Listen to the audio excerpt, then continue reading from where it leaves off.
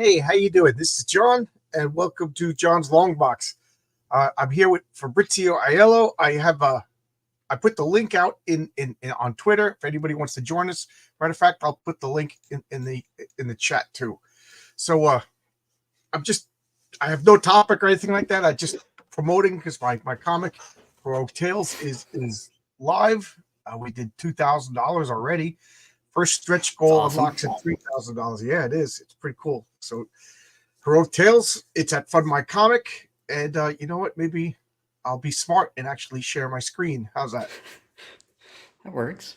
I will say that, like, this is one of the first campaigns where it really felt like everybody was excited about it. All sorts of people were sharing it, looking forward to the launch. Everybody's been so good. Everybody's been really nice. You avoid drama and you're nice to people and people are friendly. How's that? Yeah, exactly. Right. Let me see. Oh, we got people watching. Hey, how you doing, Eric? How you doing, Eric Grant? Thank you. I saw that you back today.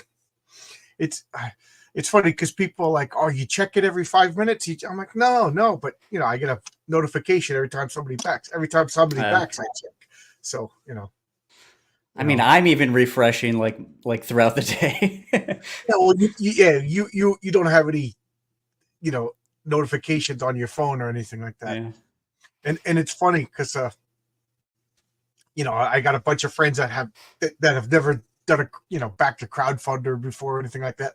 So like I'm like, to me it's like intuitive. Oh yeah, I backed so many campaigns, but they're like, oh, did I back? I'm like, I backed already. I'm like, I didn't get the notification. Like I could see your name. Like, no, you gotta click on the reward you want. You gotta click on the cart. They just, you know what I mean? Oh, okay. Yeah. It's funny. I even made a video for one of the campaigns, and it was titled, "How the hell do I, back a campaign?" Because I was the same thing. Like, friends and family had never done anything like Indiegogo or Kickstarter. I don't know if it helped, but I tried. Yeah, I even did this. I made these cards. Like you see, there's the card, and then on the back has a QR code, and I give them. Nice. When I first started, I was like, oh yeah, you go to Fund My Comic and blah blah. And you could just see the guy's eyes glazed over. You know what I mean? They don't know what I'm talking about.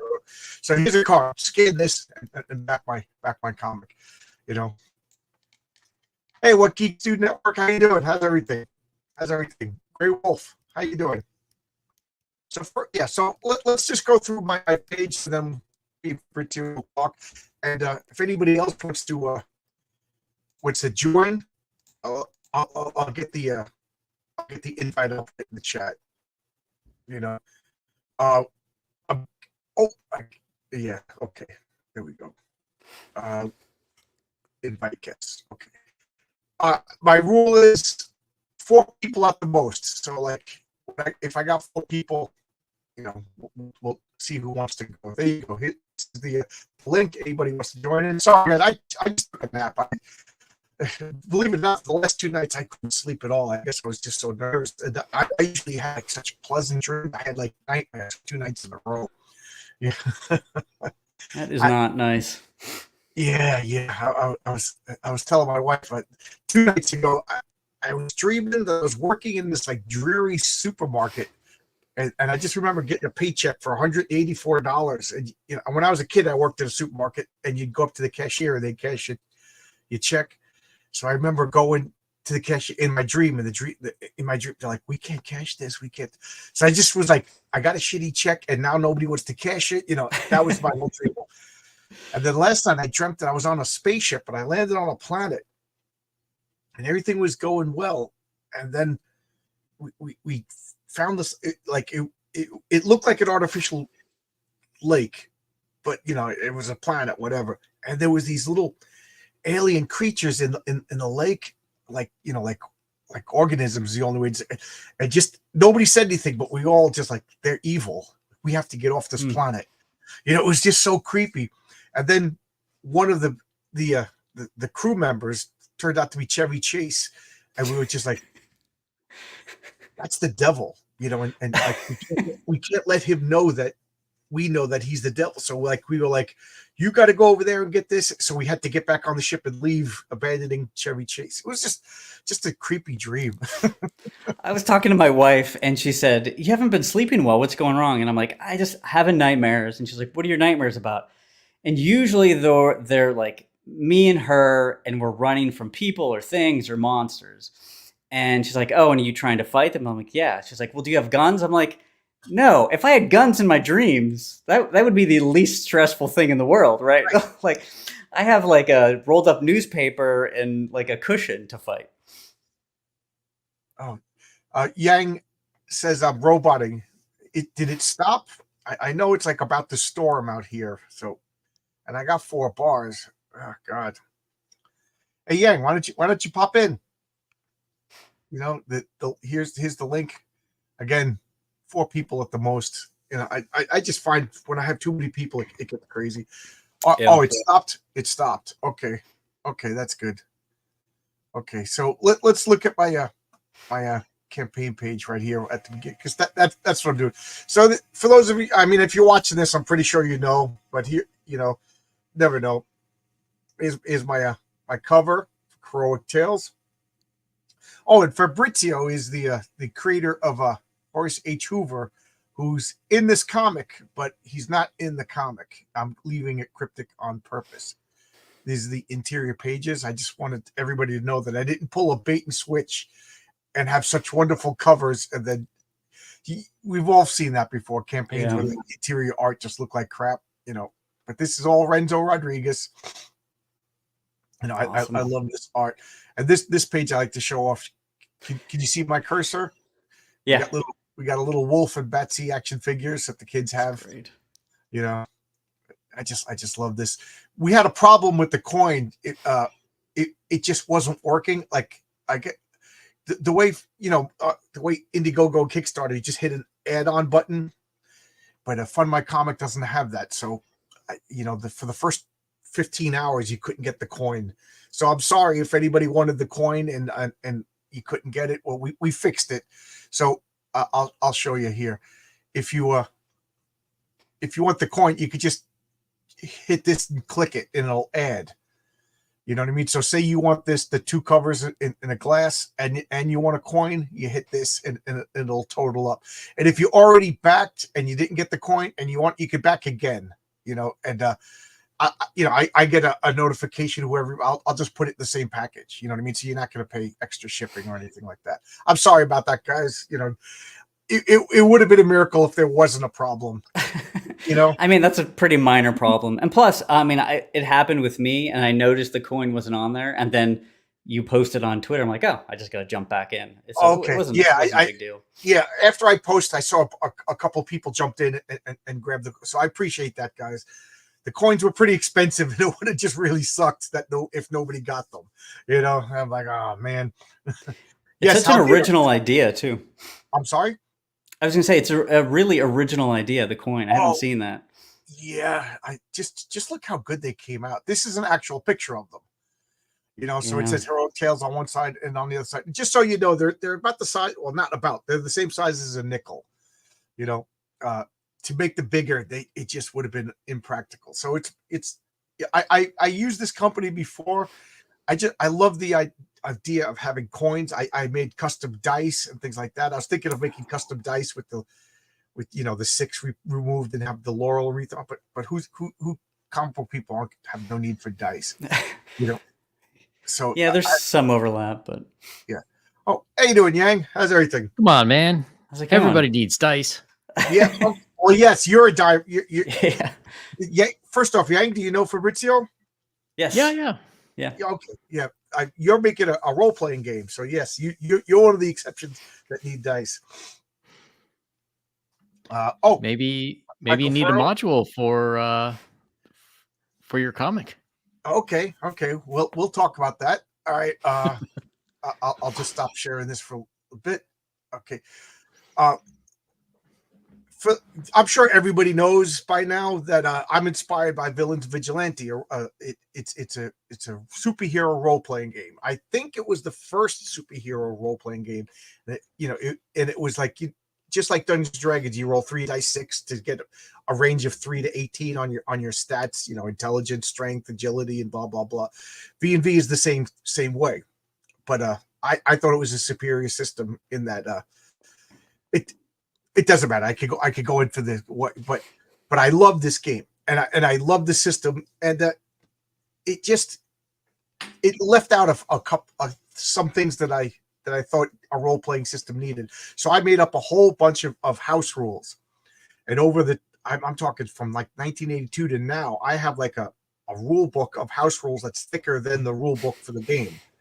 And you can check that out. If you go to villainsandvigilantesforum.com, there's the Villains Vigilantes image you click on that and boom, and all my house rules. So I'm like, I think if this goes well, if maybe in an issue or two, I'm gonna make my own role-playing game out of it, see how that works out, make a whatever Hero Tales, the role-playing game. But until that happens, I contacted Scott Bizarre, the owner of Villains Vigilantes, and he was like, sure, feel free to use my rules, so we had no paperwork or anything like that, but he was just like, I said, maybe by issue 6, I'll take all the characters and make like a source book for Villains Vigilantes. And he was like, yeah, that's a great idea. So, and I'll share again because where is it? Okay. I'll show this. Down here, I have stretch goals. You see how they're blank? So at $3,000, I'll open the first stretch goals, and God willing, I make it all the way up here to 8,000. Each card is going to have a character, and obviously the first card is going to be the patriarch. And when you flip the card over, it's going to have their V&V stats, the Villain Vigilante stats on the back. Scott Bizarre said that was cool, and he said he was going to put my link on his website so that to cross promote. So there you go. Very cool. Very cool. Yeah. So there you go. That's my role playing. So maybe dice would make sense, but I'm exclusive on Fund My Comic. But when that runs out, I'm going to go on Kickstarter, and I'm going to have unique things on Kickstarter. So if you're a real fan of me or you really like the comic, there's going to be a reason to go check on Kickstarter. There's going to be a reason to go check on Indigo, like this cover. The guys, I'm sorry. I'm just like so nervous and excited at the same time. Why is this not working? Did my mouse just die? This cover is exclusive to Fund My Comic, so you'll only be able to get this on Fund My Comic. Okay. And then I have another cover that'll only be available on Kickstarter. It's already done. And then I have a third cover that's being worked on right now that'll only be available on Indiegogo. So this is Pat Broderick. When we go to Kickstarter, I have Michael T. Gilbert, who did not Hellboy, Mr. Monster, and then on Indiegogo, Mike Gustovich. That these are classic comic book artists that I think they work well with my concept of this is a love letter to old school superhero comics. So, as you guys can tell, I've been talking all weekend, and my brain is turning into mush. So Haldir says you get to add the coin. And Hojo, how you doing, Hojo? We were talking about dreams right before you showed up. Actually, sometimes in dreams I have weapons, but they don't work, or I don't know how to use. Yeah. Or you try to run and you're just slow.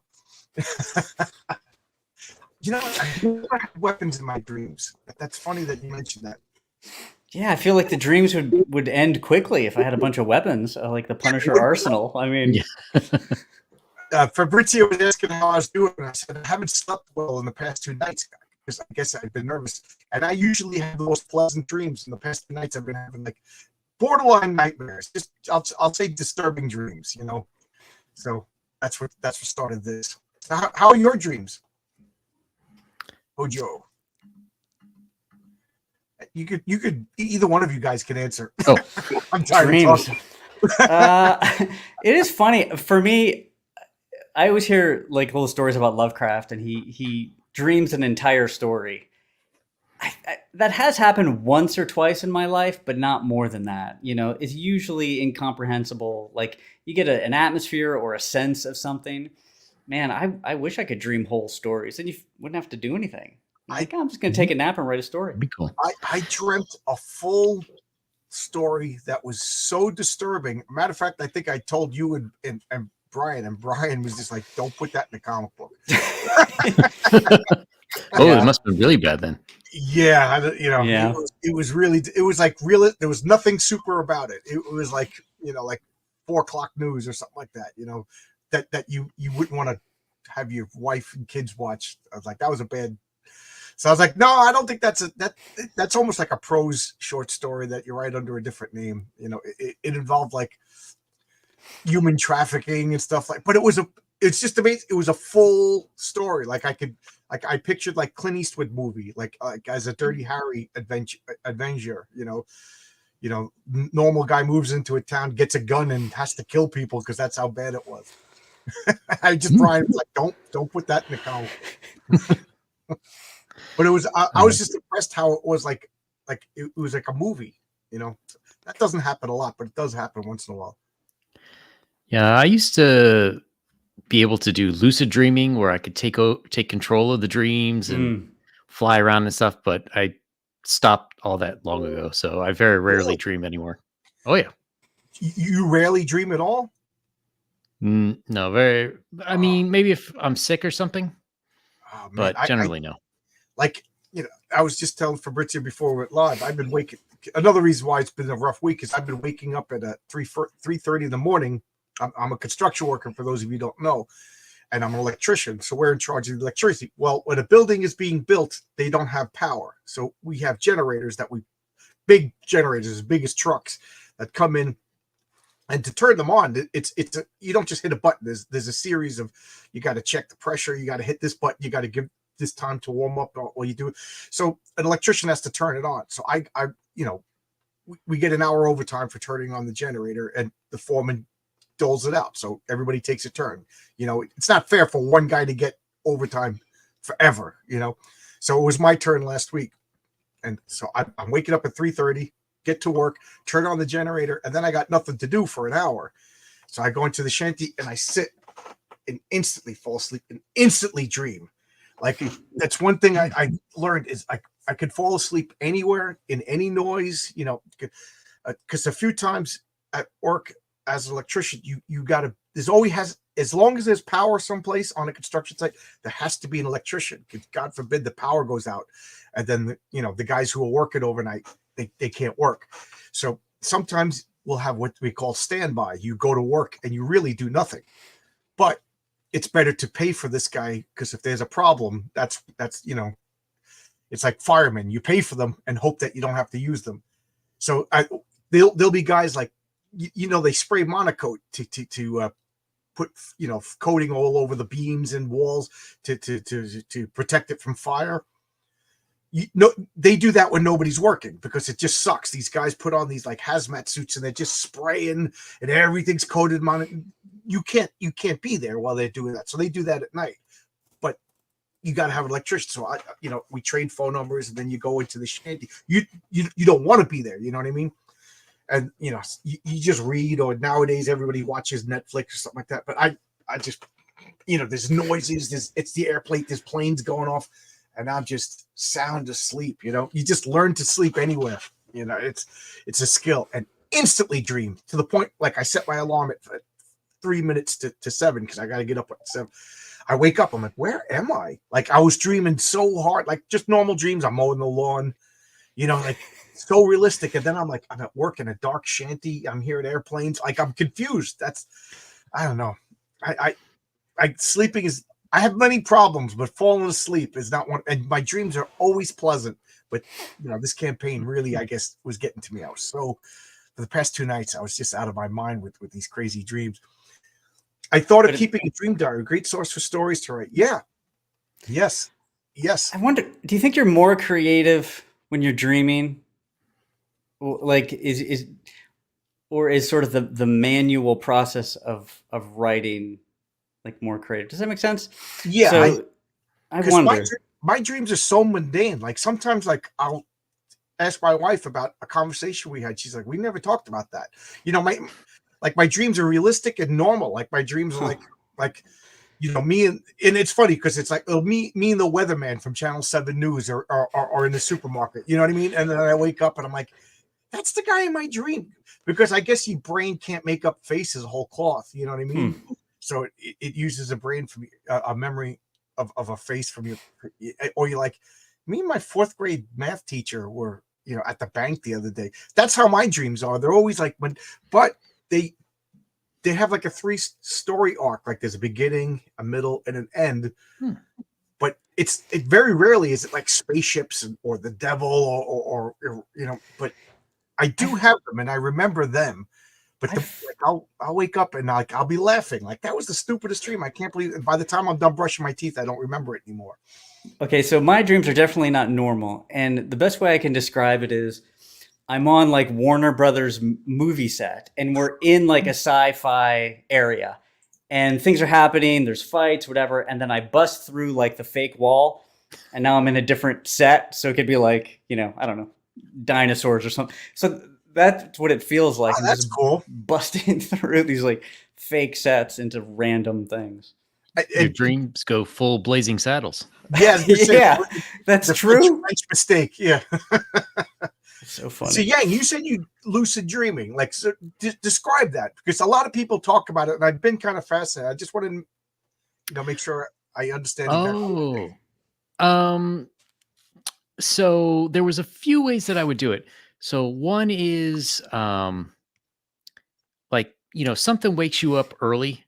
Like, let's say you get up at 6 for work, but you wake up at 5, so you go back to sleep. So when you're going back to sleep, oftentimes you sort of pick up wherever you were in that dream, but now your brain isn't fully asleep anymore. So you can start to control it. Like you can try to fly or, punch someone extra hard or any of those kind of superpowers. And then you can sort of direct where the dream goes, because normally when you dream, like you're just sort of pulled along with whatever the story is. Right. If the story is you're meeting your 4th grade teacher at the bank, you could be like, oh, this bank sucks, let's go to the bar next door. And then I want to go to the bar with my 4th grade teacher. That's definitely what I want to do. So you can what brought you here? So yeah, it's basically that way. And then for a while, like when you sort of get those very vivid dreams that later you'll remember, like I was able to pick up the fact that like, oh no, wait, this isn't real, I'm dreaming. And I don't quite remember how exactly I did it, but either some part of me recognized like, no, this situation is ridiculous, or like something would happen in the dream that couldn't happen in real life. So then I would understand that it is, and then I would be able to, take control of it from there. I remember as a kid, I would have like scary, like all children have like nightmares and monsters and stuff like that. Like Lovecraft, in one of his stories, he talked about like as you get older, you lose the ability to have these fantastic dreams. But like monsters, werewolves, and I trained myself to like, nope, I don't like this dream, and like change the channel. I wouldn't call it lucid dreaming, but I was able to like, I don't like, because sometimes you just wake up and panic. But I learned to like, I don't like this dream. I don't like zombies coming at me in my dream. I'll change the channel. This is too scary. But like that's not. I wouldn't consider that lucid dreaming. It was just like, okay, I'm aware that I'm dreaming. I want a pleasant dream, and that I could do. My 4th grade teacher was a bitch. Well, it sounds like you were halfway there. If at that time you knew, like you were, if that were to happen to you today, you'd be able to say to yourself like, oh, if I can start to recognize that I'm in this dream, then I can try to start controlling what happens in the dream. But as a kid, you don't think that way. Like I'm this close because a lot of times, because most of the time my dreams are pleasant, so I don't want to change them. They're like funny or I'm hanging out with friends that I haven't seen in a long time. But I'm always like, oh, too bad this is just a dream in my dream. You know, I'll know it's a dream. And then, like, when you talk about superpowers, that is my favorite. Every once in a while, I'm sure all of us, everybody watching this is into comics. I would be really shocked to find out that one of these 27 people is just like, I just stumbled upon this. But we're all, so I'm sure we've all had a dream of superpowers. Oh my God, I love that. But the funny thing is, in my dream, when I know, oh, this is a dream about superpower, I'll try to test other superpowers. The things I could never teleport, and I could never pass through walls, but like I could stretch, you know, I could shoot lightning bolts, I could super strength, and I could fly. But like, I guess my brain is just like, nope, you can't teleport. You know, you can't pass through solid matter. And I was like, I'm always like trying to teleport, you know, but I guess that's beyond my my dream ability. Did you guys ever have any physical like remnants of a dream? Did that ever happen? When I was young-ish, I don't know, teenager or something, I had a dream that my brother, my oldest brother, was chasing me. He was trying to kill me, literally trying to kill me. And anyway, round and round the house, I finally dive under a bed, and I just see his head pop down, and he has a scalpel, and he like stabs me the side of my ribs and just like slices me down. And I woke up, and I swear I could feel like just this like cut along the side of my ribs. That's the only time that's ever happened. Did you have any physical mark or anything? Like maybe you banged yourself as you sleeping? No, I didn't notice anything. It was pretty crazy though. I would dream like that cats would scratch me or dogs would lick me, you know, and I could feel it, you know.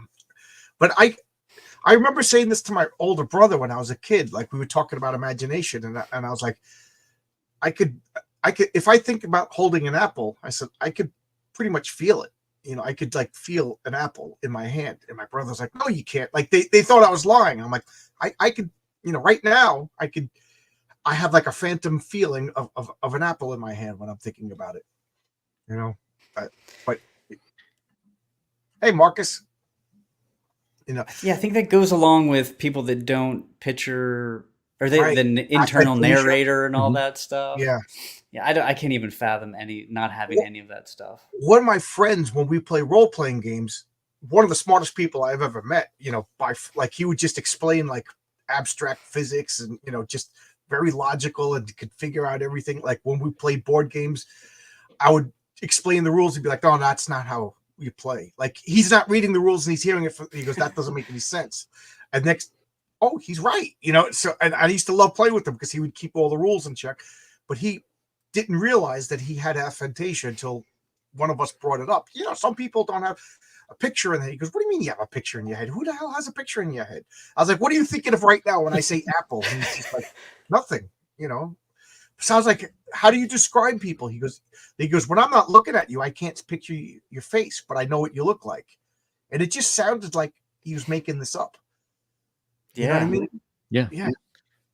I had a buddy, his wife is an actress in Los Angeles.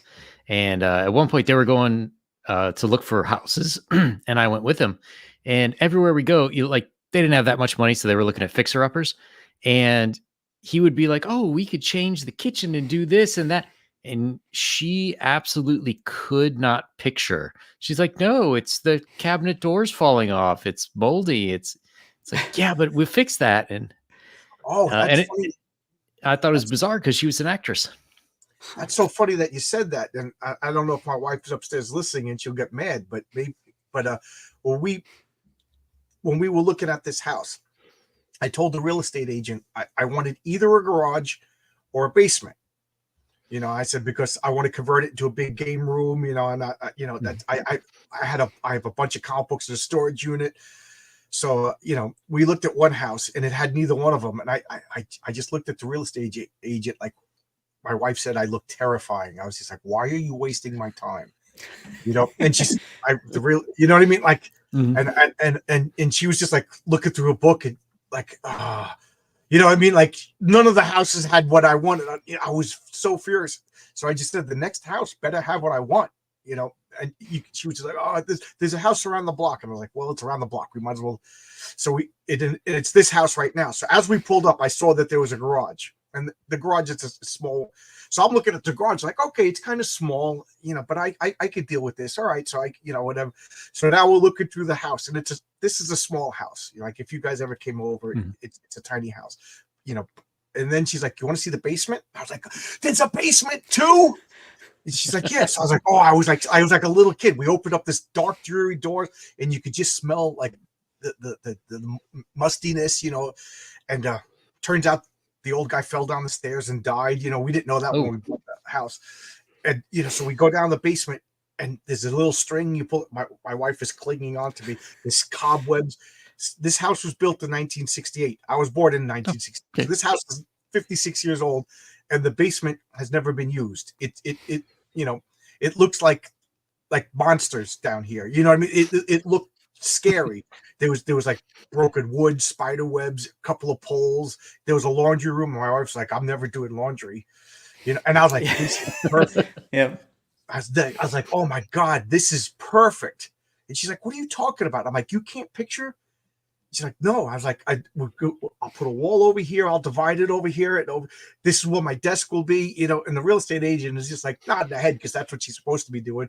But my wife's like, no. So I was like, yeah, we put in a bid. And by the end of the day, we had the house, Wow. And then my wife was like, I'm never coming downstairs. And now it's 3 years later. We never leave the basement. It's the coolest place, It's I never show, but this is there's the that's why I poop. This is my but this is oh wow. There's the big TV. Oh, nice. Yeah. Oh, I turn the lights off, otherwise it's glary down here. And then behind me, you can see the door. That's my comic book room. Jeez. So I never want to leave this basement. You know what I mean? And when people come, they look upstairs. I spent all my money fixing up the basement. The upstairs still has the rug probably from 1960. I'm afraid to pull up that rug because I don't know what the floor is going to look like. It looks like Reuben Kincaid lived upstairs. It still looks like 1974 with panels and everything. My wife thinks it's charming. Bless my wife. She's the low maintenance woman ever. And she says that you're lucky to marry. I'm like, absolutely. And one of my friends came over, and as soon as he opened the door, he just goes, "You got a lot of work to do." My wife was like, "He's never coming here again." She was so mad. It's funny you mentioned the laundry. My wife did the exact same thing. She's like, "I'm not doing laundry." Hey, Brian, how's it going? Hey, Brian's here. Hey. Brian, this is Brian who does Wolf and Batsy. You let me. And this is Fabrizio. Up in the top right is Fabrizio, who has Horace H. Hoover. Below me is Brian Bow, who does Wolf and Batsy. And Yang, you're going to come out with a role playing game soon. That's your project. Yes. Later this year. Do you have a name for your role playing game? Yes, it's called Empire of the Undying Sun. Oh, there you go. You guys can't get nerdier than this. Three comic book guys making a role playing game. This should just be called the nerd. So, Brian, we were talking about dreams, and now we're talking about the ability to picture things, and how when my wife she looked at this basement and could not picture, and I saw it right away. I'm putting a wall here. I'm putting a wall here. This is where my desk is going to go. And when we moved in, we had to put stuff in the basement because we just physically couldn't put it up. So I put my desk right here. The floor was all cracked, and and there's spider webs, and I had to run a cord to put a light. And I'm setting up my desk, you know what I mean, and creating my YouTube channel. And my wife is like, "You're going in the basement again?" I'm like, "It'll be good. It'll be good."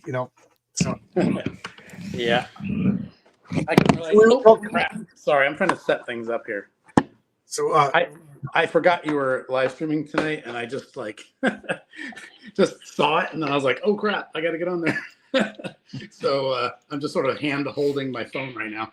Sorry for being totally okay. I was in the middle of editing a video actually for my own YouTube channel, and Nice. that's why I'm in the dark. Yeah, Brian does these cool videos with music that you make yourself, and you narrating and sound effects. I wish I had talent. Trying to who set was my it today? Said was telling me about oh yeah, this is how you set up your own domain and do this and this. I was just like, can you do it for me? I don't know what I'm doing. Yeah. I know when you have a YouTube channel and you're making videos, it's assumed that you're computer literate. Here's a funny inside story. You've all seen my campaign page, I hope. It looks great, you know. Yep. When I did it, it got rejected. That's how bad it was. And I hired Nick Axe, who may or may not pop in here later on, and he had to do it for me. So, like, in a very real sense, I would not have a comic book if it wasn't for Nick Axe, you know. And he's like, I'm just glad to help. He's too modest. So I don't know how to edit. I got to learn how to do all that stuff. People are like, oh, if you took that Jim Shooter interview and did like 5-minute little chunks and put it on YouTube, be like, Jim Shooter talks about this. Jim Shooter talks about, you get 1 million views. I'm like, can you do it for me? I don't know how to do any of this stuff. This quote to tell you if anyone dies in the house. We knew the guy died. The guy was 92 years old. We knew he died in the house. You know? I just assumed he had a stroke or something. I didn't know he fell down the steps. You know, so every time my wife goes down the steps, I go, be careful, you died on those steps. I imagine Brian, who does horror comics, probably teases his wife too. Yep. So we were talking about dreams, and Yang was saying that he could lucid dream. Brian, have you any experience with this? Could you control your dreams in your dreams? I don't know. I guess so, maybe a little bit. Like I was saying, sorry, go ahead. I was saying the most I could do if the dream is scary, I could be like, I don't like this dream and change it, but I couldn't pick it. It was almost like I do that on the dial. Okay, I'll take this. No, I can't just change the dream like changing the channel on TV. Although I do tend to have the same recurring dreams, or I don't know if I'd call them nightmares. They're just sort of like weird situations where I'm in trouble, and sometimes it feels like I can make choices in that situation, but can't just change it into a happy dream where I'm, everything's perfect. Cindy Crawford appears. Right. I don't like this dream. Oh, it's me and Kate Upton trapped in an elevator. Oh yeah, I like this dream. Yeah. Right. And my dreams are always so mundane. But when you said recurring dreams, we've all had the school dreams, I imagine.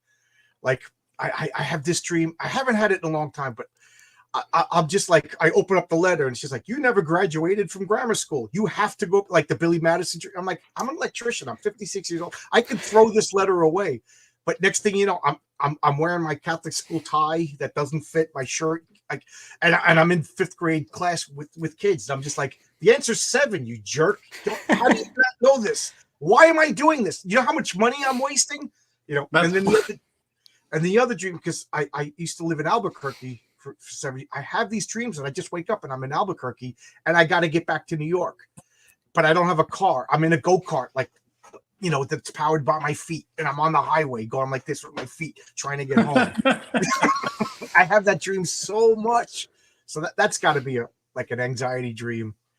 And then the dream, like, thanks a lot, Fabrizio. Hey, Brian, how you doing? Last day of school. This is awesome. Oh my God, I forgot that I was in Victorian literature. Oh my God, I got to go talk to that teacher before he gives me an F. And I'm running around through the college looking for the class that I didn't know that I was registered in, I've had that one so many times. That's a huge one. Yeah, I've definitely had that one about being an adult, just like I am now, with the job I have now and everything. And then some important person comes along and says, but you didn't pass that one test in college or in high school or whatever. So you're not allowed to have your job anymore because you haven't earned it. So you have to go back to school at your age now and finish that course. I've had that many times. Yeah. Oh my God. I'm sitting next to a 5th grader and the kid, right. You can't even, this kid doesn't even, he's got snot all over his face. Well, then you never graduate. Fine. I didn't graduate. Yeah, I'm about to retire. It's okay. Right. And then I also have the dream where it's like, hey, Brian, I just transferred into your school. This is great. And Brian's like, well, I'm late for class. And now I'm like walking around with, where is the chemistry class? And I'm just looking into windows, for the whole, and then the bell rings and I wake up and I never made it to class. So we or you can't remember your locker combination, spending the whole dream, 18, 24, 16. Oh, yeah. Had that one before too. The recurring nightmare I always have over and over and over again is I'm in some kind of crazy weird environment, and it's always a completely different place every time. But it'll be some distorted, warped version of the airport or the mall or whatever, and I'll have some smaller dependent character with me, either a child or my pets or whatever it is. And we have to get from this place all the way to the other end of the place before the time runs out or before the bad evil thing comes and kills us. And it's always an obstacle course of broken parts of the building hanging down. We got to get through it, and it's always impossible. Or it's like, and they're depending on me to save them, and I'm going to fail because this is too hard. No. And it just goes on and on and on until I wake up usually. Yeah. But the recurring nightmare that I have, and I've never been able to adequately explain it, but I call it the brown dream. And no, it's not pooping in my pants or anything like that. The older you get, that becomes a nightmare. But it's a dream, and I could. One of my friends, Jimmy, like when I started to describe it, he was like, "Oh my God, you have that dream too." He's the only other person I know that. But like, the only way to describe it is like, it's almost like you're not born yet. You know, it's like this reddish, maroonish, brownish color is just everywhere. Whatever direction you look, you know, when you're turning your head, nothing changes because it's almost like you're in this dimension, and it's feelings like it's weird. It feels like everything's big, but everything's small at the same time, and you just like, you know, like I just say it feels like you're not born, and it's terrifying. And I'll wake up and I'm almost like paralyzed, like. Oh, you know, and that's the only way I could describe it. And like I said, I've described that to hundreds of people. My friend Jimmy was like, he got like scared. He's like, "Oh my God, that's the dream. That's the dream." You know, so he called it the brown dream. So okay, that's maybe it's your brain's way of telling you that you need coffee. Yeah, I know. Well, I've had it when I was a kid before I even liked coffee. I mean, now it's a nightmare if my wife and I had to go drive to get the coffee that I like. It, you know, I forgot to get it in Queens on my way home. There's a Tim Hortons that I stop at in the train station while waiting for my train. I forgot to get coffee, so we actually had to go drive into Patchogue because that's the closest Tim Hortons to get coffee. So yes, that is a nightmare, but that's real life. The funny thing is, all of our brains right now are taking in all of this dream fodder for tonight. Yeah, ooh, I like that one. Oh no, I don't like that one. We'll see. We'll see if any of them stick. Well, I have to ask. Sorry, how's the campaign going? I just literally got here, so I was just showing the campaign. I don't know if you already talked about it. Yeah, I guess I didn't even. I showed it, but I went really quick because I just woke up. I was like, all right, I'm gonna live stream, but I gotta take a nap first. But let me refresh. This is excuse me. I'm pretty sure this just open my door again. Come on. There's a storm going on, so if I'm like roboting out or anything like that, that'll make sense. Of course, now, whatever. Oh, there we go. All right, come on. It's at $2,214 in 1 day, so 24 hours. Nice. I will gladly take $1,000 a day for the next 118 days. Gladly. Mm-hmm. That's great, John. You know, I'm nobody.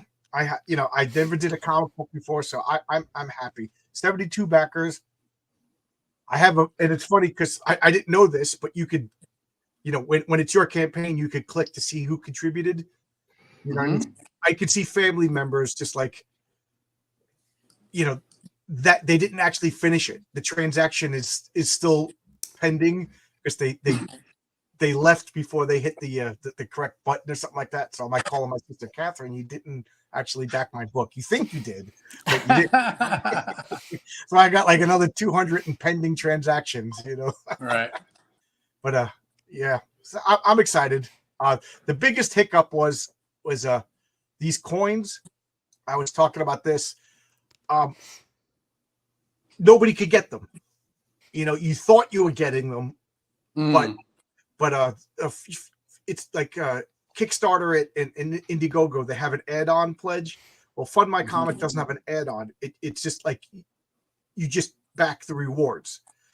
and they had a little drop down. That little drop down was like if you had a T-shirt or a hat, you wanted to put a size. So there was a drop down, add coin, but then you weren't getting it. It wasn't registered. People thought they were, but they weren't being charged for it. So a lot of people were messaging me like, "Did I get a coin?" I was like, "Yeah, if you got one, you got one." But it turned out I did it wrong. So I had to put out a mass email. This is the coin, because these coins are expensive, and I don't want to sit here with a box of coins messing it up, and nobody was able to get one.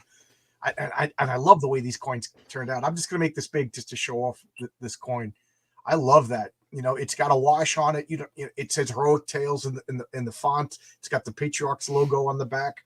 It's the size of a nickel, but everybody can understand it. It's expensive to make these things, and it just would have been such a shame to do the whole campaign thinking people were getting coins, and then everybody's mad at me. And to be honest, I'm glad that this was the only mistake.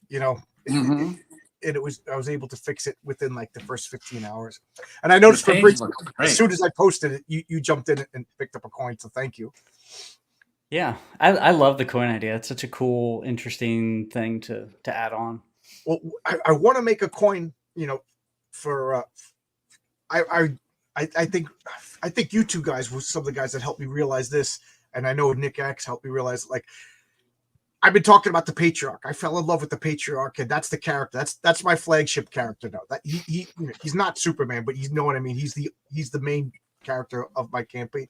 And issue 2 wasn't going to have him because originally it was going to be Mary Sue was going to be issue number 1, and I realized that story is probably a little difficult to introduce people to my world with. So I was like, let me give a more like newbie friendly story. So I the Patriarch, and then I'm like, people are going to be mad, right? If issue 2 comes out and it's not the Patriarch, the flag, like, isn't that what like Richard Meyer did? Like he Jawbreakers, and then his next issue was $4.99. Who cared?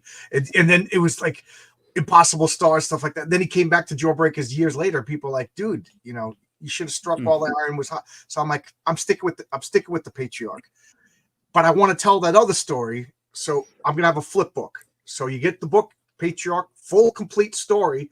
Flip it around, it's going to have another cover with Mary Sue, full complete story. And I think that's going to be my model going on. So it'll have the Patriarch every issue, and then the story that I need to tell the grand story. Not that the Patriarch story doesn't matter. You know what I'm saying? And I also feel very strongly that you get a complete story, because let's be realistic. I'm a newbie. I don't know how long it's going to take me to do my second issue. And for $10, and then it's a 6-issue story, you're paying $20 because, even though I'm charging $10, you're paying for shipping. So you're going to pay $120 for a story. I don't think that's fair to ask people. You know what I mean? So I'm trying. So yes, I do have a long story, but it's like Marvel. You bought the Avengers, you got Avengers 181, you got a complete story, but it led into 182, and you got a complete story. So that's going to be my working model. So how many more pages for issue 2? That I don't know yet, because I'm taking 2 complete stories and putting them into one comic. Maybe it'll be 40. Right now it's only at 30 pages again, but I'm doing the rewrites now, so maybe it'll be whatever. But if it needs more pages to finish the story, it'll have more pages, and then I'll have to adjust the price accordingly. I think that's the fairest way to do it. If it's a 60 issues double page I'll have to charge more, but I don't think anybody could argue with that. I would be glad to pay for my coin. Thank you. So yeah, you could go back in and back it again, and I'll have the master list. I could just put it in your bundle. It's not like you're going to pay extra shipping or anything like that. So I think Joe Biden had the brown dream. Yes. Yeah. Grey Wolf says he used to have dreams of being locked in the 5th grade class until the new class. That's kind of what I had to dream. So that's my campaign.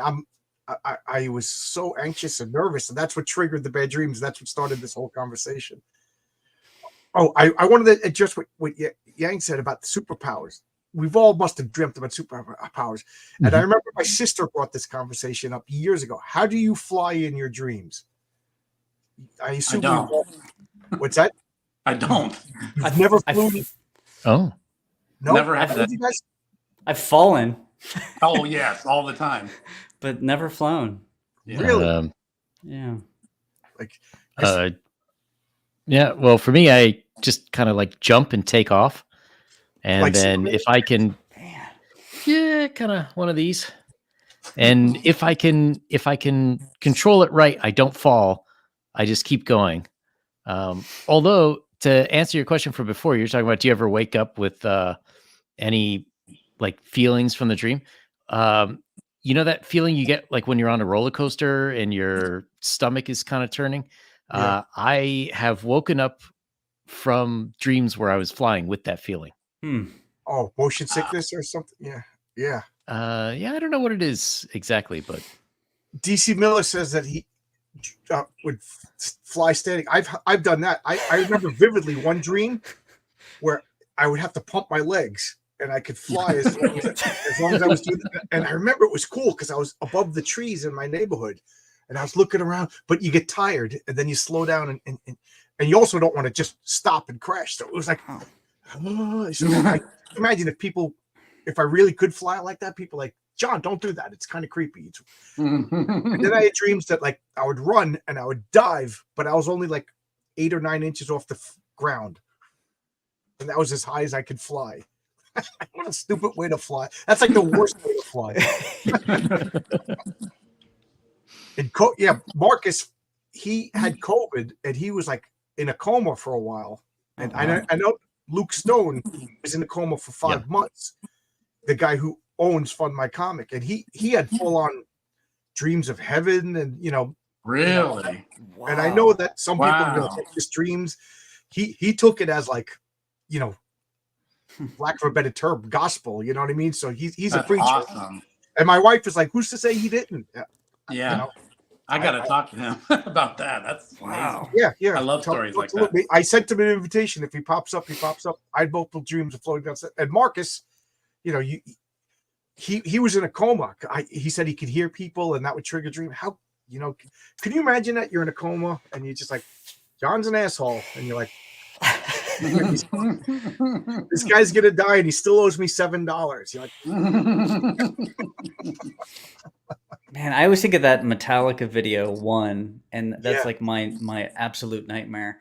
Although I've told my wife, if I am in a coma, give me like 14 hours. After that, like, it's okay. 15 hours, 16. Man.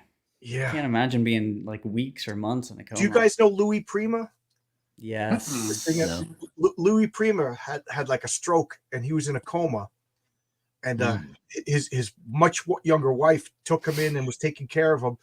And he was just like this. Like his eyes were open. And I don't know if he could move his eyes. And she said like after like 2 years, he just closed his eyes. But he still lived. And she said that was the moment he gave up. It just sounds like that's a nightmare. Yeah, he was a jazz singer. Yeah. He did like Jump and Jivin'. They redid that. Oh. There was a remake of one of his songs. So he was like a really lively guy, like tons of personality. Everybody knows that song. Just take the bare necessities. This, from Jungle Book. Mm-hmm. Just a Gigolo. Yeah, he was Just a Gigolo. Yeah, he was that guy that did that. He was an Italian from New Orleans, and back in the 20s and 30s, Italians were the foreigners. They were the bad people that H.P. Lovecraft wrote about. And so he's this exotic Italian singing and dancing and stuff back when people were like prim and proper. Well, look at the way these foreigners act. It's so bad. And he was and his orchestra was like segregated back before anybody else was. And I love the stories that he would go back to New Orleans and everybody would go to his mother's apartment and she would cook for everybody. That. When you're Italian, Fabrizio's Italian, that you're Italian. That's like the defining trait. Did you feed everybody possible? You're reminding me of, I forget, was it an Alfred Hitchcock Presents episode? But it's the one where the guy goes into a coma, but his symptoms resemble death, and the doctors literally think he's dead, but he's awake and he's conscious of everything going on. He can hear, see everything. He just can't move, and he appears to be dead.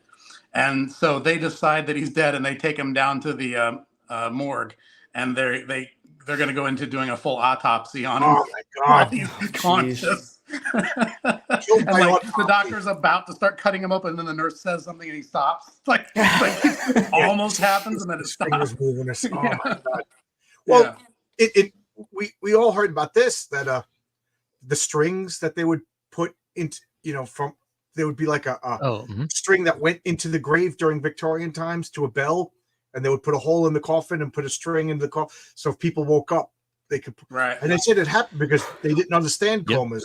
And I don't know if I dreamt this. We were talking about dreams that you wake up and you believe, but I heard that they moved Mary Lincoln's grave due to making a railroad or something, and then when they opened up the coffin, it was all scratched up on the inside. Oof. So she woke up. How that is just a nightmare. That's awesome. Yeah, a lot of that was TB. You look dead, and they can't hear breathing anymore, but you still very shallowly breathing, and they're like, oh well, they're gone. So I bury you, and you get better. I got like 5 notifications as people just backed since we started streaming. My friend Dave Edison was one of my. Pull it up. Let's see where it's at. He's one of my role playing buddies. So thank you. I just want to give them credit if I can. Todd Paulson, I don't know who you are, but thank you so much. I'm just getting. Oh, Logan, how you doing? He was just on my channel. He does Firewatch. Marcus, he bought my comic, so if we could get his link in here for Firewatch 2 is available on my comic. And he bought 2. Oh, he bought the coin also. Oh, and he's also a witch, and if you say his name, he shows up. I'm like Beetlejuice. You said it. Yeah, Beetlejuice. So let's see if anything changed. Did it go up? I promised myself I wasn't going to hit. Oh yeah, it went up. All right, how are you? Oh, you guys can't see. Duh. Okay. Let me share my screen. Yeah, so it went up like almost $100 and something since. Nice. Awesome. So there you go. Proof positive that talking about Louis Prima in a coma will sell comics, whatever. So thank you, everybody. I don't know.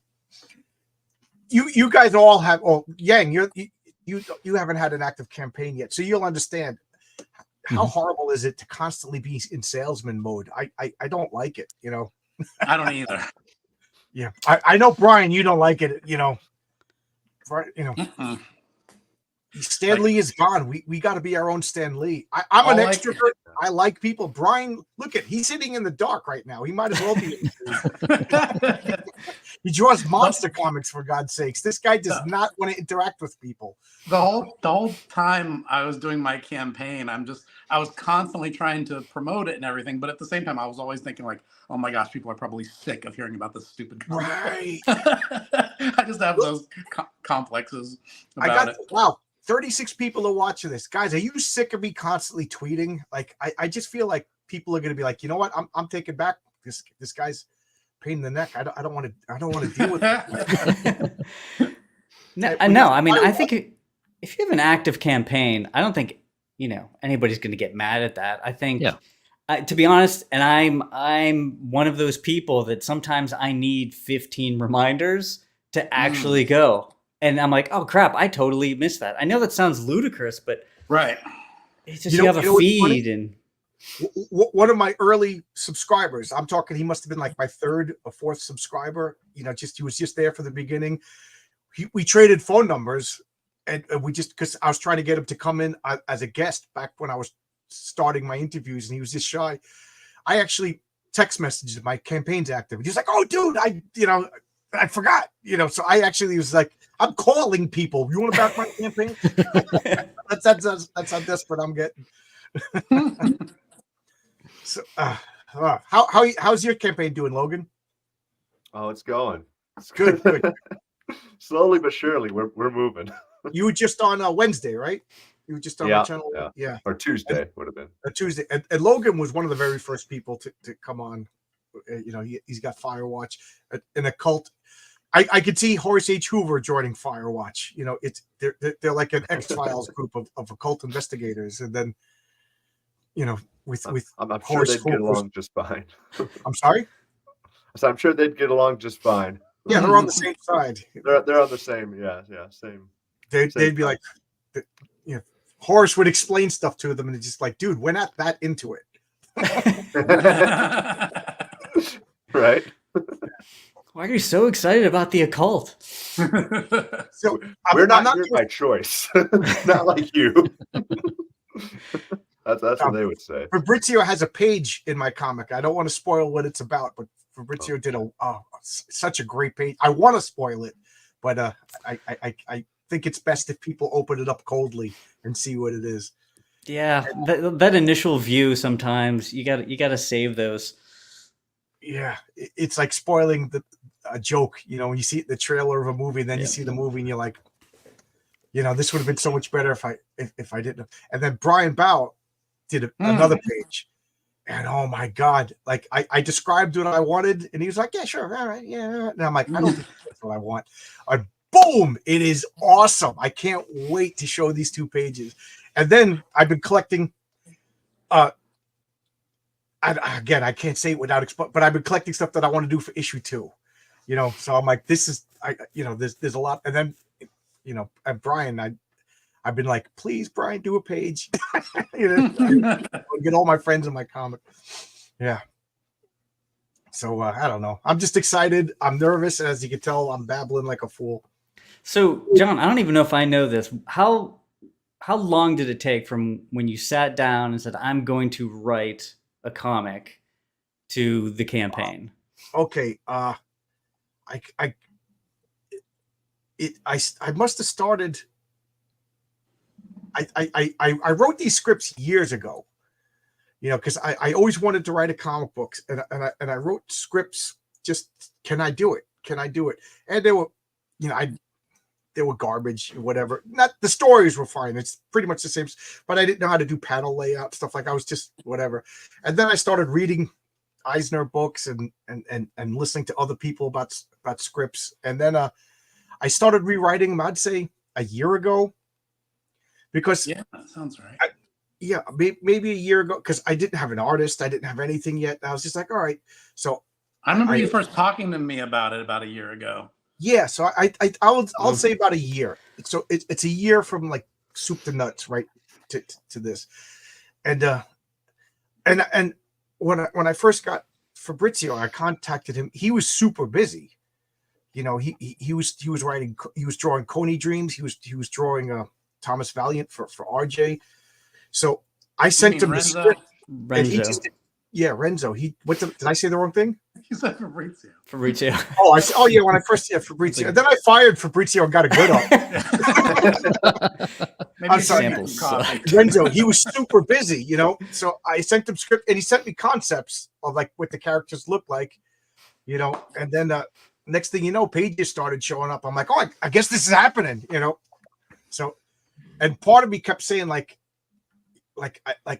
don't want it to get close, because then, like, I'm committed. Does that make sense? Yeah. Like, I'll just talk to a guy and have him draw a couple of pages, but I'm not making a comic book. I'm like, oh my god, I'm 10 pages into this, you know. And then I started saying, do I start doing the crowdfunding now? You know, but I was like, but then, like, I didn't even know. People like, oh, how are you going to do the flatting? How are you going to? I'm like, you got to do this. Like, I didn't know that there were steps. And then I got really discouraged, and you know, I talked to different people. They're like, oh, this is what you do. This is what you do. And then I'm like, oh yeah, you got to talk to a printer. You know, Tonic Bowl is one of the guys. Brian has been, you know. So I just was like, all right, I'm going to start asking. So I kind of used me interviewing people or conversations with people as a resource. Like, I would ask, oh, you have a campaign. How do you do this? And one guy was like, oh, I used RJ from Critical Blast to as my fulfillment search. So I was like, okay. So I'm messaging him. He comes on 2 weeks later, and I'm, you know, so that's what I was kind of gathering information. Oh, when you write your scripts, how do you do this? Oh, okay. And, you know, taking notes here. You know, when you fulfill, how do you do this? Oh, what is this flatting process that I hear? You know, guys who have active campaigns are really interested in talking about it. So, you know, that's what I was doing, gathering information from everybody. And my philosophy has always been just ask people. You know, the worst they could say is no. You know, you don't get what you don't ask for. And for the most part, everybody's been super helpful. You know, everybody's been super helpful. And, you know, giving advice. Brian, I sent, he was one of the guys that I know he gets embarrassed when I say this, but like, he was like, yeah, this script is all world building. There's no characters. And if you don't have characters, nobody cares. And I was like, I needed to hear that because this script would have been, I got one, I'm not going to mention the name, but I got one crowdfunded comic and I was just like, this is just world building. Like there's nothing, every page is just like, and then this, and then this, and then this, and then I'm like, I could care less. Who was the main character? And I paid like $15 plus $10 shipping. And then I never saw an issue number 2. So I guess, whatever. So that would have been my comic if Brian, did say like, focus on the character, your world will come later, like when I read Morris H. Hoover, you don't tell me the rules of the universe, but 2 issues in and that world is built, but I love that character, so that's yeah. There's like a weird thing that happens where you're like, you read these comics and then you're like, who am I to do a comic book? And then you're like, why the hell not? Like, there's nothing keeping me from doing it. And it might not be, Dark Phoenix, but it can be exactly what I'm trying to achieve. And then the next thing will be, So it is funny how it seems like it's a huge thing, but it's kind of not. I mean, it's accessible to anybody, really. Oh, there you go. Hojo, Hojo, I'm calling him Hojo. Logan, what, you're like me, you're hiring an artist too, so what made you just say like, I'm going to make a comic book, despite the fact that I can't draw, because I mean, Fabrizio was a wonderful, he could do he could sculpt, Brian's been doing his own comic for 20 years. Incredible. Like, look at that. Like, I didn't know that. This, right? Nice. with that? You modeled this, right? Yeah, I did. Yeah. Yeah. That's incredible. Thank you. It's a great paint job. That's awesome. Thank you. I wish I could take credit for it. A friend painted this one. Oh, that is awesome. Yeah. He's a lot more talented than I am painting. To be honest, like when I saw Richard C. Meyer, like I do admire that guy. I think he made some critical mistakes that I'm learning from, like follow up with the character that people dance with the one that brought you. You know what I mean? Mm-hmm. So, when I saw a lot of people get mad that he like didn't make Jawbreakers for so long, I'm like, okay, I can't make that mistake. But I'm like, here's a guy that just, he was working in an office as an IT guy, liked comic books. He draws, but he hires other. And the next thing you know, he had John Malin drawing for him. He had Chuck Dixon writing for him. I'm like, I could do that. I could do it. But like, how expensive was it? So like, I was like embarrassed asking people that what their rates were, and then, Renzo started giving me finished pencils. And I remember at one point I was just like, I'd like to change this. Like, is this appropriate for me to ask this guy to change this? You know what I mean? Like, do I have to pay for a whole new page? So I was like very trepidatious. Is that the word? Asking Renzo, like, can we change this over here? And he was like, yeah, sure. 5 minutes later, because I forget that he's drawing digitally and he could just remove a layer. That it's like no skin off his nose. You know what I mean? Like, I know, Brian, you use ink and paper. For you to change something, that's probably a big deal, right? Yes and no. It depends on what it is. I've kind of got it down to such a system that I've got the solution to how to revise things pretty quickly. If it's like maybe I can fix it with ink and white out or whatever, or maybe it's so extensive I need to just draw a new panel there. It just depends on the nature of the change. So let's just say, for instance, Fabrizio, you also draw at old school. So you got 6 panels on a page, and now you're done, and you just like you go to sleep or whatever. You wake up with a fresh perspective. You're like, this panel sucks.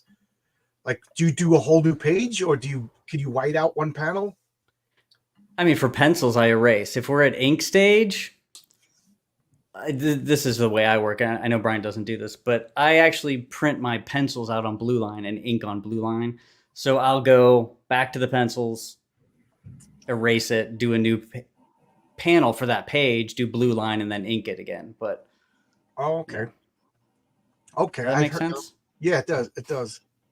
Yeah, I would just take a new piece of bristol board, put it over the original one that I screwed up on a light box, retrace it off with pencil, the basic shapes, and then just toss aside the original page and just ink a new version.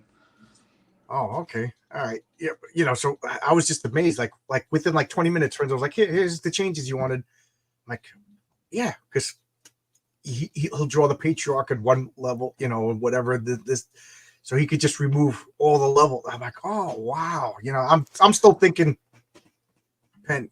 And Fabrizio, I every Sunday Fabrizio does like an inking stream, and he's inking, and I'm like, don't do that, you're gonna mess it up. Oh, that looks great. You know, we all watch Bob Ross, and he's just like, he's got this beautiful sunset in a forest, and also he just and 10 seconds later it's a tree. Like, how'd you do that? Meanwhile, I'm thinking, I'm like, I need to write that out later. Yang, do you draw at all? Yeah. Oh, you do draw. I draw a bit. I used to work in design as well, and I taught design at colleges for about 10 years. Oh, okay. So when you have your role playing game, like, would you do some of your own artwork? Oh yeah. Okay. Wow, well, all right. I'm a little rusty because I haven't drawn like comic book style in quite a while, but I'm getting there. Right now, I'm in the process of drawing like a crap ton of maps, but I hired some other people to do some of the art for the interiors, mostly because I like, for like a role playing game book, like everybody's game is going to be different, so I like different styles of art, you know, in the book, so that it sort of like triggers the imagination. It's not like it has to be my official way of viewing things. Everybody can get their own flavor. But yes, eventually, when later this year, I'm going to start my own interior artwork for the campaign guide. Aldea says, I haven't tried inking it. I want to eventually ink some of my pencil sketches, but I don't want to mess them up. I remember mess them up. You gotta screw up a few pencil drawings and get over that. Feature. Can't you buy like Marvel pencil books, and then wasn't it like a stop book? It. No, you just draw some pencil drawings that you love, and you're like, oh my god, I'm scared I'm gonna mess it up, and then you just grab your ink brushes, grab your Crowquill pens, and just start attacking it, and just see the magical things that those tools can do. And you're gonna screw up a few pencil drawings, but who cares? You're just gonna have fun. You'll figure it out. Don't be so precious about your pencil drawings. I remember I had a friend, and we were going to make a comic book together, and he could do good pencils, and I was just like, yeah, I'll ink it. You know, thinking, you know, we've all seen that movie. Was it Mallrats? Or which one is Chasing Amy? We're like, you're just a tracer. Yeah. Oh man, did I ruin his artwork? I you know, it's just like, I'm an electrician. Yeah, I can build a house as I'm like hammering away and smashing. Oh yeah, carpentry is a different skill. You know, yeah. I tell you, the first time I was inking, it was my 9th grade basic art class, and I took my How to Draw Comics the Marvel Way book to show my art teacher, and I said, look, this shows you how the real comic book artists do it. And she said, well, we have all those tools in the supply cabinet over there. Go get some. And instead of doing what we were going to do today, I want you to sit here and play with those today. And that was my introduction to Crowquill pens, India ink, and brushes. And I said, but I'm going to mess up my pencil drawing. And she was basically said what I just said. Stop it. Yes, of course you are, but play with these things and see what they can do. Oh, cool. And that's when I found out how they can splatter, and I found out how they can make all these crazy organic lines that no marker in the world can do. And it was fun. I thought that story was going to go in the complete direction. That's not real art, kid. You want to, you know, comic books. You know, no. That's great. That's great. No, Mrs. Walker. If you like my drawings, you can thank her. She was just supportive of whatever you wanted to do with your art. That's cool. And would push you to try things you were scared to try. Well, that brings up a cool question. Did you guys? Brian had a teacher that encouraged you. Did you guys ever have any teachers or family members that were like, keep drawing, kid, keep writing, kid? Nope. No. Did you have anybody with the opposite? Yeah. What happened there? Get your head out of those D&D books. That's the devil's stuff, kid. Yeah. Well, No, I just never really had any encouragement. I always like comic book stuff, so all my art teachers in grade school and in high school, they thought comics were crap. So never any encouragement there. And when I went to college, I actually originally went for illustration, and I fought with the teachers so much in the first like month and a half that I actually dropped out of that program and switched departments. Oh wow, wow. Yeah, I don't think I really had much encouragement until I went to college, honestly. I mean, I drew the whole time. I had art class, and people were sort of indifferent, to be honest. Occasionally, people would see something like, "Oh, that's cool," but yeah, it wasn't until college that I really got some real encouragement. Yeah, I remember I was always drawing. Believe it or not, I was the kid that drew, and I remember we had to do a mural. We were making this big dragon, and everybody unanimously said I was going to draw the head. So I thought, I was like, yeah, I'm going to be drawing comic books someday, And then if I showed you some of my, I keep looking around because I don't want to show it because I have character sketches and villain sketches for future issues of the comics. I don't want to spoil, but you'd laugh at how bad they are. But I remember watching my one friend who actually could draw how he would do the circles and then erase. And I was like, that's a waste of time. Here's the circle, here's the face, but it never turned out the way I wanted, but it was always okay. But it was, I would picture this elaborate dragon head and stuff. And it did not look anything like but it was good enough to impress my friends. So I was kind of like faking it, I guess, because, I see artists drawing the circles, drawing the lines, the cylinders, then erasing. I was like, I don't have patience for that nonsense. Drawing the perspective lines, I don't want to do that. I want to get right to the laser beams, right to the monsters, right to, Superman flying, good stuff. Do a 90s book, you're fine. There you go. I could have started Image earlier. Mark wants to know what kind of ink and brushes does everybody use. Me, nothing. I can't draw. But here, I'll make you big. What is that? Winsor Newton. Newton Tinta. The one with the little spiders on it. Go figure. Waterproof. That's what I use. It's it's thin, so it doesn't gunk up your brushes, but it's opaque black. Yeah, you don't have to go over it with another layer or anything like that. Yeah, the blacks in your comic, because Brian's comic is black and white, and the pages are white and the blacks are black. I love that. Steve Ditko would have loved it. That was like one of his things. The pages was never white enough, and the ink was never black enough for his taste. What about you, Fabrizio? What do you use? Yeah, I use the same ink. I do use I tried the Eon ink. I'm not as happy with that, but I have a bunch of it, so I'm going to use it. And for brushes, Winsor Newton Series 7, either 2 or 3. I use the 3 because I'm lazy and I like to just load up my brush as much as possible. But yeah, that's it. It's pretty standard. For me, did you say Winsor Newton 3? 2 and 3, yeah. All right. I'm going to try that too. Because I've been thinking about trying some new brushes lately. I used to think that the 3 would have a thicker tip, but same amazing point as the 2, as long as you get a good batch. I know sometimes that, yeah, it's not perfect, but I've been using these. See if I can get these. I don't know if you can read the label. It says Princeton size 0. Okay. Oh, I don't know that. Yeah. Yeah, size 0 Imperial. It says. Yeah. You can see look at that. Oh, nice. Normally they have a nicer, sharper tip on them, but I just, my art teachers have always yelled at me for being too rough on my supplies. I used to break pen nibs all the time.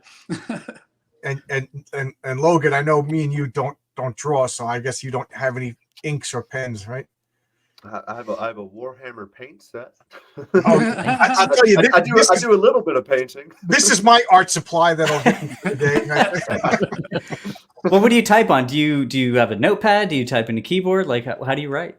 Yeah, I on my computer, and I use Word Perfect. You know what I mean? Or Microsoft Word, and I type on that.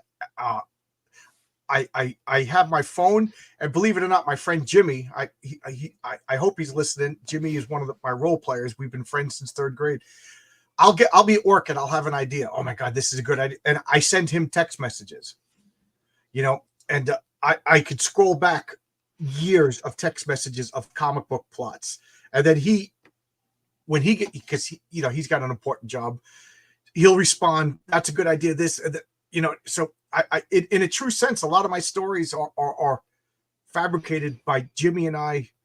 We're the same age and everything like that, but his imagination is wonderful. Like, it was funny, and now I'm veering off, but we went out to a steakhouse. We went to Texas Roadhouse. There's a Texas Roadhouse, like I could throw a rock at it from my house. I've never been to one, and he was like appalled. So we went to the Texas Roadhouse, and we were talking about the comic. He's like, "Oh, your comic is launching next week and stuff like that." And I was just like, "Yeah." He's like, "What are your ideas? Like, what do you want to do?" And I was explaining all these, like, if it's successful, I want to do this, and if it's successful, I want to do that. Oh, by the way, Fabrizio, I got to make you an administrator for my forum. Do you want to check that out? Oh, so yeah. I was talking about all of this and all that, and then he's just sitting there, and I'm like, "So, like, Jimmy, at one point, would you like to write your character's story?" He's like, "I thought you would never ask." Okay, so this is what he was just waiting for me to invite him to, but I was like, it's like a scroll. I've got papers just all over, and his wife was just like, "Oh," God. She was so happy that I asked. But in a real sense, Jimmy is co-creator. Like, there's a backup story of a character called Lucius Kane. Lucius Kane is the bad politician. He's gonna be, it's the backup story is his origin. He's from Detroit, and he's getting his first job in politics, how he gets his job. But the patriarch story is set in 2024. So in issue 2, Lucius Kane will be older with gray hair. He's the actual mayor. So you're going to see the young version, and then you're going to see Jimmy made up the name Lucius Kane because that was his character. We were like, let's make up villains. And so Jimmy made up this guy, Lucius Kane. He wants to be a politician. I made up, it was funny because I gave him the powers, but I didn't tell Jimmy what the powers were. So in role playing, he had to figure out what his powers are. And I'll tell you the powers. He gets a suit, and whatever he needs is in the pocket of the suit. So I didn't want him to have laser beams or anything like that. So just imagine you're walking down the street and you're like, "Oh, I can't find my wallet. Oh, here's my wallet." Or, like you're trying to talk to a girl, and like you take out the lighter as she needs to smoke. You know what I mean? You whatever you need is in your pocket. Like in one of the role-playing stories, he was talking to like the Lex Luthor guy, and he was all nervous. He put his hand in his pocket and he found a ring, and it was like a secret Illuminati ring, that had like a symbol of Dagon on it. And he got, you're in the club. And so he got invited into like the back room where all the secret sacrifices of the conspiracy people exist. Jimmy was like, "Oh, that was so cool," But it also turned out that ring was found on somebody else who died. So now, it started a whole story of like, how did you get that ring? And he was just like, "It was in my pocket," So that's the suit's power. Whatever he needs is in his pocket. That's cool. But it was funny because I told Jimmy what was in the pocket. It was up to him to figure out how to use it. And my friend Jimmy loves to role play, so he loved this character. So he was like, he's so happy that I'm putting him in the comic. But this conversation never happened. If anybody wants to do movies about Lucius Kane, he's all mine. Patent pending. Yep. Let's see. Okay, Yang is in the chat. How do you like it, Marcus? Okay. You're talking about the art supplies. Okay. Yeah. So I'm talking because I'm nervous and whatever. But Logan, you barely got to say anything. What do you want me to say? Something witty, something funny. On the spot. Do you want me to tell my John Romita Inc. story? I think I told this once or twice. I don't know if I've heard it. My coworker, John Romita Sr. has to live someplace, and he happens to live next door to my buddy, guy at work. So one day he was just like, "Hey, John, do you know who John Romita is?" I was like, Yeah, of course. He's my next door neighbor. I was like, I had my construction hat. I'm like throwing it on the ground. Oh my God, I gotta meet him. And he was just like, "Yeah, he's that nice guy. He has barbecues. He's old. I help him get the leaves out of the but never once mentioned that he drew Spider-Man for 30 years or whatever." He was like, "Yeah, I think he draws comic books, but this guy's not into comics." So I was like, "Oh my God." He goes, "You want to meet him?" I was like, "Yes." So it took about 6 months before we were to set up this meeting, and we went to John Romita's house, and I'm looking at the house, and it's the same house that Aunt May lived in Flushing, Queens. That he was living in this house. I don't want to say what. Well, he's gone now, but his wife still lives there. So I don't want to say what town it was in, but he modeled his house as Peter Parker's house. And as I'm walking in the house, I'm like, I've been in this house before. It was so cool. And we're sitting in his art studio. I'm like, this is where John Romita Jr. drew Spider-Man for 30 years. I keep threatening to put up the pictures. I forget to do it. I'll post them on Twitter. And we were talking, and he had all of these artwork, and I have my Spider-Man 39, Amazing Spider-Man, the first John Romita Sr. comic. Steve Ditko did 1 to 38. So I'm like, will you autograph this? So I'll never forget. He takes the comic. So I'm like this, taking it out of the bag and board, handing it to him. And John Romita's like, okay. Like, he rolls it up in his hand, goes over, and I'm like, you can't roll up that comic. And he sits down and he takes out a Sharpie, and he opened it up and he signed it on the inside, because I can't stand autographs on the outside. I don't. So I was like, and then he hands it back to me. And as he's talking to me, I'm like, looking to see if there's any creases. You know what I mean? Something great. All I'm thinking is, this guy just ruined the freaking comic. And he had every Amazing Spider-Man, but they had 3 holes in them in a binder. So he showed me his collection, Amazing Spider-Man 15, and it's worthless. You know what I mean? And he's like, yeah, because that's what Marvel did. Okay, you're doing Spider-Man, boom. Here's the binder of, and it was great. We sat down, and he goes, let me guess. First question, why did Steve Ditko leave? I was like, yes. We talked for hours. He talked about Stan Lee. We talked about Frank Sinatra. We talked, and he's handing me things. I don't have a record player anymore. You like Frank Sinatra? I'm like, this guy's 89 years old. I'm going to walk out with all this. I was like, I can't take it. But the interesting thing is, he picked up this bottle of ink, and it was like maybe 3/4 empty. And he goes, you see this ink? He goes, the company's out of business. The factory has been discontinued. It doesn't exist. He goes, this is the last bottle of this ink. And I wish I had the foresight to remember this. He goes, when this is done, I never draw again. He goes, this is the only ink that I use. He goes, so I draw very sparingly, because this is the last ink of this in existence. And I was like, this is like the end. Like, I wanted to make a documentary about the last ink, because to me, this was a piece of history. This was a legitimate American artist that I revere. Like, I'm sure Italy reveres Michelangelo, and Michelangelo is like, this is my brush, and I'm going to snap it. No, that brush belongs in a museum. Like, that bottle of ink, should be John Romita Sr. drew Spider-Man with this, and this is the last known. It should be preserved. Like, don't you touch it, But now he's gone, and I wonder if there's still ink in that bottle. He was so cool. It was great talking to him, and he said things that I wish these SJWs could have heard. Talking about Stan Lee and things that they said behind the scenes that I wish. This was before I had a channel, man. So when I got my channel, I contacted my buddy Dave, and I was like, would I be able to record Romita? He said, let me ask him. And then, of course, time went by, and he passed on. But my wife says, he goes, when I came home, I was like, I met John Romita Sr. She goes, you're smiling ear to ear. She goes, you look terrified at our wedding. You look miserable at our wedding, but meeting John Romita, I was like, well, to be honest, John Romita Sr. wasn't at our wedding, so I love the idea that he was drawing into his 80s. That's amazing to me. I remember when I first realized, I think it was A Contract with God that Will Eisner did. And I did some math on the numbers, like how old he was when he did A Contract with God, which is it's an incredible piece of artwork. And I'm like, so in my head, I know it's not might be true, but I like the idea of every year you're just getting better and better. And I know, you get older and your eyesight or this or that, but other things compensate for that. So the stuff that you are doing as you move further along is better regardless. Yeah. I imagine Will Eisner, his panel layout, his perspectives was must have been so good. Maybe his hand-eye dexterity. I don't know. You guys are artists. Does that deteriorate? You know, I don't know. I mean, I don't know. Contract with God is perfect as far as I'm concerned. So I don't know. My favorite is A Life Force. Oh my God. I don't know that.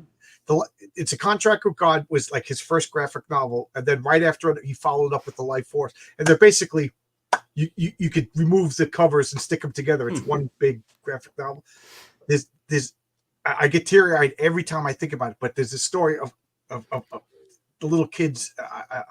I'm not Jewish, so I don't know the correct terms, but they're studying under the rabbi, the Torah, and one of the kids is like, this was like kids in the 30s. Rabbi's gonna beat me. I didn't study.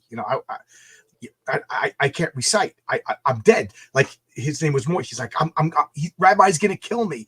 I'm freaking out. And the rabbi is like, okay, now you recite. Okay, now you recite. And they're going down. And then all of a sudden, the rabbi's old senile wife, like 90 years old, she comes out. Do you guys want coffee? Do you guys want coffee? And she's in a nightgown. And the rabbi just like, he gets embarrassed by this, and he gets up. He's like, no, it's okay, honey. It's okay. But they want coffee. And he's like, no, let's go back. And he goes, class dismissed right before Moishes. And they all run out. He's like, oh my God. And he's like, you didn't get beat. The rabbi was going to beat you. Did you see the crazy old wife? And he goes, no, I saw an angel. And I always get verklempt, when I read that. Just that exchange alone is worth this book. I got a both hardcover with the signature edition, and then I bought soft covers because as much as I say comics are for reading, I'm like, it's autographed by Will Eisner. Those go on the shelf. These are the ones that I hand out to people. Was that a kitchen sink press release? I'm sorry? Was that a kitchen sink press release, that one? Yes, I think it was. That's funny you say it was a signature series, because I have a collection of Spirit hardcover that has a paper in it signed by Will Eisner. Yeah, that I bought like in high school.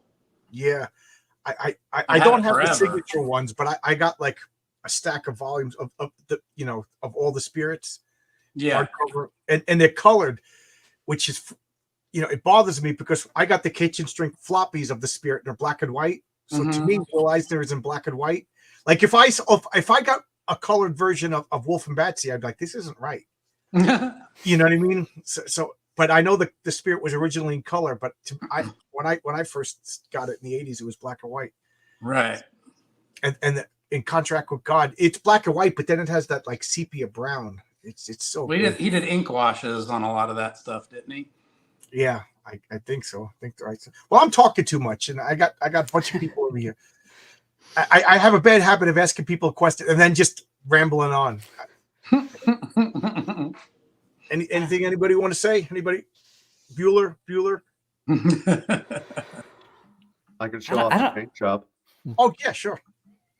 Oh, you got the King Cryptid. Yeah. I actually painted this one. Oh, you painted that one. I'll bring you. So I can take credit for this one. Okay, well, cool. Do you paint miniatures or? A little bit, yeah. The local card shop's been trying to get me into Warhammer, so. Oh, are you into Warhammer? We'll see. I mean, I've started. I've got them all put together, and I've painted a few, but I haven't actually played the game yet, so I don't know if I'll actually enjoy that part. There's that steakhouse over there, but the same distance in the other direction, there's the Brothers Grimm, and it's just you go there on the weekend, and it's big, scary looking biker looking guys and school teacher looking guys all playing Warhammer. And I mean, it looks cool. It definitely looks cool. And I play role playing games with a lot of these guys. I just met them. And we come over like once a month, and they're trying to get me to play Warhammer, and I'm just like, I want to. That's the problem. But that's just like, here's $6,000, guys. I'm into Warhammer now. No kidding. Yeah. And then I got to paint. I just don't want to do it. When I was in college, my roommates played Warhammer. We rented one of their grandmother's house. It was this big house, and our dining room table was the Warhammer room, and it had these big wooden curio cabinet or dish cabinets rather, but there was no dishes in there. It was all Warhammer models. So it was this big glorious dining room table covered with green felt, and then the other wall was oak tag that it was hex paper oak tag, and each hex was their current battle, and they had like these house rules. If I won the battle, they get to draw the map and the terrain, you know, and you wake up, these guys sit there with bongs in their hand painting, you know. I was like, I'll fail out of college if I get it. So Warhammer, I've always been there, but I've never actually played. It's intense. From what I've seen, it's intense. Yeah, these guys are into it, you know, and they would, and then like once a week they would have like a Warhammer game, and there would be like 6 guys in the house like screaming all night long. You know? Yeah. And I'm into tabletop role playing and board games too, you know, but Warhammer is another level. Yeah. Yang, you're into board games, role playing games. You've dabbled into Warhammer? Never. It's way too expensive. I mean, I think getting a heroin addiction would be cheaper than Warhammer. Yeah. And I like you. If you don't paint your minis, then you're shunned. People lose points. Of course. Well, not only paint the minis, but there's also kit bashing. So like you have to make your own like little radio backpack that you attach on, or like put a scope on somebody's gun and stuff like that. It's crazy. But then there's tweezers rules. With a little rail gun into a Space Marine's hand, you know. But it's worse because I can't think of the name of the company who does it, who puts out Warhammer. But like you have to use their yeah, that's it. Thank you.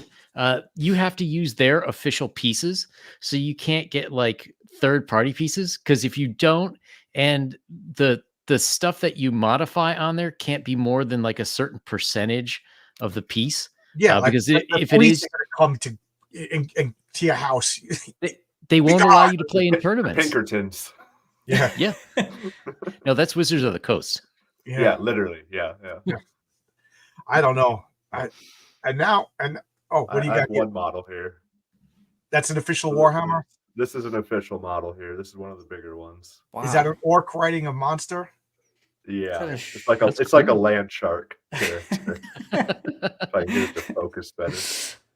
Brian looks like he's like, I have no idea about this Warhammer, but there's the 40,000, which is the future spaceships and everything, and then there's fantasy, which is like Dungeons and Dragons versions, you know. And my old roommates, they had everything, you know, everything, and I was fascinated by it, but I just knew I have an addictive personality, you know. I mean, I showed you my room, you know. Right. All I needed was another hobby, like you said. I might as well just do heroin. Right. I'm going to see some walks. Yeah, I think part of being an older geek is narrowing your addictions down to exactly what you like, and not letting anything else in, because it's like life's too short. It's funny because guys at work, they know that I'm the nerdy guy, and they're like, "Oh, did you watch whatever show?" And I'm like, "Don't tell me. I don't want to know. I don't want to know about another show that, you know, with a lore." And next thing you know, because there's toys that I want to get, and there's a comic book about, I don't want to know, you know, please, you know. Part of me is like happy that the MCU movies are winding down, you know. I'm like, right, thank God, you know. Because talking with, this is going to sound so arrogant, but I think you guys are talking with the guys at work about Ant-Man. I'm like, I don't want to talk to you. You don't care. You don't respect the lore. You don't understand, you know. These are my toys. You can't play with them. Yeah. I was like, you know, Henry Pym is Ant-Man. Scott Lang is, you know, you don't get it, you know. Right. That's how I feel when they did the Werewolf by Night show a couple of years ago. I was just like, really? Like, one of the most obscure comics that I loved as a kid is they made a movie. Like, that's one that you spend your whole life thinking they'll never make a movie of that, you know. They'll make a million Spider-Man movies, but they'll never make Werewolf by Night. And then they do. So it's like really cool, but at the same time, it's like, all these people online acting like they were into it, and it's like, nobody was into that. Are you kidding me? It was Halloween. What else were they going to do? Yeah, like my comic book friends thought I was weird for liking that comic book. Yeah, I like comic books, but not Werewolf by Night. I like good comics. Exactly, right. I was just saying this, my wife and I was like, we got to get out of the house because I'm refreshing and I'm, you know, looking at this campaign. I said, let's just go out to my favorite restaurant. And we went there, and, you know, just all Spanish music playing, nothing about comic book. And we ended up talking about Ant-Man. And I was just like, if you had told 12-year-old John that not only was there an Ant-Man movie, but I wouldn't even go see it in the movie theater because that's how disgusted I was by Ant-Man. And like, because Ant-Man was my guy, and I'm sure Brian understands exactly what I'm talking about. Everybody was into Batman. Everybody was into Wolverine. I was the only one into Ant-Man. So I was just like, Ant-Man's mine. You can't have Ant. My friend Jimmy was into Moon Knight, and I respected that. I was like, that's Jimmy's. Jimmy's into Moon Knight. I'm into Ant-Man, and when I got a little Ant-Man figure that looked like it was drawn by Jack Kirby, I put it right in front of my collection. And then the first Ant-Man movie came out. I was like, oh, it's good. And then the second Ant-Man, I'm like, I didn't even go see it. That goofy Bodoc, I was like, I'm not into this. That's how bad it's become.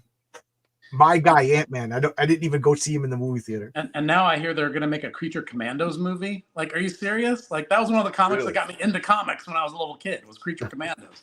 And they're going to make a movie of that? That was like the weirdest, most obscure one ever. Like, yeah, it's people a very weird feeling. They're like, oh, you like everybody knows that the Fantastic Four is my favorite comic. And I'm just like, are you excited about the movie? I'm like, nope, I could care less. Like, well, I'll wait. I'm not quite that biased, or I'm not where I'm like, I'm not even going to see it when it hasn't been made yet. I'm like, no. I'll give everything a chance. Yes. But I will. Then I'll get picky. Right. Like I'll manage my expectations. Yeah. But I like what you were. Sorry, I don't mean to. But I like what you were saying about how you had to leave the house and go out to eat to avoid looking at your campaign.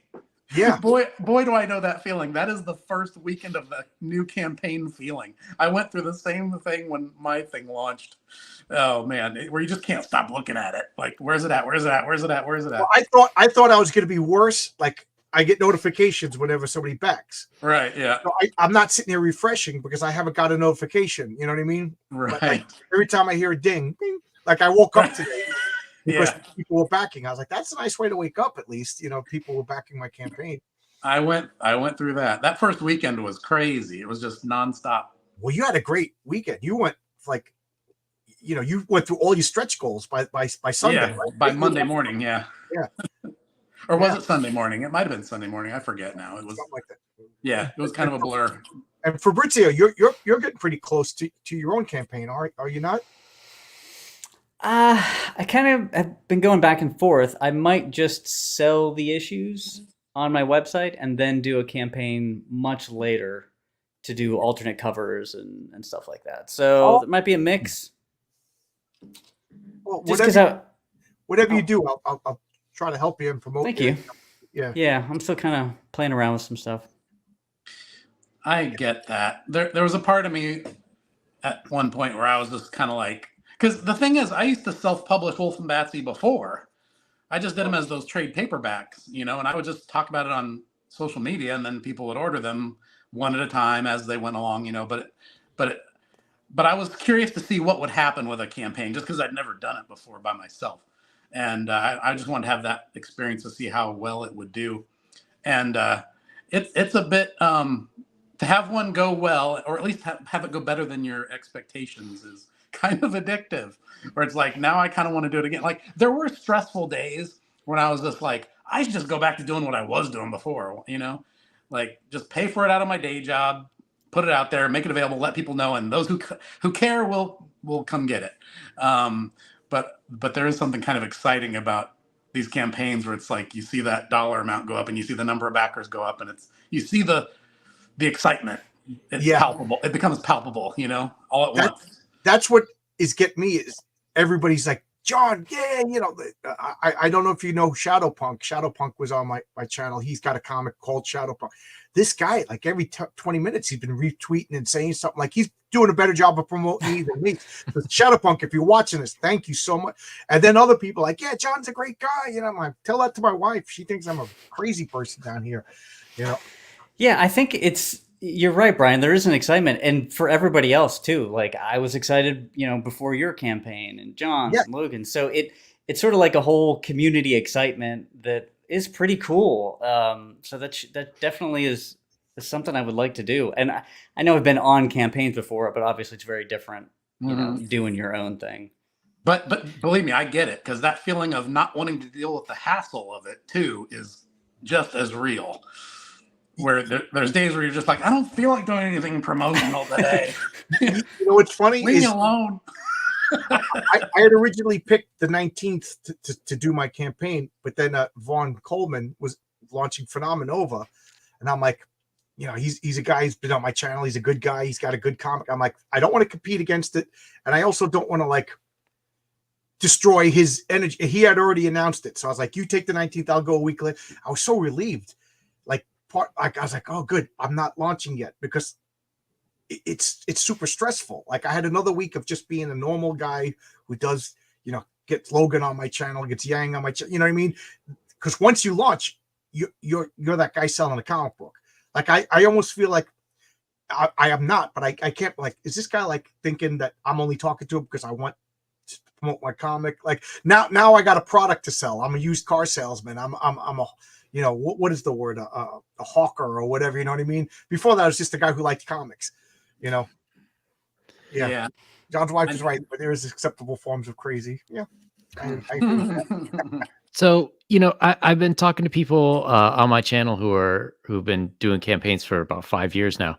And there's a couple things I've noticed. In general, people are happy. They're more than happy to reciprocate if you've had them on yours. They're just fine with you going on theirs. And you have to understand too, if you're doing a consistent show, you need content. So usually people are more than happy to have others on, because if you come to them, that's great. Then that's one less thing I have to worry about. I don't have to worry about filling that spot. And the second thing I wanted to say is, in terms of doing campaigns and not doing campaigns, I would say that campaigns are not just about you. It's also about your community of readers, because it's an event for them as well. And they get excited for your success, and they get excited to see what's going on with the books. So I don't know if you know Jay Shirofini and Kat Rocha from 01 Publishing. But I was talking to them a little bit about it, and they're like, yeah, we don't need to do the crowdfunding route, but we always do crowdfunding when they do stuff now, because their readers are kind of pissed if they don't. They said they've done a few that they didn't, and people were not happy. They're like, hey, we want to go out there. We want to see this, promoted and succeeded. So, I mean, you could potentially do it on your own website, which to me is like more of a financial thing than anything else. But you should still have that event. Like, hey, I'm on this day, I'm going to launch it, and, go on the streams and tout it out there. Wow, sorry, I didn't mean to interrupt. No, go ahead. Thanks for saying that, because we forget what it's like from the other side's point of view. You know what I mean? And that's a great reminder. There's another way to look at this besides our little self-absorbed creator viewpoint. Like, yeah, it's a good reminder that the readers are out there and they do care. Well, Brian, when you were launching your comic, I was like, this is exciting. This is a friend of mine. He's launching a comic. I like this comic. Because I like this comic, I reached out and met Brian, and and then Brian's been helping me, and I was like, I'm excited about this. Like, I was like, Brian's like, we're not going to do too. I'm like, no, you're going to do great, and I'm going to promote you. You know what I mean? And I'm like, we're going to make this number. And I made no money off of Wolf and Batsy, but I felt like I was a part of it. So yeah. So if anybody feels that way about my comic, please remind me. Yeah, we do. All I'm thinking about it. My wife's packing bags. If this comic bombs, it's over.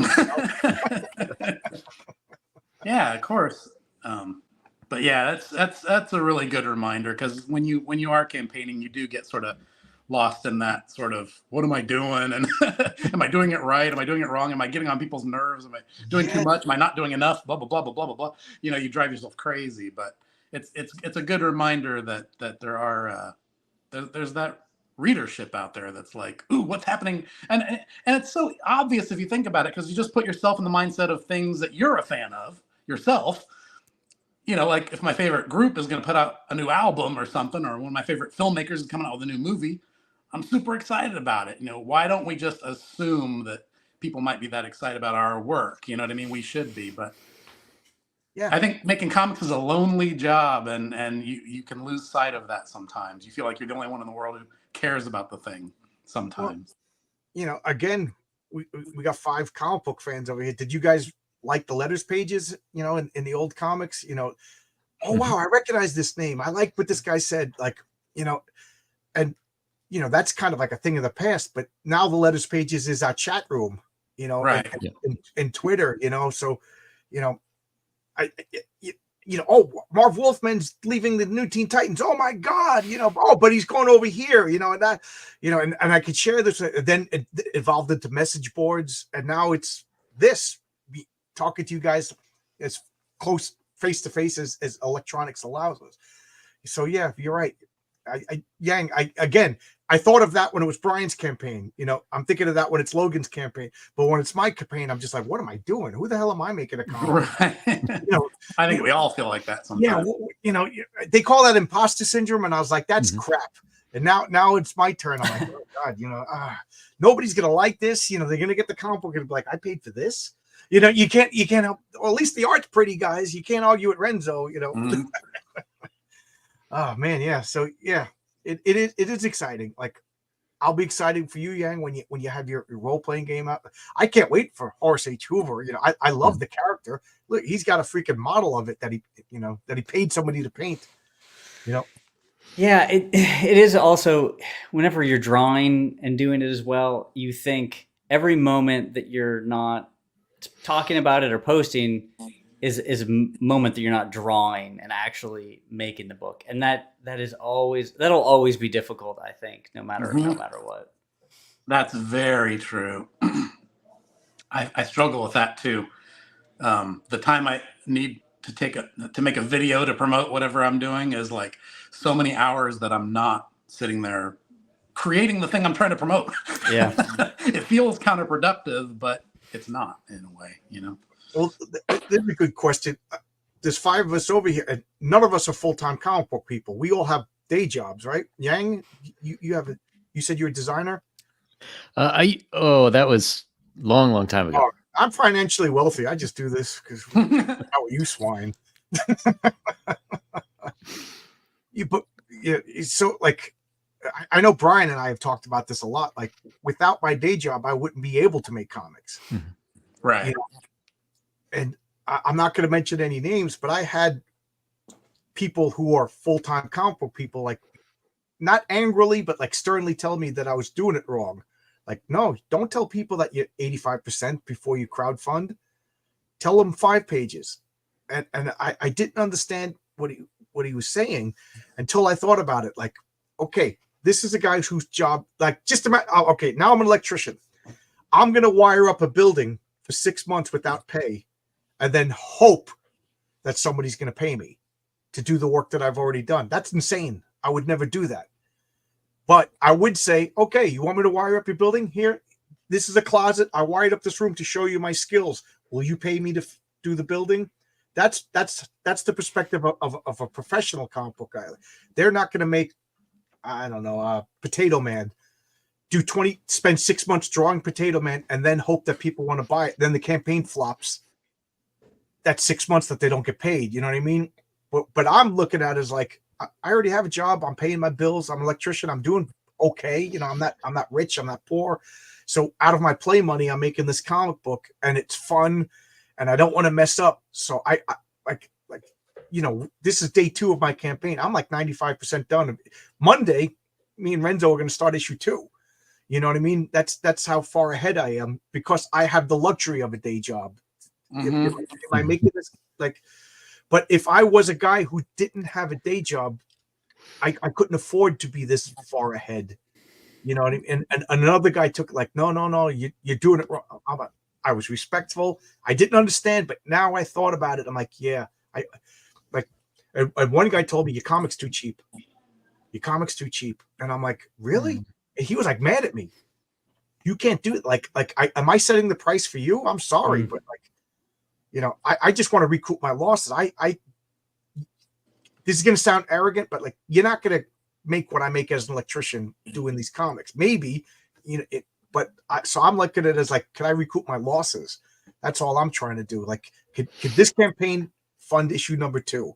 Because I can't afford to lay out everything all over again for every issue, So I'm glad I talked to these people, because like it gave me like, oh, okay, maybe keep my mouth quiet or whatever, be more respectful of other people. But a couple of like, real guys are like, you're doing it wrong, kid. That's not the way you do it. I don't know. I do think that much like writing and drawing, you have to do kind of what works with you. Yeah, there might be like a lane-ish you stay in, but like on the margins, some people are better at some things than others. And I think at least that's how I've always approached it. Like I do one YouTube stream a week on Sunday because that works for me and I like it. If I did it every day, if I did other kinds of things, it would feel kind of odd. And I think people would kind of get that. Yeah. Has it become a chore? No, I enjoy it. So yeah, that's just it. Like sometimes I'm just like, I got to make a video. I don't want to do it. I don't want to make a video anymore, and I let it slack this week because I've been doing all this stuff to get prepared for, you know what I mean? But so I recorded 2 videos today just to keep myself distracted from refreshing and thinking about the campaign. But there's times I'm like, oh, this fun little comic book hobby's become a chore. And then I stopped and I let a couple of days go by without a video until I was like, oh man, I miss making a video again. Yeah, I could see that. Has drawing, because I know, Brian, you have a day job, you have a wife, a kid, and regular things. Is there ever just like, I don't want to draw Wolf and Batsy? It's I don't want to do this. I'm sick of this. No, I don't know. I guess I'm crazy. I would write and draw Wolf and Batsy, whether anybody knew it existed or whether I was getting paid for it or not. It's a weird hobby of mine. The stories are just in my head and they have to get out. I enjoy drawing those characters, so I'm going to do that for fun, for my own amusement anyway. Yeah, I don't know. I'm sorry, I don't have a good answer for that question. I don't get sick of it because it's the thing. It's a hobby. It's a thing that I love to do, but I don't think of it as a job. I think of it as a hobby that happens to every once in a while be a little bit profitable, which is nice. But sorry, I don't have a good answer to that question. I'm a crazy person. This is my weird obsession. I can't stop I doing look at it it the same way, like, because I've been doing comic books for 20 years, but with an audience of 4 people. Right. You know what I mean? So I have notebooks and I have maps and stuff like that. And then COVID, when I was living in Queens, nobody wanted to go out. And I still had these stories that I wanted to tell. And I still had this desire to visit this superhero world and laser beams and stuff like that. So I was just like, all right, I'm gonna start a YouTube channel, and now I'm making a comic. So I guess in a way I'm like Brian in that. It's like these stories I want to. The only thing I kind of miss now is there's not like, I'm not writing the Patriarch and then Fabrizio's going, I roll a 7 and go over here. Like, oh, I critical fumbled and now I dropped the car, and now Yang has to use his levitation powers and save that car because we're superheroes. So now it's less interactive. I guess I miss that. Yeah, I think I got a new group out here. So, but I don't know about you, Fabrizio, but I think I make a lot of real serious, full-time, hardcore comic book people angry because I don't take it seriously because I have a job, so I don't need it. It's not my bread and butter money. It's literally something I do for fun. Yeah. And so I'm not trying to survive on it. I do it at my own leisure for fun and entertainment. And when the story's done, I put it out there. and if people want to pay for it, that's awesome. Great. But which helps cover printing costs, so that's fair. Fair is fair, right? But I, what I mean? That's one of the reasons for my comic. It's only $10, and I struggled with that. I thought I was being like greedy, but like a regular comic is what, $5 now. Even back in the 80s, Teenage Mutant Ninja Turtles was twice as much as a regular comic. Right. So I think $10 is a nice fair number, and I don't have any illusions of making any money. Like literally everything that I make is going to be rolled in. Even let's just imagine that I make more than the cost. That's going to stay because I have a second comic I want to make. You know, if things go well, you know what I mean. So I'll you know, here I am. I feel like I'm Max Visaggio. Don't worry, guys, I'm not making any money on my comic. You know? Well, but you know, even if you want to look at it just from like a business perspective, usually when you start a company, you're going into the red. You know, you've got to acquire certain things, and to some extent, this issue for you is it because you want to prove that you have the chops to write books, you can get good artists on your books, and you want to get them out into as many hands as you can. You know, $25 an issue plus $5 to $10 for shipping. That's kind of a big ask in this economy. So if you can make that cheaper, that's a lot better. And there's, you know, recent historical precedents. The Mark Pellegrini and Tim Lim, when they started doing Common America, they were only selling it for $10 a piece. And I had them on the channel one time, and they said, yeah, you know, right now we just want to get our books out into as many hands as possible, you know, and put out a good quality product, because then later, you know, if we do have to raise the money, they'll still follow us. And then they're hoping to make the profit on the volume as opposed to the individual price. So, you know, to me, it doesn't like $10 sounds like a pretty fair price. Yeah. And it's funny because when I said it at work, I said this to guys that, you know, these are 50-year-old guys with grandkids that haven't read a comic book since, you know, when things were in black or white. And the first thing they said, $10 for a comic book, they used to be 25 cents, you know? And I'm like, yeah, I respect that, you know? Yeah. And the guy who got mad at me that I was only selling for $10, it was in a live stream that I'm not going to say the name. I'm not trying to get people mad, but I just said, well, I have faith in my product. You know, I have faith in my comic. People are going to like my comic. You know, I could have charged $35, you know, and I think some of them, I hate that I have fans. I feel so arrogant saying that, but I think some of the people that like me would have bought it, but you know, that's just taking advantage of people, you know? So you know, I think $10 is fair. We need Tonic Mole on here because I was talking to him and he had a great attitude about this. He said this goofy guy, but he's like a wise sage off camera. he had a real good perspective on this. He said these are indie books, these are specialty items. We should price them as if they are, you know, artisanal, whatever that word is.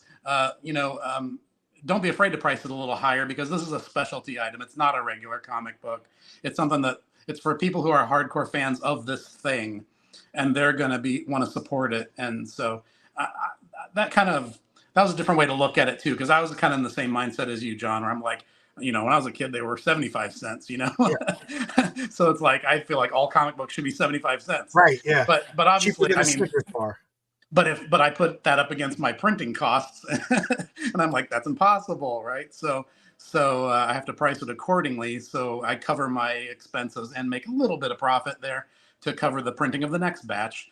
That's the goal. But I was trying to keep that pricing as low. And then I launched my campaign and everyone to a person kept saying, your prices are so low. Your prices are so reasonable. And here I thought I was pushing it. You know, $40 for 12 comics. It's the best deal.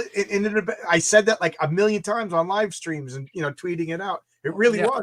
Well, a lot of people said that where I was like, gee, I probably could have charged another $10. I could have bought a Tesla. Should have workshopped that a little bit. But no, Tonic Mole said, you know, don't be afraid to go a little higher because that's what this is like, as he put it, it's a specialty item. So I think, you know, that's another way to look at it. And he might be right. I sent Tonic Mole a link, by the way. He goes into these manic fits of creativity and nobody hears from him for days. And then, you know, then he comes I need to do more of that. I need to do more of that. I let myself get distracted too much. Okay. And we were talking about day job. Logan, you're a farmer during the day. I guess so. Yeah. You know, talk about long, hard days of work. You know what I mean? Some days more than others. Yeah. And it's funny whenever anybody says they're a farmer, I just immediately picture just shoveling in the hot sun. Grandma's got lemonade in the background. I've been pitching a lot of straw lately because we're cabbing right now and it's been raining, so got to bed them down. That's a real job, man. Yes, that's real work. Yeah. I was off work for 6 weeks. I had hernia surgery. Like I just want to describe the surgery so I can put this story in context. Turns out I had 6 hernias, and I'm not skinny, but it looked like I was a pregnant fat man. So there's a reason why you never saw the cameras low. Believe it or not, I actually have like a flat stomach for the first time in a year. That's how bad the hernia was. Holy I could actually feel like my ab muscle. But I had 6 hernias. The doctors didn't expect it to be so bad. They told my wife, he'll be out for a half hour. Don't worry, it's routine. I was out for 2 almost 3 hours. So my wife was crying. Oh my God, when they tell you a half hour and the next thing it's 3 hours, and then they disconnected all the muscles and had to pull all my muscles and then tie everything together. They don't do that mesh anymore. Then they had to reconnect. I'll tell you, man, I was 3 days in abject pain. I'm trying to remember whose channel was I on your channel, Yang, when I was like fighting, crying with a couple, because I had made videos because they're like, don't worry about it. Next day you'll be fine. But they didn't know. So I was like sitting in this chair, like, okay, we got to go, because I was so I did my time off work, and then the day I go back to work, they're like, oh, we got a problem. Everybody had to go into this pit, and we're putting pipes into the ground. So I took a picture. You could see myself, like, it was raining. I'm in 3 feet of water. We're in the pit, throwing pipes into the ground because, when you're putting a building, the electrical wires have to get to that building. They go through pipes, and then they go up, into the middle of the core of the building. They don't just throw them in the ground. They put heavy metal 4-inch galvanized steel pipes in the ground. And I'm like, so I remember I took a picture, and Cooper of Telepathic Bunny just goes, "You look pissed." I'm just like, yeah, I came back from surgery. And it was funny because at almost the end of the day, my phone was like, wait a minute, John, you just had surgery. What are you doing in the pit? You told me to get in the pit. And in my job, you don't complain. Like, my tummy hurts. Yeah. That's just like, oh, whose tummies don't hurt? Unemployed people's tummies don't hurt. So you go to work, So Man. oh my God! Please let my comic make $600,000.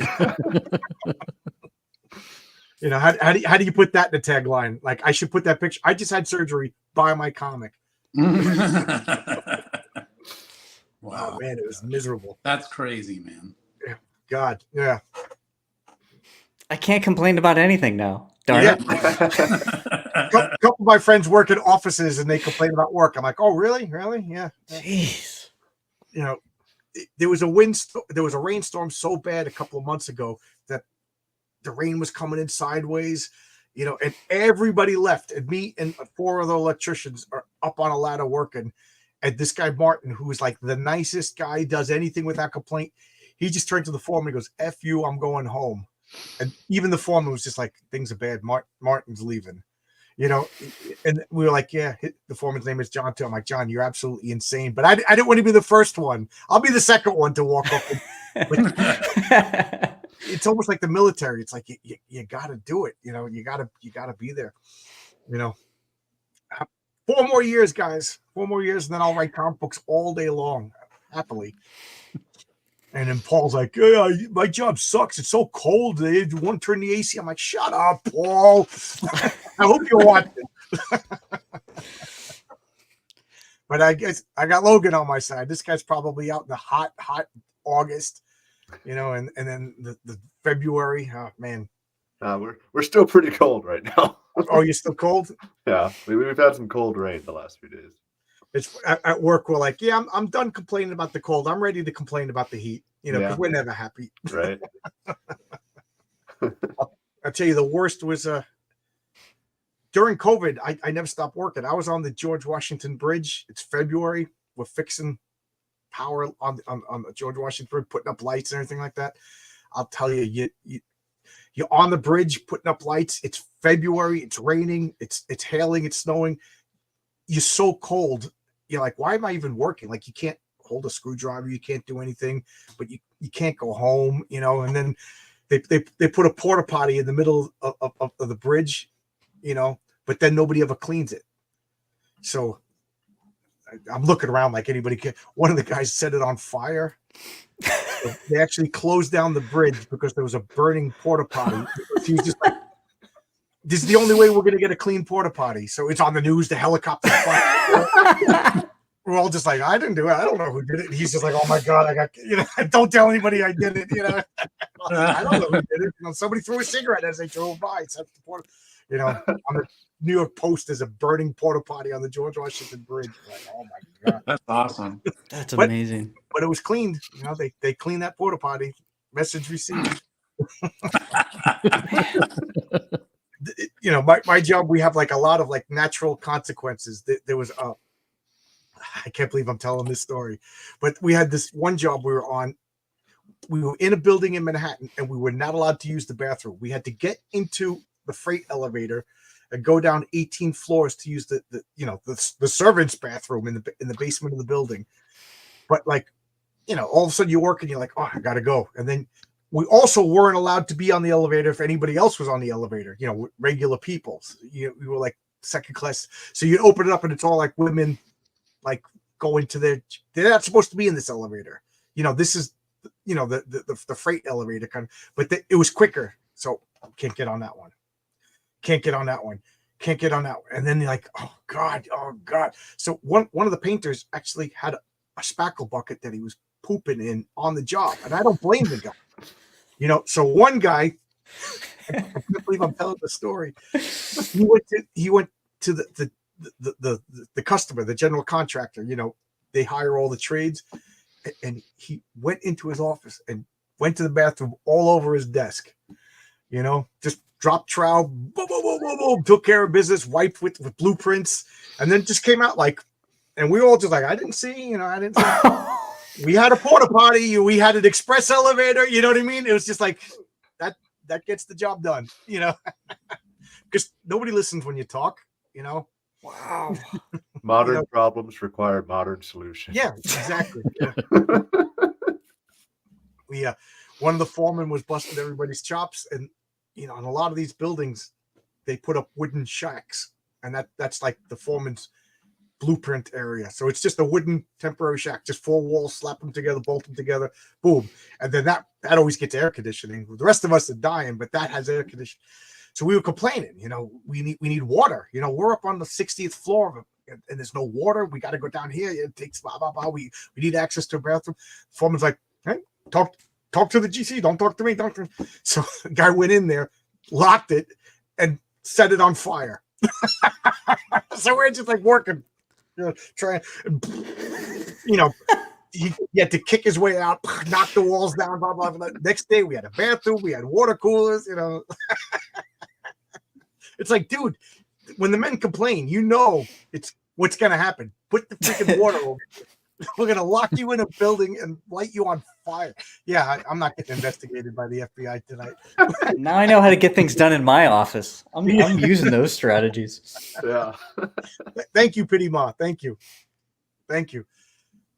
It's funny because now you got me ranting. I guess the caffeine kicked in. There's a comic book story that I wrote, and I need to clean it up. But it's not superheroes. It's called The Shaft, because if you fall down the elevator shaft, like if you're a construction worker, you fall down there's like a lot of extra insurance.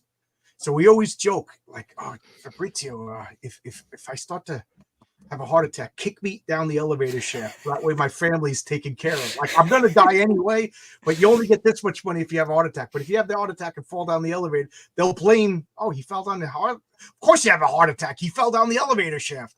So that became like a joke. Like, oh man, work sucks. Like, I'm only on the 3rd floor. Do you think I'd survive? You know. So I wrote a story called The Shaft, and it's about a bunch of construction workers, and one guy falls down the shaft, and everybody else is like, oh my God, you know, how lucky is that? Like, this is how stupid we think. The guy's dead, and he would think, how lucky is that? But the thing is, his widow now gets like all of this money, and as they go to the funeral, the guy starts like the widow's like, I don't know what to do with that. And then like time goes by, they're like, Fabrizio's dating that girl. And then Brian goes, I'm the one who thought of throwing him down the shaft. Like he had a heart attack and they threw him down the elevator shaft. I forgot that part. And like Fabrizio's gonna be with this girl, get all that money, but I'm the one who threw him down the shaft. I deserve that money. So it becomes like a Tarantino thing. They're all fighting and afraid to go to work. And one by one, they're all throwing each other down the shaft. Wow. You know, I think that would be such, and I think of it in terms of a Tarantino movie. Like the apprentice is like, you didn't see nothing. The kid's like, I didn't see you throw him down the shaft. Yeah, you didn't. You know, I think that would be, and I listen to all the guys at work, and I'm trying to like copy their dialogue. You know, you have to write that stuff. Yeah, that sounds great. I wrote it. It's just terrible. I wrote that like 15 years ago. I gotta do it. Bit fruity. I came here to call you all fruitcakes, but that story was awesome. Yeah. Which story? The shaft or setting a foreman shanty on fire? So Yang, you ever set anybody on fire at work as a design guy? You ever somebody's blueprints or anything? No, I did almost set a building on fire once, but as revenge. But my getaway driver, oddly enough, got arrested. Is this for real? So it didn't happen. Yeah. I lived in Japan, and it was the worst job I ever had. So counting the owner and his wife, 6 people worked at this company, and in the 1 year that I worked there, 13 people had come and gone. Wow. So it was it was actually pretty funny. Like at the time I spoke business level Japanese, but this guy who was Korean, he kept making fun of my Japanese. So I'm like, all right, I'm just going to speak English all day. So much that one day he and his wife weren't there, and I had 2 Japanese coworkers, and I just like started speaking to him in Japanese. And I'm like, holy shit, you speak Japanese? But so yeah, basically what I found out was this guy, it's like the US where you have payroll taxes, right? And the company takes it out and they give it to the government on your behalf. Well, he was taking the money out, but he wasn't paying the government. And so, and he was trying to get me kicked out of the country because, I quit basically, and he was trying to get my visa revoked.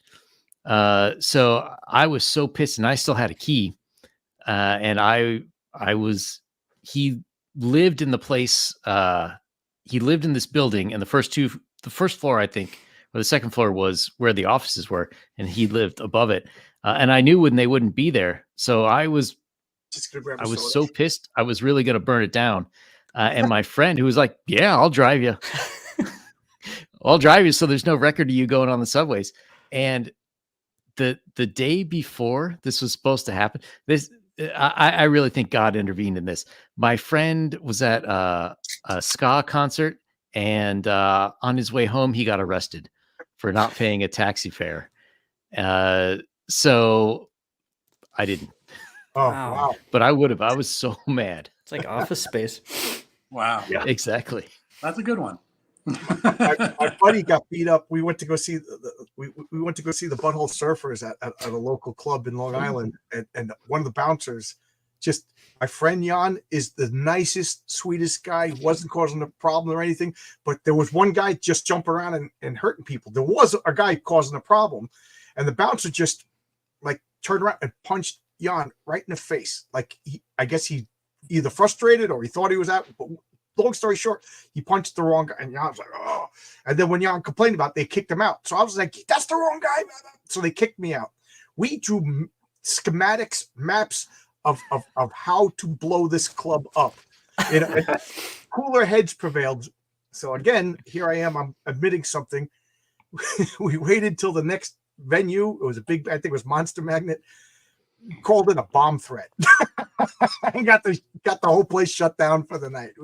We drove like 6 towns away, called from a payphone. Like we had masks on in case there were cameras, but this was like 35 years ago. We were like, okay, punched Jan in the face. We made sure Jan wasn't there, and we and then we went home and wrote a punk song called Bomb Threat.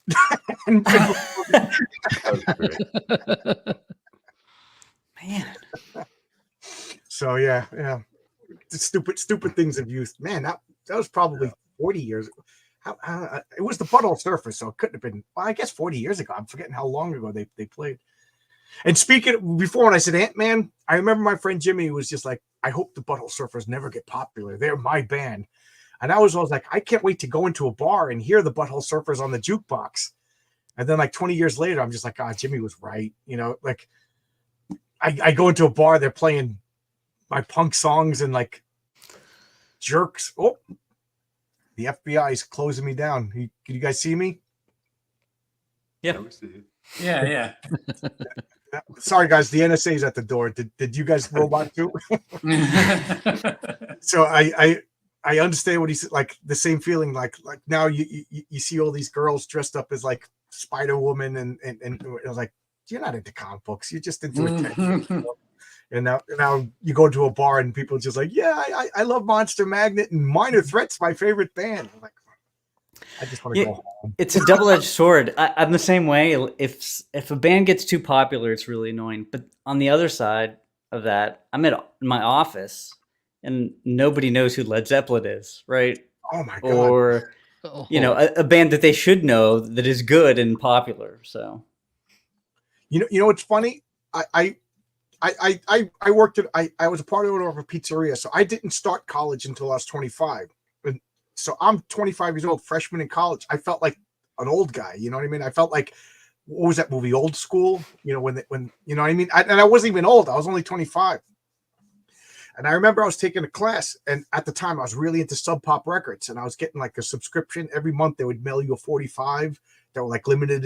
And I was talking to one guy, and we were trading records and everything. And he was like, what, 17, 18? How old's a freshman in college? I don't even know. 19? I don't even know.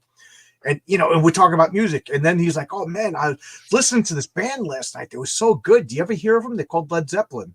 And I started laughing. I was like, you got me. You tricked me. And he's like, no, really? I'm like, how do you not know Led Zeppelin? This was 1993. And this kid was acting like he discovered Led Zeppelin. I was like, dude, in 1993, everybody should know Led Zeppelin. It's like, you ever know Beatles, man? I don't know. So that was the first time I realized that I was old. 1993. It's like my first. I am mortal. I too shall die. Hide your dogs. Okay, it's good advice. Oh, here's the link to join the paddle. Thank you, Haldi. I forgot about it. I was enjoying everybody. I forgot that this was an open invite. Yeah. I remember my friend Jimmy and I, the same one that understood my dream. Me and him were big Red Hot Chili Peppers fans. We happened like the first album, and then Freaky Styley, and then Uplift Mofo Party Plan. We were fanatics with the Red Hot Chili Peppers. And then what was it? Mother's Milk was the fourth album. They started to get some radio play, and I was like, "This is great." Chili Peppers. And then by what was the fourth one that Rick Rubin produced?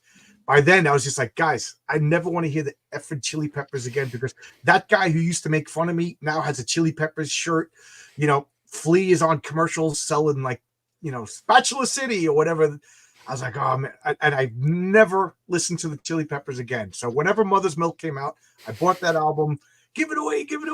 Like my mother knew that song. I'm like, that's it. It's. I imagine it's the same thing with girls when they bring home a guy with tattoos, and the father's like, I like this guy. The girl's like, we got to break up. Everybody likes the Chili Peppers. I think their records have dust on them. I haven't played them since, and I actually, it took me like years to find a vinyl copy of Freaky Styley. I went to different record stores in different countries. I think I found it in Montreal, of all places. I was like, oh my God. I would look at all the comic book stores to get old comics and old vinyl records. And now I'm like, you guys want a copy of Freaky Styley on first impression on vinyl? I don't even want to listen to this band. Yeah, Hillel Slovak. Yeah, he was a heroin casualty. I still think he was the best one. I'm babbling, guys. Interrupt. My college girlfriend was into them, so that ruled them out for me once we broke up. Yeah. I say that about Marvel and DC. I'm like, it's an ex-girlfriend. I wish them well, but I don't want to contact them anymore. That's funny. I remember it fondly, but you know, it was beautiful. We still, what is that expression? We always have Paris or whatever. Yeah. No, a few years ago, I think Flea did the national anthem for the NBA Finals, and he did like a 9-minute rendition of it, and it was just him, and everyone was just like, "What is this?" He's an amazing bass player. I mean, yeah, like Jack. But it was just way too long for being the national anthem. You know what I mean? Oh, all right. We got somebody in the chat who agrees. I love when I get back up. Pre-Blood Sugar Sex Magic album. It's pretty good, but yeah, it became cringe. Yeah. I listened to the self-titled Red Hot Chili Peppers album, Freaky Style, the second album, and Uplift Mofo Party Plan are phenomenal albums, but I can't listen to anything past that. You know, I became a snob. You know, like Fabrizio, you jazz, like that's yours. Nobody listens. Like he'll, you know, jazz is mine. Yeah, you go to a supermarket and you hear Miles Davis or you know, Chet Baker, and you're like, God damn it. Yeah, if the wrong people start liking stuff, I will have to move on quickly.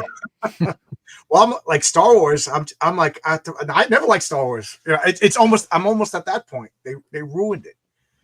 You know, well, we in our hearts we know there's only 3 Star Wars movies. We all know it. Just you know, it hurts, but it's the truth. You know, that scene of Luke and Leia and everybody with the Ewoks, that was the last thing that ever happened in Star Wars. I'm sorry, guys. We all know it. It's without the war, there's no Star Wars. You know, it's in the title. You know, once they defeated the Empire, that was the end of the premise. It's a limited premise. You know, I don't want to hear about Jedis. Jedis are supposed to be rare and freaky and mysterious. Now I know like every possible thing about a Jedi, and it's not interesting anymore. My supermarket play stuff like Joe Jackson and Simply Red. Yeah. That when your current music became oldies was like there's milestones in your life when you realize that you're older. The first one is when, oh my God, I'm the same age as Playboy Playmates. Like Playboy Playmates were always older women. And now I feel like a dirty old man if I happen to see a centerfold. I'm like, oh my God, this is you know. And then when your music is on an oldie station, oh my God, Elvis Costello is classic rock now. You know, oh my God, I'm old. only 2.5 Star Wars movies. Yeah, I know Jedi. Brian, Jedi is your favorite. Yeah, always was. And I instinctively knew that he was calling nonsense. Of Jedi to me was the beginning of pandering, because I think in the script there was supposed to be Wookiees and they changed it to Ewoks because they didn't want to scare children or something like that. Yeah, Amy Winehouse is classic rock now. I know. God. Yeah. I'm talking too much. Yang is sitting there struggling to stay awake because I'm bored. I actually haven't had dinner yet. I was starting to get hungry. If you have to go, you know. Hey guys, the chat is in here. You know, the chat is in here. The link is in the chat. I might bounce out here just because I haven't eaten yet. But feel free. When I saw you guys on, I was like, oh my gosh, I forgot he was doing this tonight. I got to get in there. So I'm glad that your campaign's going so awesome, and I'm glad I caught it and I was able to jump in here and visit for a while. But we'll definitely have to do some more live streaming here soon, John. And good to see you, Yang. Good to see you. Good to see you, Logan. Fabrizio, of course. And all right. Well, I'll talk to you guys later. Okay. Okay. All right. See you, Brian. All right. See ya. Yeah. All right. I think I'm gonna have to bounce too. I gotta get up at 6 to teach a class in the morning. So. Oh wow, what do you teach? Jeez. Oh God. So it's do you know what Qigong is? No clue. I usually describe it as like Chinese yoga. Okay. But I got to get up early because I got to translate for Chinese teacher to some Brazilians. It's a long story, but it's. Do you live in Asia? No, I live like 2 hours north of Bryan. Oh, okay.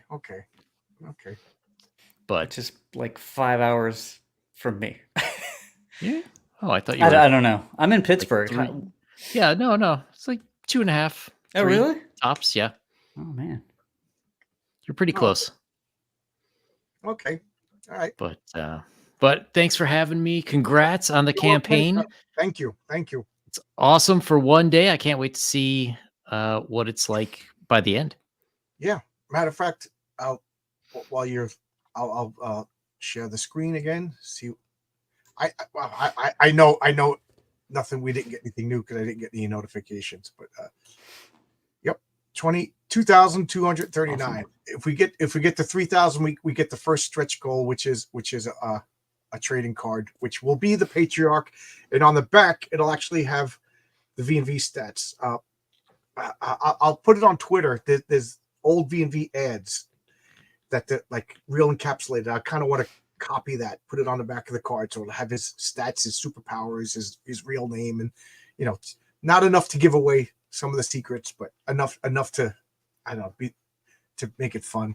And then all 6 of the main characters will have cards if I hit all the stretch goals. Very cool. Exciting. Cool. All right. Well, thanks for having me, Logan. Nice to meet you. Yeah, good to meet you. I will see you later this week, Fabrizio. Yeah, for sure. Oh, you're going on his channel? Thursday night, 8 p.m. Eastern. Oh, cool. Yeah. Cool. It'll be fun. Send the link and I'll retweet it and stuff. Cool. Oh, okay. Yeah, thanks. I appreciate it. Yeah. All right. Good night, everyone. Night. I'm not one of these jealous people that only want my campaigns. My campaign must succeed and yours must fail. We live in America. There's enough money for people to buy comic books. It's ridiculous. All right. Live in Asia? No, I live in Pittsburgh. Same thing. Yeah. Okay, I do have a question, John. We were talking about music, and it always comes back to that. I just saw that the Gorilla Biscuits are coming to Pittsburgh, PA. Really? The Gorilla Biscuits, right? So this is like the second time in 1 week somebody mentioned the Gorilla Biscuits to me. It's crazy to me. Now, I love the Gorilla Biscuits. And these dudes, I think Logan's like, what are you talking about? I'm literally Googling it. But they got to be pushing 60-ish at this point. I know they were really young, when they started. They were young, but they were older than me. Yeah. So, and I'm like, that's a young man's music. I appreciate the fact that they want to get out there and do stuff, but man, I was considering it, but I'm like, you know what? I would rather not see them. Yeah. Did you watch the last Twin Peaks that just came out? No, not yet. Okay, because Sherilyn Finn is not the way she looked originally, and I'm like, I want to remember her as like the most beautiful woman in the world. So I think because my buddy saw the Sex Pistols when they toured, like a couple, 10 years ago, and they're in their 70s, and he said it was just like slower. I recognize the tunes, but they're slower, and their voices don't sound the same, and then like an old grandpa complaining, yeah, screw the system. It's like, dude, yeah, yeah. Like once you went age, probably, but they'll be in makeup and paper mache masks, so we won't realize that they're on Jared Paul. Yes, I understand. Gorilla Biscuits. It's funny because I said my wife and I went out to dinner. We were talking about music. We talked about Ant-Man, and then we talked about music. I said, punk rock and ska. Once you hit 30, you become rockabilly or jazz. Yeah. Yeah. Because a guy with gray hair, and a beard with that stand-up bass, that works. Yep. But you don't have the skinhead and the Converse sneakers and the jeans with the rolled up cuff really, really tight, that I can never do properly. That doesn't work when you're 75 years old, Yeah, it's funny. I mean, I play guitar, and there is a point where it just becomes less cool. I went to this, it was like a Christmas, I don't know, music, cabaret thing. It was for like a work thing. And, they're playing some songs. That's pretty cool. And this dude, he was like 75 years old little dude in a suit, has this guitar and just plays this awesome jazz. I'm like, that just fits and it's cool as hell. But if he tried to play rock right now, we would all just be like hiding our eyes and just be second-hand embarrassment. So, yeah. Bitfruity saw the Buzzcocks. He said, Peter Shelley looked like a fat old dad. I'll do you a bet. He probably looks like a fat old grandma at this point. Yeah. But I love the Buzzcocks. They are one of my favorite bands. Logan's is like, what are you guys talking about? Buzzcocks. I don't know that one either. They were the first Manchester band. Remember how like all the bands in America came from Seattle? All the bands in England came out of Manchester. And the Buzzcocks were like a decade before, like, what was it, like the Stone Roses and I'm trying to remember the other band. I got a great Gore story. Gore is Gore. Okay, Gore. You know, we all know. know Gore. For those of you who don't know Gore, it's like Kiss squared or Kiss cube. They dress up like monsters. They have this like kayfabe, but like that they're Lovecraftian beings from beyond the universe that are conquering the world, and you know, and they have ridiculous names, and then like they have like old-fashioned special effects, so like their heads will pulse and then things will pop and blood will spray on the audience. They're awesome, you know. And then they had like a female singer who was basically naked with makeup on, you know. It was just like a spectacle, everything you wanted out of rock and roll. So I'm like, we're gonna go see Gore, and my friend Adam and my friend Jimmy, you know, we're all gonna go see Gore someplace in Manhattan. I wish I could remember what the club. And my friend Adam was a stockbroker at the time. He was like the first of us to get like a respectable job. You know, I'm working at the pizzeria. Jimmy's delivering the pizza, you know, and we're just a bunch of slackers. But Adam shows up with his buddy from Wall Street. And his buddy from Wall Street has like a blue Izod shirt, you know, with the collar and everything. He had penny loafers with actual pennies in them, you know, and he just did not belong at a Gore concert. And we're like, do you know what you're... Yeah, I know this sounds kind of cool. You know, that's great. And I was like, all right. And then I remember it was the Rollins band open up. So Henry Rollins is going, and this guy's just like leaning against the wall, like, what's going on? You know, and then Gore comes out. Yeah, Gore has to be last, you know, because the stage is covered in ooze and everything like that. Henry Rollins will fall down and die if you play after Gore. So Gore comes out, and the first song is "You Ain't Shit Unless You Know How to Rock." So he comes out, "You ain't shit unless you learn how to rock," and he grabs his head and pulls out like this pulsing brain and throws it, and it just goes all the way across, and it hits Adam's friend right in the forehead, boom, and it just rolls like those sucker things, just rolls down his Izod shirt all over, and he just looks. And he just goes and runs and starts stage diving, like he transformed in that moment. We were like so proud of him, like, oh, Office Boy did good. And by the end of it, he had it like around his head. You know, it was great. He's covered in blood. He's like, Adam, that was the best. We got to do this more often. Ah! I wonder if that guy probably like overdosed like years later. You know, that is awesome. Becomes a groupie. You know, I saw Gore at a comic book convention like 20 some years ago. That's the only time I saw him though. If G.G. Allen were alive, he'd be dead. Let's be realistic.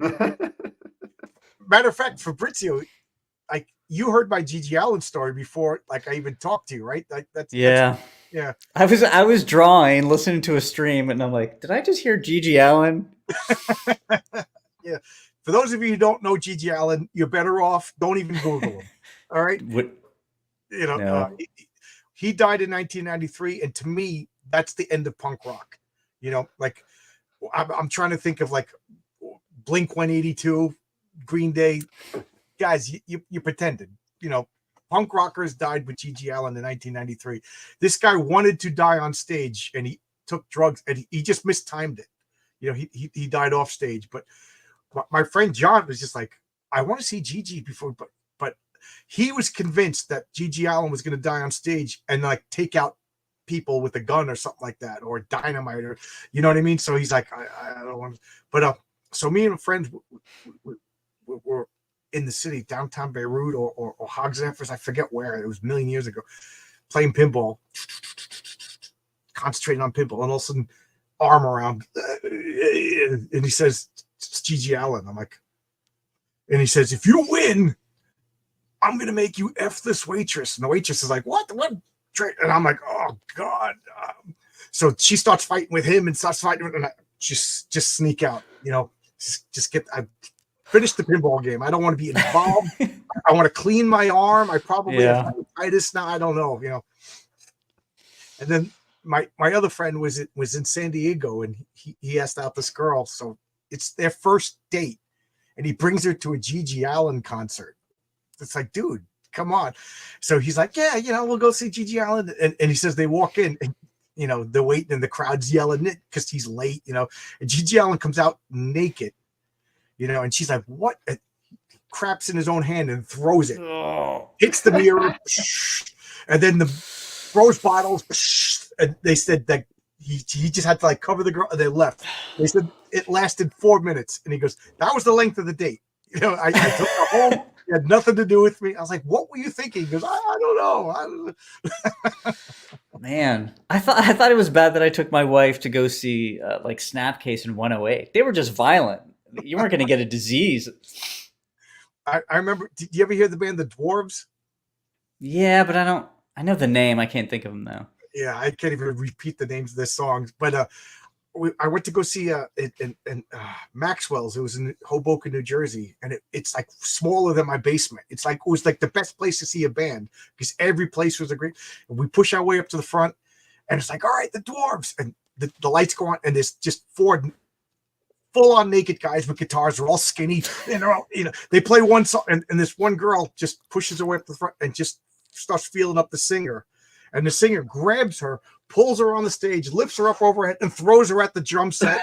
Bouncers comes. There's a big fight. They lasted 2.5 songs.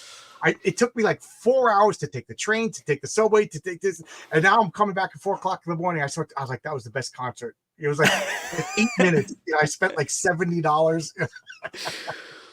Did you ever see the oh man, Jim Rose Circus Sideshow?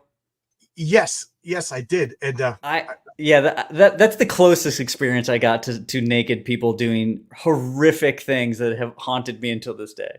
Yeah, I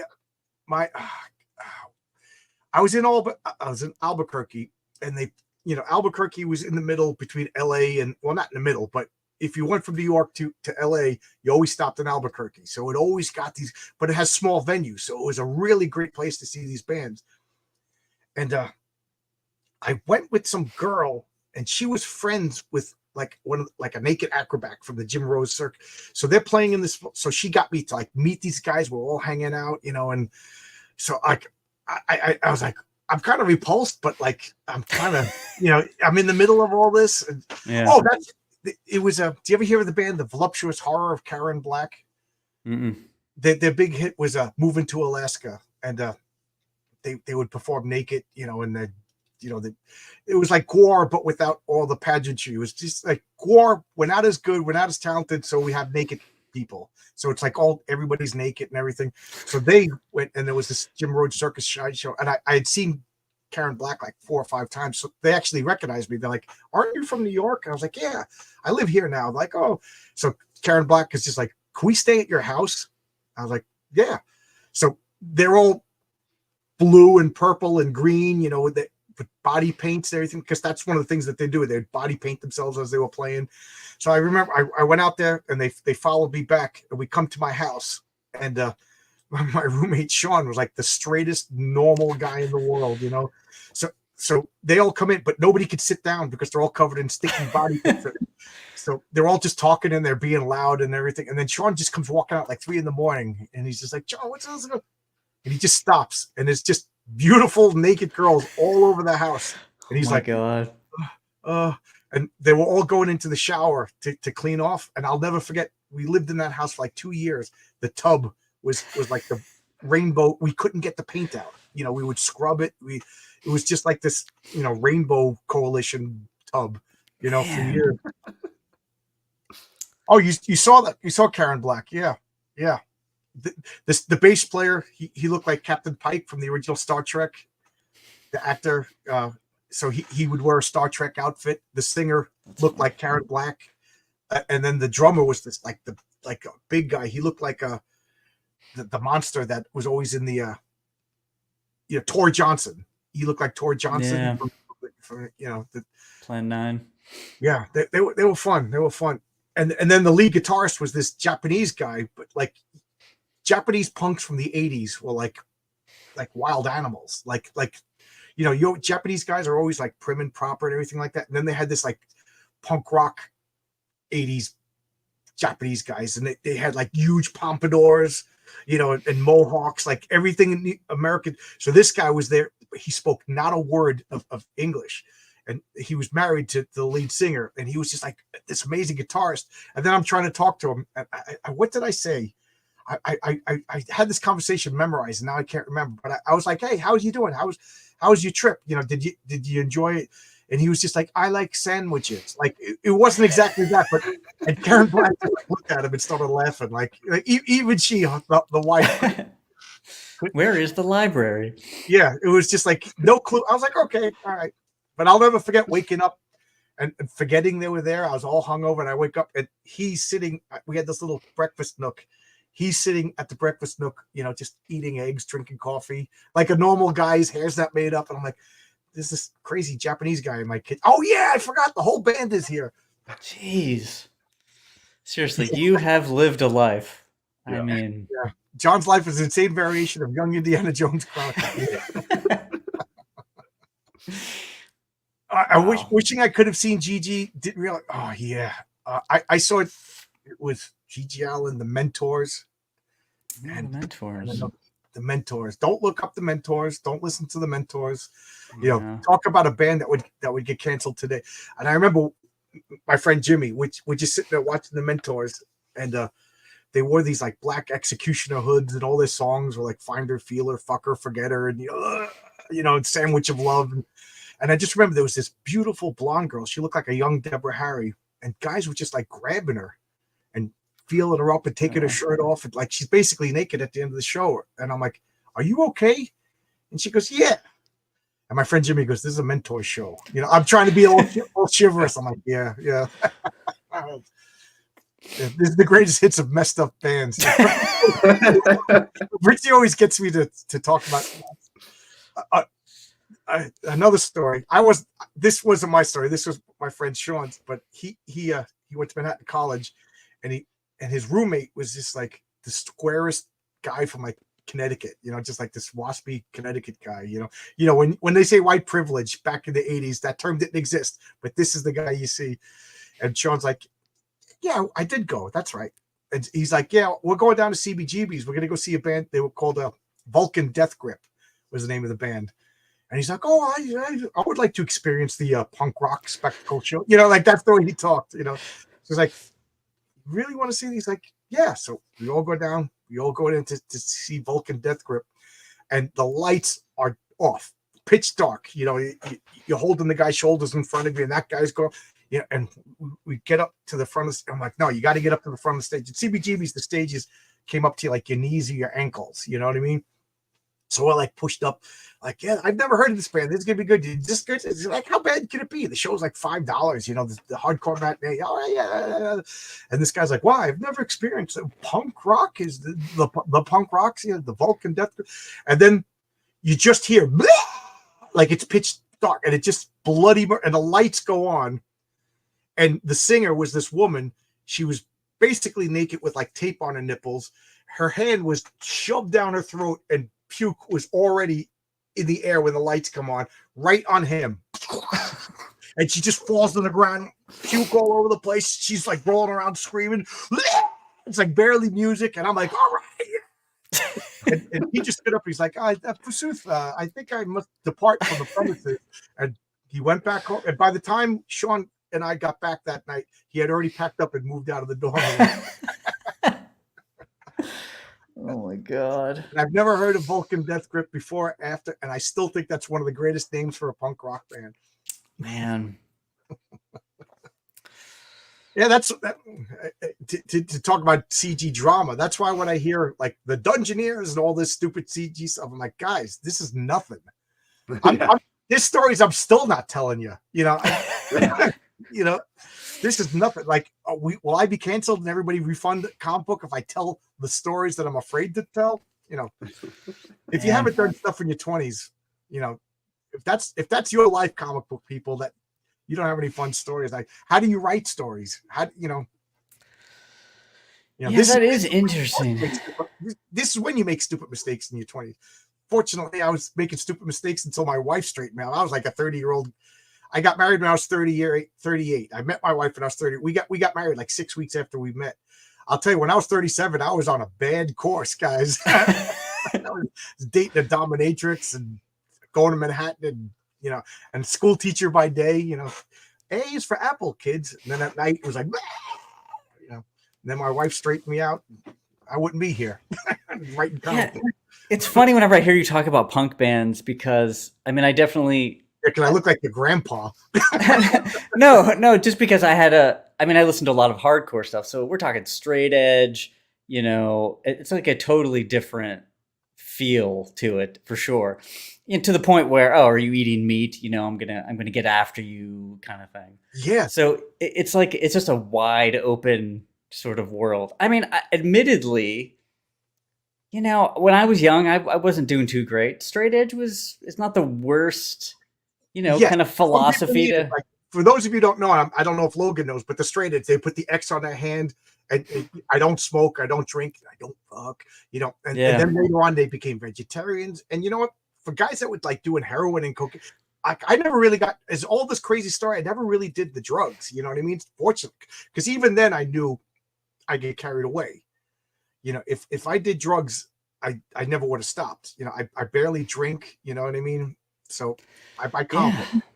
It wasn't the worst thing to kind of get involved in it, and not that I really took it overly serious.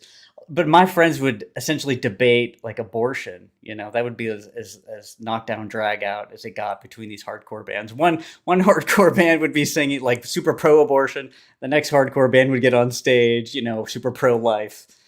It is interesting though. I remember the vegetarian. Was that Youth of Today? One of the lyrics says, "Would you eat a dog?" And I was like, no, dogs are our friends. I'd eat a cow. They're different. Yeah, and like 108 was like a Hare Krishna band, and they were an amazing hardcore band, though. Absolutely incredible. That's funny. That what was it? The Cro-Mags? Cro-Mags. I forget one of them. Like you go down to CBGBs and they're all wearing orange robes. I'm not joining the cult. Shelter and Shelter. Anyway. And that's what was it? Youth of Today split. They became Shelter and then Gorilla Biscuits. Anyway, it is. I love these punk stories though, especially in New York CBGBs. That was a little before my time, but I didn't have access to that. I'm in small town PA, And the funny thing is, my friend Adam is like 4 years older than me, and I used to be like, oh man, I wish I was older because he, as many stories as I have, he has even more. Like seeing like the Talking Heads and like early bands like that as a young kid. It's funny because now I remember that was Matt Barrow was on my channel. The guy who did Rock and Roll Ninja. He grew up in New York, and like we probably were like stage diving and crashing into each other and didn't know each other back then. And we were just talking about Gorilla Biscuits. I was on his channel last Monday. Yeah, this was fun. I miss it. I told you the Iggy Pop story, right? I don't know. Me and my friend Jimmy drive out to Lemmy, not Iggy Pop. Lemmy from Motorhead. We drive all the way out to Sundance out in Suffolk, which is near where I live now. Motorhead idiots drive around. We took his father's station wagon, slam dancing and jumping around, and then show's over. Go outside. Where's the keys? I can't find the car keys. Like, oh my God, it's 2:00 in the morning. We got dad's station, his father's station. His father's a cop. His father was the scary dad. My dad was the scary dad, but Jimmy's dad was the scary dad. But my dad was the scariest dad. So I wasn't scared of Jimmy's dad. I remember the first time I walked into his house, I was like, hey, how you doing? And everybody's like, you talked to Jimmy's dad? That guy I'm like, this guy's nothing. Have you met my father? And then they met my father, like, oh yeah, that makes sense. So we, like Jimmy's dad's gonna kill us, so they let us back in the club. We're looking through the garbage piles, the guy's sweeping, we're looking for the keys, and we're like, oh man, the worst thing in the world we have to call Jimmy's sister. And man, was she's a cop now. She was a cop when she was like 18 years old. She was the worst. So like, oh God. So now we're sitting down on the curb waiting. It's like 4:00 in the morning now. We're waiting for Jimmy's sister to show up, and we know we're just gonna get yelled at. So Jimmy's just like, and he's just morose, and the door opens and Lemmy comes out. He's got his vest on, no shirt on, and he's like, hey, what are you doing? And Jimmy's not even registering that. I'm like, you know, because my dad's not going to kill me. My dad's long in bed. You know what I mean? It's not my car. I didn't need to, you know, so Jimmy's like, oh, my sister's going to give me lost the keys. And he's telling the whole story. And I'm like, you're talking with Lemmy. Like, and then Lemmy's like, oh, man, that's terrible.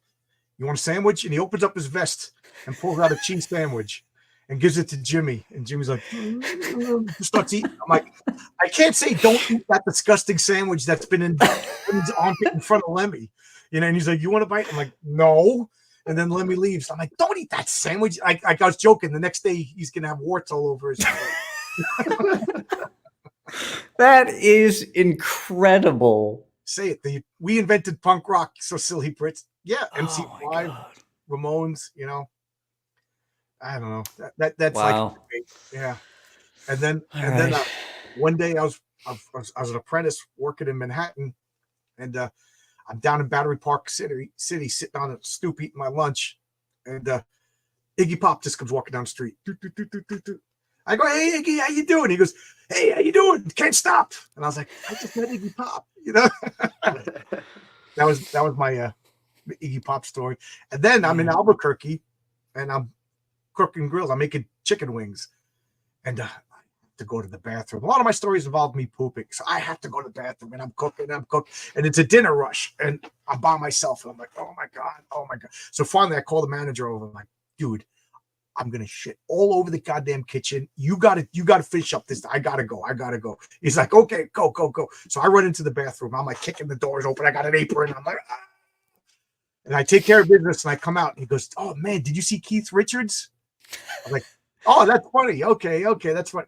The waitress comes over. Man, did you see Keith Richards? I was like, oh, everybody's in on it. Everybody's in it. And then the bartender sticks, you know, that little window where you stick the food. Dude, Keith Richards. I'm like, what are you talking about? Keith Richards liked the chicken wings that I made and came into the kitchen to thank me. And I'm in the bathroom battling for my life. You know what I mean? And I was like, are you kidding me? Like, no. So I go outside and I could see him getting into his car driving away. I'm like, I made the chicken wings. You know, oh my God. My brush with Keith Richards. You know, if I leave right now and go to sleep, I might dream of Lemmy, or Keith Richards, and Gigi Allen all in one dream. What's his name? Steve Tyler from Aerosmith. Again, I'm in Albuquerque, and I forget what band I'm seeing, but it's a small venue. And I always joke that this guy looked like Chief from One Flew Over the Cuckoo's Nest. Just gigantic Indian, just leaning, falling down. And I'm like, get off me, you know, get off me. This is going on. And I'm getting annoyed. So I'm like, dude, you're drunk. Go sit down. You can't just collapse on me. You're falling on me. So I said, next time you fall on me, I'm gonna knock you out. Goes to fall. So I cock a punch, and I'm getting ready. I go to throw the punch, and the person just turned around and like leans. So it was like the perfect choreographed punch. Boom, out cold, laying on the ground, and I'm like, you get it. Boom. Next thing you know, it's like bouncer hands pick me up and they throw me into the back. I'm in the alleyway. I'm like, what's going on? Chief gets up, starts crying. It was a girl. Nope, you know, like the girl cry, full on girl cry. And they're like, why'd you beat up a girl? Why'd you beat up a girl? And I'm like, I didn't know. I'm ready to cry. The bouncers are all like cracking their knuckles, you know, and I'm like, I can't get out of here. I'm in an alleyway, you know. I'm like, oh my God. I'm like, looking, I can take out that guy. That guy's gonna kill me. I don't know. What do I do? Like now, I'm like, do I just curl up and stuff? I'm like considering tactics. And the door opens up, and Steve Tyler goes, hey, what's going on? And they all like, hey, that's Steve Tyler from Aerosmith. The guy goes, hey, this guy just hit this girl over here. And Steve Tyler goes, that's a girl? And then what? And I was like, I told you, I didn't know it was a girl. And they're like, all right, get out of here. So Steve Tyler saved my life. And I tell people that was the inspiration for Dude Looks Like a Lady. But I can't believe that happened before that song. Oh my God. Yeah, you need to... This needs to be a book or something, some sort of memoirs. Lenny, Gigi Allen, Keith Richards, yeah, and Steve Tyler as the man who saved my life. So right. I'm trying. I'm gonna get going, but man, all right. You Seriously, I've never seen or met anybody that has seen or met as many musicians or stars as you. Well, That's when you live in New York, incredible. you know, Yeah. like now I met Jim Shoot. I actively go out and look for this stuff. You know what I mean? Wow. You don't get what you don't ask for. You know, so I was going, when I was into the punk rock. Now I'm talking like my friend's roommate. When I was into punk rock, we would go to clubs, and we were at CBGB's and Sonic Youth was playing. And if you went to CBGB's, right behind the stage, there was like a green room where the bands would hang out. And if you went to the bathroom, you had to pass by. So I'm going to the bath. They couldn't stop you because they had to let you go to the bathroom. So you go in and then you go downstairs and I see Sonic Youth is in there. And I'm like, I'm going to talk to Sonic Youth. So I go to the bouncer. I got to go to the bathroom because they, okay, they have to let you, So I walk by and then I just go into the green room and I sit down right next to, what's his name? Thurston Moore. And I'm just like, hey, Thurston. And he's looking at me. I go, they had an album called The Velvet Monkeys. And it was like a whole bunch of other guys all got together and they goofed around. And it's the imaginary soundtrack to a fake movie. So it's like there's a movie called The Velvet Monkeys and it's pretend. So I was like, hey, when's the Velvet Monkeys movie coming out? And Thurston was like, oh, okay. And like he moves over and he's like, well, we always promised that whoever made it first would finance the Velvet Monkeys movie. And we were talking like fast friends to the point where I started being like, I felt guilty. I'm like, I'm monopolizing Thurston's time. So I was like, oh, okay, Thurston, I got to go. And I said, no. And so then I had to finish the ruse. So I had to go downstairs, pretend to go to the bathroom. And then when I came back, he called me over again and sat me down and finished talking about the Velvet Monkeys. So this to this day, I'm like very fond of Thurston Moore of Sonic. But that's exactly like my friend Jimmy wouldn't have done that. He just, you got to like the Lemmy thing was pure accident. The Keith Richards thing and Steve Tyler was pure accident. But you go to the clubs, my buddy living next door to John Romita Sr. I don't know. That was just like Providence or whatever. Yeah, I should make like an Ed Piskor comic of seriously. Yeah. Like little anecdotes like that. He had all the rap stuff. I'll do the normal to have this many great stories. You'd have to be dead. Shh. Maybe I'm not really here. Wow. You don't know this. Yeah, that's awesome. All right. I think I'm going to get going here. Okay. But thanks again. Anybody else want to jump in? Now that caffeine's kicking in. Here's the link to the chat. Now I'll give Logan a chance to talk. He's just been standing there smiling for the past. All right. See you guys. Have a good night. Yeah. Thank you for coming in. Thank you for coming in. So, let's talk about Gold Key. Gold Key Comics. Yeah. Who wants to talk about comics? This right? That's what this is, right? That's what we do. Oh, Dave. Dave is one of my buddies who role plays with us. I feel bad because his character died in the last adventure. I feel bad. I always feel bad when the characters die, but if you don't let them die, there's no stakes. Right. So Gold Key. What do you want to talk about Gold Key?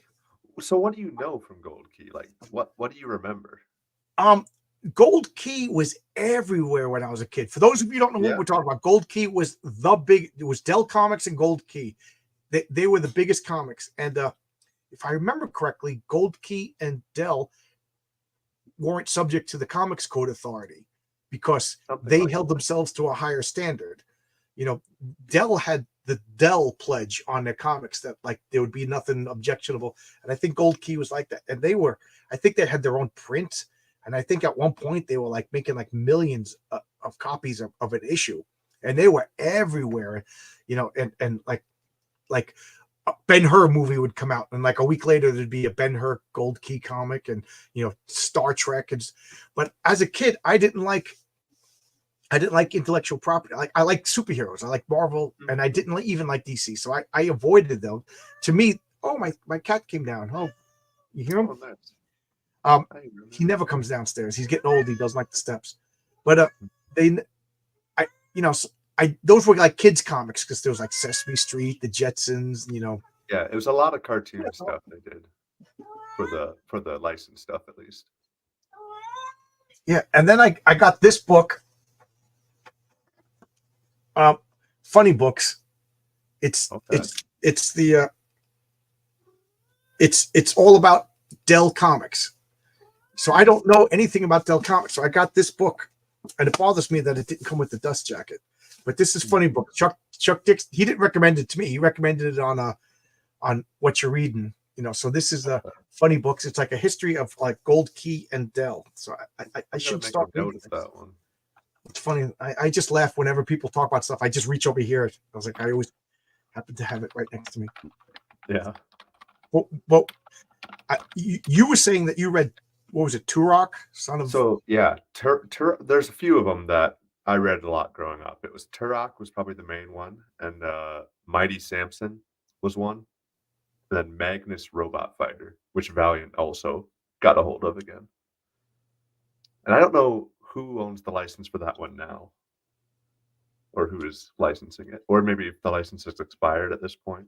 I don't know how old the character actually is. Magnus Robot Fighter was Valiant at one point, like in the 90s. Yeah. 90s, yeah.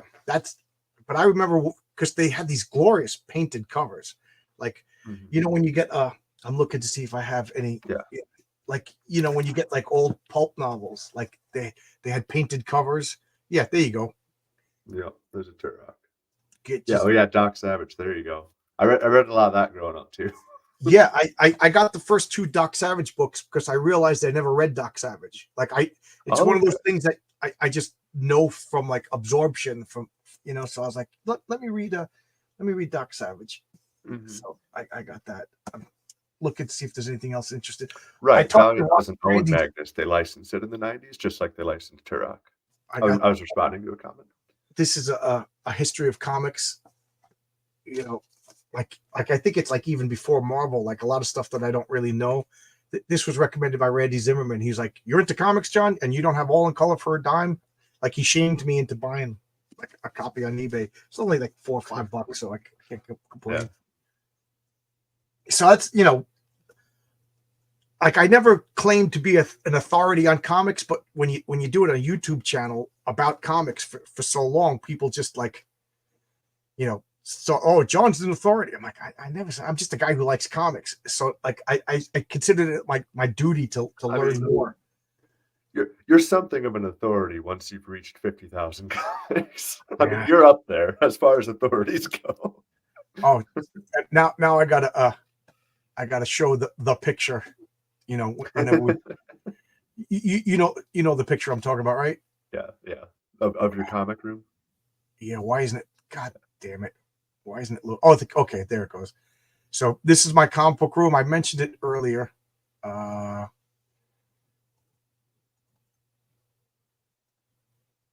Is it showing? Yep. Yeah. This is right behind me. This is my comic book room. You see these brown boxes? These brown boxes I got from my comic book store in the 80s, and they look bad, but they are the sturdiest box. They don't make long boxes. Like I sound like they don't make them like that anymore. But these long, I could pull them out, and they're so sturdy and thick. You could see a couple, like there's a box. I don't know if you could see my cursor, but there's a box down here that it's brand new and it's already falling apart. Yeah. No, it's crazy. Like old cardboard boxes, like it's almost plywood. Old cardboard, like it's thick. Yeah, they're sturdy. They. I see Tonic Bowls on Twitter. I just sent out an invitation again. Come on down. See if he'll pop in. I enjoy talking to him. He's like the comic book philosopher. He comes off, kind of silly and everything, but then off camera, he's like really, really spot on. I enjoy talking to him. So I don't think I've met him yet. Oh yeah, you got him. Do you get Saving the World? Do you get the comics? I haven't yet. Oh, you got to get them. You got to get them. They're so much fun. But you were saying that your grandfather, your uncle had all of these Gold Key comics and Dell comics. Yeah, my dad. Yeah. Yep. So that was all his collection growing up, and it was mostly Turok, and he had all the Doc Savage books, and he had the complete Tarzan series, all matching format. Oh, I can't pull them out because they're underneath piles. But I've been getting into like I got a Tex Ritter. It's an Italian comic, but it's a Western. Like the Italians love Westerns, so I'm trying to expand my comics. Like I showed this. That's a cool series. I'm familiar with that one. This is heavy. I just got this Tintin. Belgian comics, and it drives me nuts because it's supposed to be the complete Tintin, but there's a space. They removed the Tintin goes to Congo because it was they drew the Africans with like the big lips. They look like I forget. There's an old-fashioned word for that. It's problematic today, but anybody spending $125 on a Tintin click, they know what they're getting. You know what I mean? Yeah. So all that means now is I have to go on eBay and find the missing Tintin. Right. The Congo. Because it was published at one point in time. Yeah, well, it was taken out. You can't just undo history by taking it out now. Yeah. Right. Yeah. Because it's taken out of the box. Now I'm looking at it. I wonder if it's even on the back. They have all the volumes on the back. Let me see. Is it here? Tintin. Yeah. That would be funny if it's actually on the box and it's not in the box. No, I don't see it.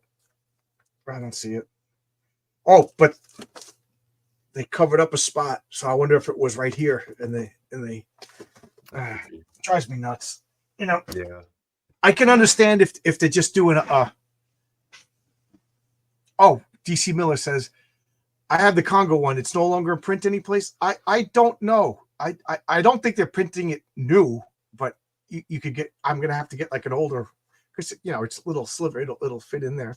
But yeah, Tintin. It's Belgian. I think it started in the 40s. And let's be realistic. Things that came out in the 40s are different than things that come out in 20. The 40s was 60, 80 years ago, guys. History is weird. Yeah. I don't like presentism. When we judge the past by today's standards. Right. George Washington was a great person. Yes, he fit in the standards of the time. Right. What did it say? They also edit out scenes where Tintin gets darkened by dirt or coal. Oh, did they? Gotta go, but this is especially great with all the music. Thank you, Bit Fruity. And I have never saw you before. I hope you like and subscribe. And I try to do this as often as possible. I don't usually stream on Saturdays because I usually have game nights, but believe it or not, I'm promoting a comic book. I haven't mentioned it in like hours, but yes, I'm promoting a comic. Let's see. There we go. There's my comic book. And we'll put up your tweet. You have Firewatch. I asked you about it, and then I talked right over you. So tell us about Firewatch. Tell us about that. On behalf of your, or on the same vein of your Tex Williams, not Tex Williams, not the singer. Tex, what is the series name? Tex Ritter. Tex Rider, okay, or Ritter, okay. So on the same vein of that, there's an Italian book I really like called Dylan Dog. Oh, okay. Yeah, if you've ever seen that one.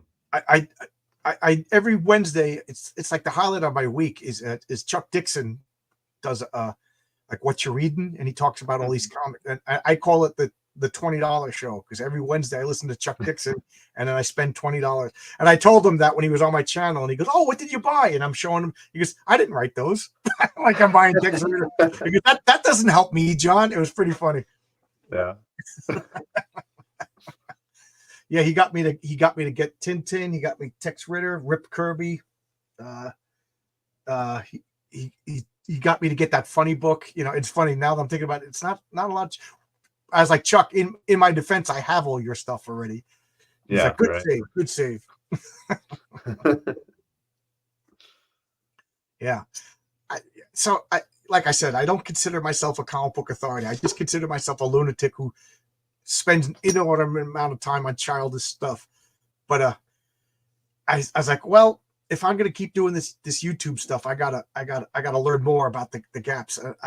I gotta be realistic. I'm not gonna start buying Gold Key and Dell. It could be expensive. But if I do collections, I'll pick them up. Gotten to be very expensive. Oh, which thank is why, you. like this one I have right here, I want to tell you this is actually a double that I have. So I was going to send this to you with your order. Oh wow, thank you. Thank you. To fill in a little gap in your collection. Yeah, he was livid when he found out that I never read Turok. I mean, Turok's a big deal for me, so I want you to experience it. Okay, cool. Somebody else sent me like I backed their book, and when I opened it, was it you? I might have. Somebody else sent me comics that I didn't have, and I was like, wow, why? Like it didn't register. I was like, oh, this guy wanted me to have these comics. You know, I thought it was a mistake. I thought I had to send them back. Yeah. But Dave, for those of you, how would you know? Dave is one of the players. I met him out here like a year or two ago. Dave came over, like we played War of the Ring. It's a wonderful board. It's probably my favorite board game. But I'm not joking when I say it probably takes about 2 hours to set up, and then I bought like terrain for it. Dave will back me up. It's the best looking board game ever, and it comes with. I spent a lot of money on it. It comes with painted miniatures and everything like that, and it's playing Lord of the Rings. It's playing all movies in one game. And Dave, he was, I think he was Sauron the first time we played. Whatever, we played 2 games over like a weekend, and and it's so complicated you can't help but make. We were just smiling through the whole game, and it always ends epically with Frodo going up Mount Doom, and like either he gets killed or whatever. So Dave and I, we played Villains Vigilantes, and we filmed it. And my other buddy Roy, he's starting a YouTube channel. He edited it. So if you guys look at my playlists, there's role playing games. There's I think it's a 4-point Villains Vigilantes session, and you'll see Dave. Dave is the guy who looks like Professor Xavier sitting to my right, and his character unfortunately died. And Dave, I'm not saying their names, but those villains will be in Heroic Tales. The villains that you guys, they're too good of a villains not to show up in the comic book. Don't tell John. I should, I know it's like a trope that don't tell the wives. The wives are always the killjoy. My wife is wonderful. She is. And I'm not just saying that because she's probably listening upstairs. But my brother was busting my chops about, my brother's wife was busting my chops about, John spends all his money on comic books, stuff like that. And she goes, your husband spends money on beer. My husband he's got $1 million in comic books. What does your husband got? I was like, yeah. And she said that. She goes, it's Saturday night. You're downstairs reading comic books, or you're hanging out with Dave playing War of the Ring. You know what I mean? Like, I trust you. To the point where every once in a while she'd be like, why don't you go out? Just go out. It's the exact opposite. Yes, Dave, we got to play again. Why don't you go look for Gigi Allen? Yeah. I had a blast getting my guy cut in half. Oh, yes. Dave, what was the name? Dave's character was either the Remora or I forget, but he was an aquatic guy, and he could absorb other people's powers. And it was great because Roy had a character that had force field abilities, and then Dave was just like, he absorbed the force and was just showing him how to use it. It was great because it was just like Dave's character had, like, if I remember correctly, he had the lowest amount of hit points, and his weakness was reduced strength. So he was like Aunt May level of toughness, but then he started grabbing other people's powers. It was just like, it was like that scene in The Watchmen when Silk Spectre and Night Owl just going down the hallway, beating up everybody, that great fight scene, or Daredevil. He was just, and then just got overwhelmed and literally got cut in half. I was like, I feel bad. But now Dave made up a new character who has like invulnerability, heightened strength, and regeneration. So I was just like, this character's the tank. So like, he didn't name him anything, but until we play, he's the tank. And then he picked the weakness that he rolled prejudice. So like, he doesn't like something, I guess that's a problematic weakness. They would take it out if that game so he's prejudiced against something, and you can make it up. So he's prejudiced against people without powers. So here's this ultimate tank who doesn't really like people. I can't wait to play it. My friend Jimmy's really into role playing. He was so Dave's other character was like a war veteran with a PSTD. So you could take other weaknesses to get bonus points, So he took a lot of weaknesses that he was like shell shock or whatever. And then Jimmy's character rolled the skills of like psychology. So Jimmy's like, I'm his psychologist. But his weakness was he had like disdain for people. So Jimmy was the worst psychiatrist in the world, and they were role playing it. Like, he's like, I don't know if I want to go into fight. And Jimmy's like, go into fight. And then like, he's writing down, I need to pick up milk. Like he's pretending to write notes.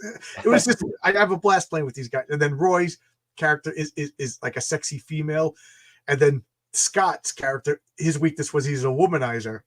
And it was just funny because here we got 50-year-old men and he's acting like a womanizer, and Scott and Roy's like, why don't you why don't you go first and absorb all the laser blasts? It was just funny. And so Scott's like, well, I guess I have to roll because I'm it was just I like that rather than the hack and slash. Like, I'm just gonna knock down the door, get the treasure, I want the +4 sword. Like, they don't even call it by the magical name that you make up. They just call it the +4 sword. So these guys, they're really it's really blast. And Dave, we got to get another session going up because we're in the middle of an adventure.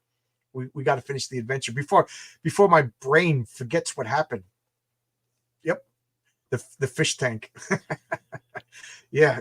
The fish tank. That would be if he took both of his characters. That would be a good name. Yeah. But Dave, just so you know, I had a backstory that your character was going to be a deep one from Lovecraft. You were slowly getting the Innsmouth look, but you died, so I can tell you that now. And I was in the shower, and I was like, oh, we gotta, I gotta make up NPCs for bad guys for them. And these two names just came, and I pictured them in my head. I don't want to reveal the names because they're awesome. So, Dave, I'm telling you, that adventure, when you go to the island, is going to be in a comic book sooner or later. So Dave already knows what's going to happen. And that, a lot of the stories are inspired by the role-playing sessions. Anyway, you asked me about Del Key, and I'm telling because Dave popped in. And so tell why is Torok your thing? Why is that your comic? I mean, yeah, definitely just the nostalgia, and the fact that it's my dad's collection. But I also just really like dinosaurs.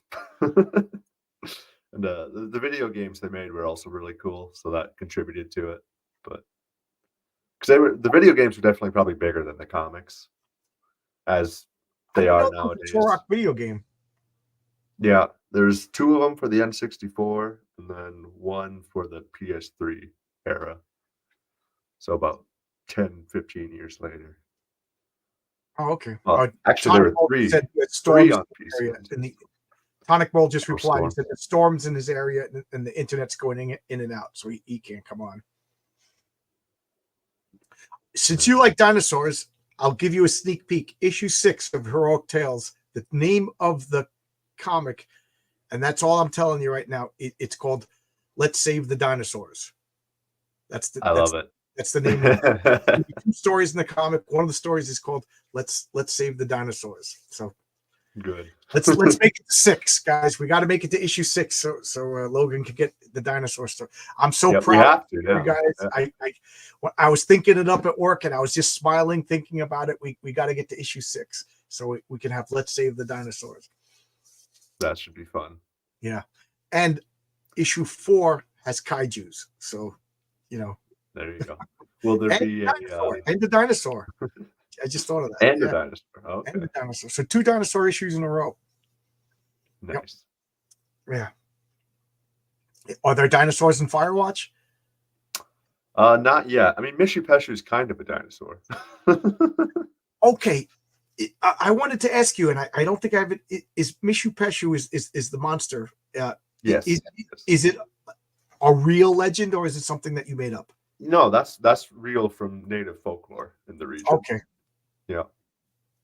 I mean, real as in real, like yeah. Yeah.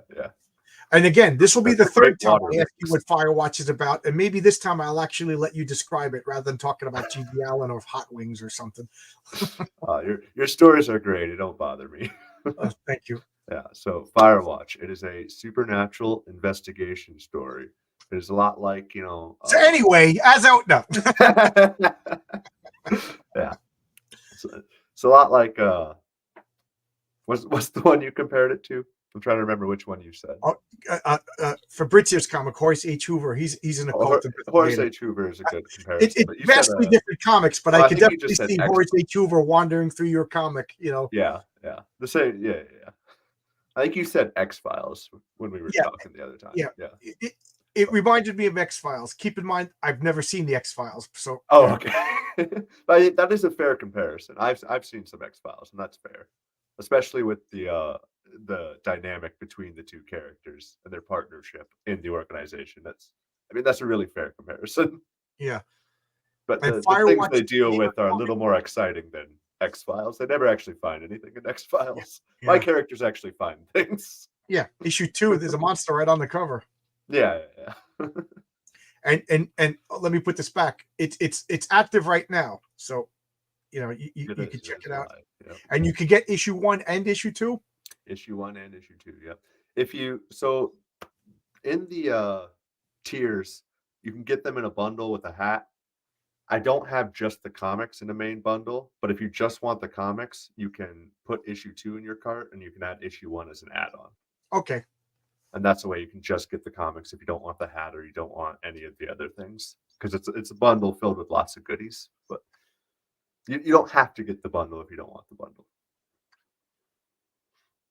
My buddy's campaign just closed. My buddy Mike has he's one of the players in my game.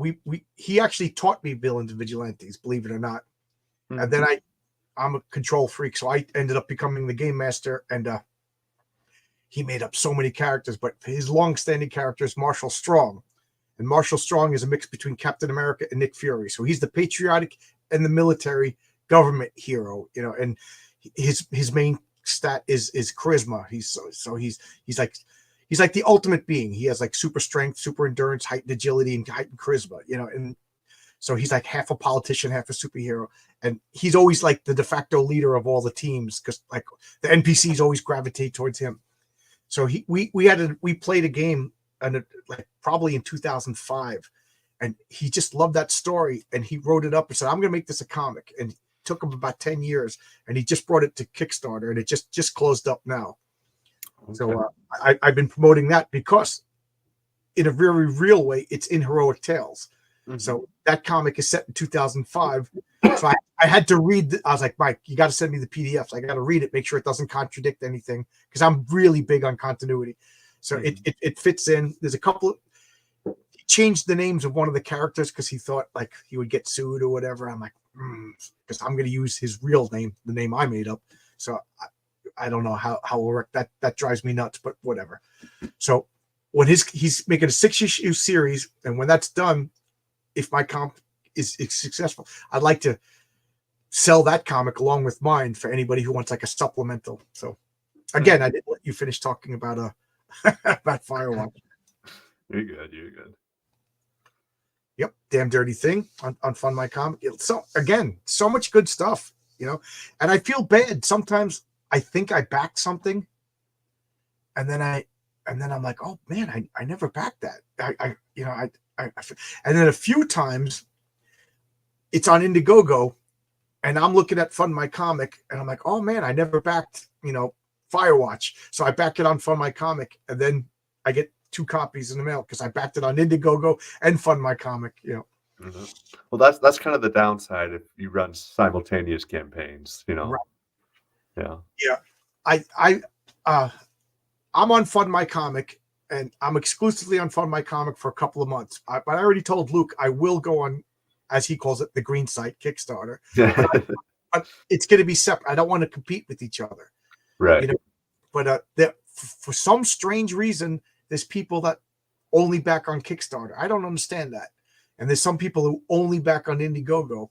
You know, my preferred is Fund My Comic. Like, for those of you who don't know what I'm talking about, wow, I got 61 people watching. For those of you who don't know what I'm talking about, Fund My Comic is the platform site that both of our comics are on. And it's oh no, yours is on Indiegogo. Mine's on Indiegogo right now. Yes. Yeah. But Devil Flyers, that's on Fund. It'll make the rounds eventually. Yeah, you'll make it. You'll make it around. But a Damn Dirty Thing is on Fund My Comic. But Fund My Comic is it's a crowdfunding site where you put up your comic, you pledge, you get the money, and then you make the comic. And Luke Stone is the owner. He's been on my channel. He got tired of like shadow banning. For those of you who don't know what shadow banning is, a couple of guys that I'm friendly with, they would put their comics, Indiegogo or Kickstarter would collect their money and everything, but you couldn't Google search. You know, you had to get a direct link to find their comics. So like, what are you paying for? These guys are hindering your campaigns. But, you know, As long as you meet Luke's very reasonable criteria, he doesn't shadow ban you. He doesn't do anything, and he takes the lowest percentage of any of the sites. But it's still new, so so it's my job to promote. It's not Luke's job to promote me, So I'm the one going out there getting my name. But some people don't trust it, or they haven't heard of it. Some people, for whatever strange reason, I'll go to Tonic Bowl's on Kickstarter. I'll go to Kickstarter because I like the comic. I don't give a crap about the platform. Right. But I have, since I'm talking about my campaign, I have an exclusive comic. I'll bring it up. Oh, I'm hitting the wrong buttons. I'm boomer moment. Share screen. Heroic Tales. Okay, like this is the regular cover. This is Renzo's cover. But this cover is by Pat Broderick. You can only get this on Fund My Comic. So I'm trying to make it so that you want to back this. And then when I go to Kickstarter, I have another cover that'll only be on Kickstarter. And then I have another cover that'll only be on Indiegogo. I didn't reveal them yet. So I didn't show them. And it's all by classic comic book artists, because my comic is supposed to be a love letter to old classic comics. So there's our commercial right in the middle of him explaining. So this is 3 for 3. I interrupted you. No, you're good. This is your show. It's about you, man. Yeah, but you got a campaign too, And yeah. Again, you're not my competition. What I mean? Right. A rising tide floats all boats. If Firewatch does as good, I want to ride in on that wake. And if my comic does good, I want your. We live in America. We have enough disposable. Even in Biden's economy, we can still buy some comics. Yeah. Oh, thank you, Heldier. You bought both covers and the coin. I had a little. I got the coin too. The coin looks cool. Yeah. I'll show something else. Again, interrupting your. Can't talk while I'm looking for something. All right. Okay, here's a bag of coins. This is the size of the coin. So it's the same exact size of a nickel. So here, could you see that? It says John Con. And on the back, it says, "It's nice to meet you." I made these on my 50th birthday for a board game convention that never happened because of COVID. So I spent a lot of money getting these coins. And what it was going to be, when you walked into the convention, you paid $20 for your entrance fee, and I gave you a coin because I just felt bad taking money and not giving you. So this was kind of like proof, a fun way to prove that you paid.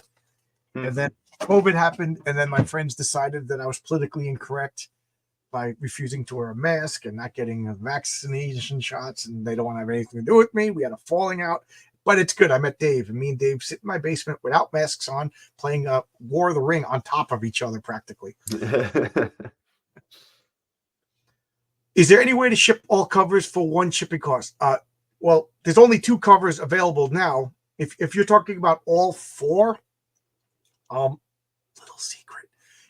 When all the campaigns are done, if there's leftovers, I'll sell them, on me personally. So either on eBay or you get in touch with me, and then I'll put them all in one package.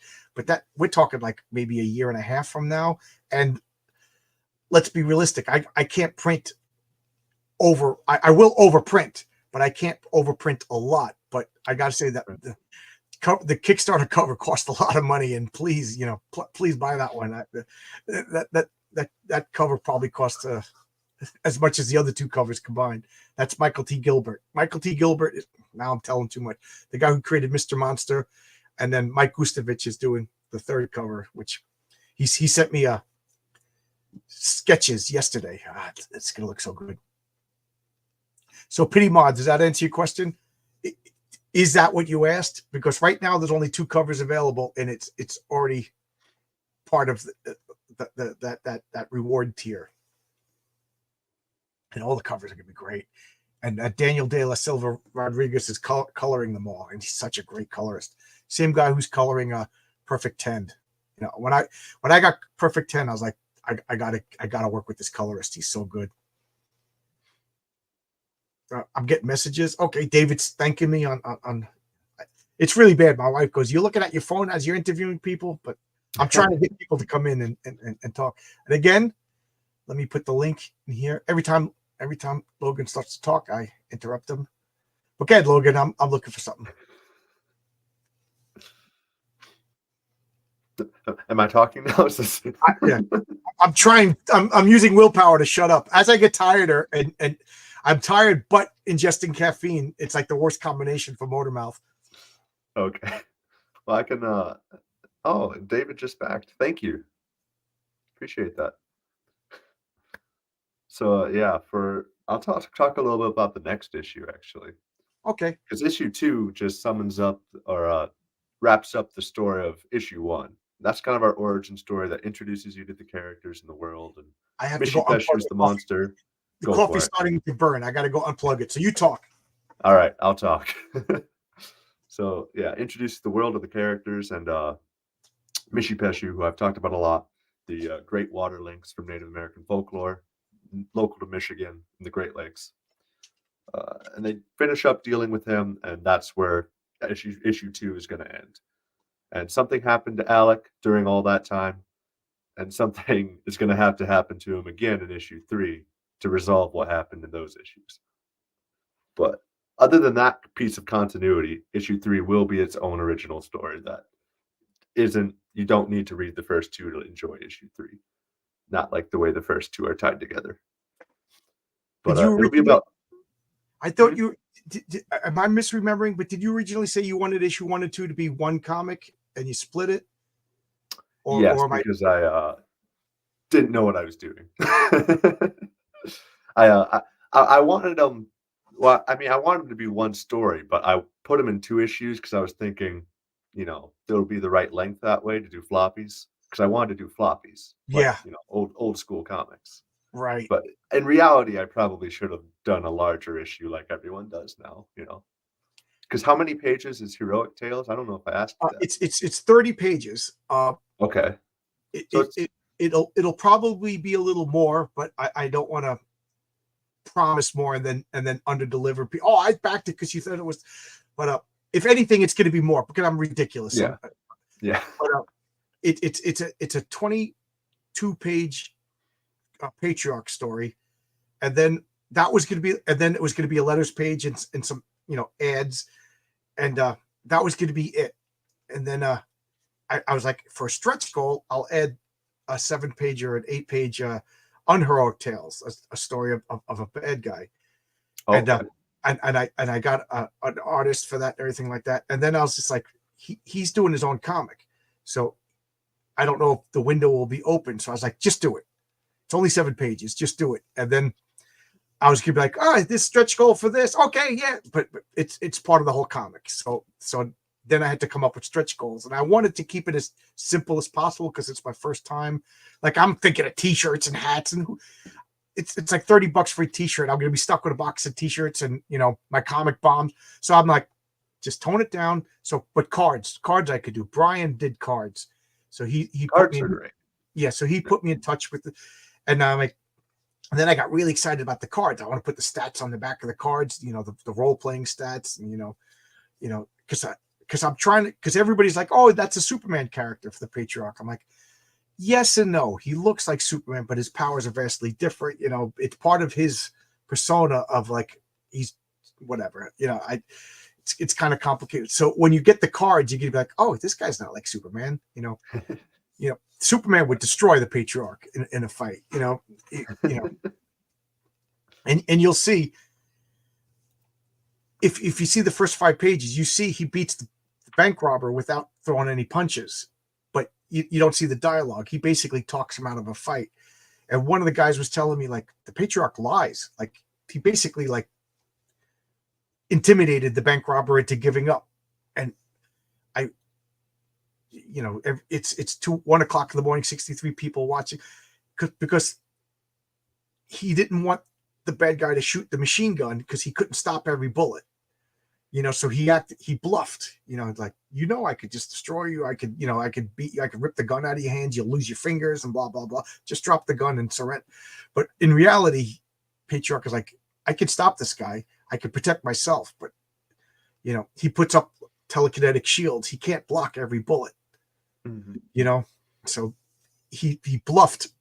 So one of my friends had, like, I can't believe, like, his first thing he does is he lies.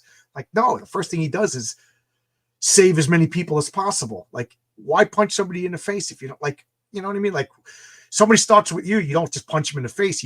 Hey, calm down, buddy. You know, so that's what the patriarch is trying to do. He's not the Punisher. He's not just gonna, you know. If we could solve this, not violent, and you'll see when the main bad guy shows up, the first thing the patriarch does is start talking to him. You know, and he uses his real name. He doesn't call him by his supervillain name. He knows his real name. He's like, you know, look, calm down. We could solve this problem. And the villain escalates it. He's not like that cop that shows up and starts shooting, you know. And again, you're talking about Firewatch. No, it's perfect. You're good. Yeah. No, the whole level-headedness is very nice to see. So Pity Mod, did I answer your question? I don't know if I asked. I think I want each platform exclusive. I hope you do. Please, that would be great. And it wouldn't. And I'm gonna have unique stuff on every platform. Like Hojo, who does mythicals, he sent me a link to have metallic cards made, and I'm definitely not gonna put that in this camp. But I might put that in the Indiegogo or the Kickstarter metallic cards. You know, they're a little bit, but I'll have to charge. They won't be a stretch goal. I'll have to charge, but they're not that expensive. But so I'm trying to have something unique. So Pity Ma, if you back now, and you got the two covers, and you went to Kickstarter and you just got the Michael T. Gilbert, great. You know, great. You know, because it's still sales to me. I don't care if Kickstarter makes their money or not, you know, the way they treat people. You know, do they even have employees? You know, I don't know.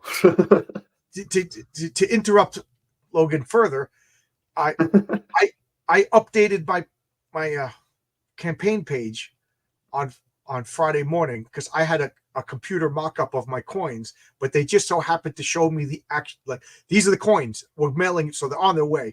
So I had the actual pictures, so I updated the actual pictures because it would be better to have the actual pictures than the mock-up. But I didn't realize that meant it had to get reapproved. So I just thought something happened. I'm a dummy. So I was like, it's Friday, I'm at work, and I go to check my campaign, and I got the 404 message. You know, I'm like, oh my God, I'm launching today. My stomach hurts. I'm going to call Luke Stone. He's the owner of Fund My Comic. He gave me his phone number. I call him. I could hear dishes clinking. He's eating lunch with his family. Takes my call. He's like, okay, John. Oh, I didn't know. Okay, I'll take care of it. As we're talking, he fixed it. Can you do that on Kick My Comic on Kickstarter and Indiegogo? You can't do that. You know what I mean? So I'm loyal to Fund My Comic.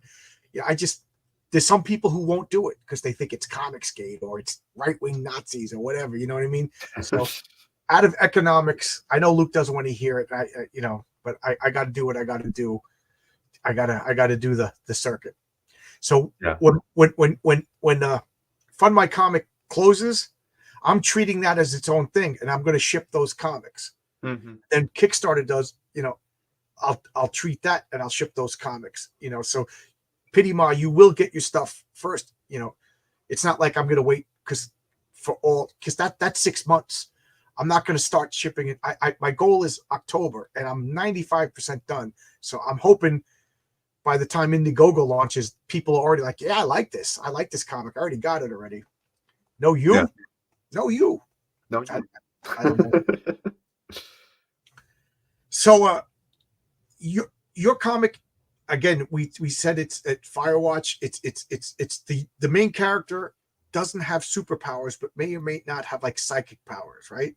No, well, it depends who you want to consider the main character. They're kind of co-main characters, Sophie and Alec are. But Sophie will never have powers. Okay. Alec might. I'll just say that. That's fine. I mean, depending on what you consider powers, you know.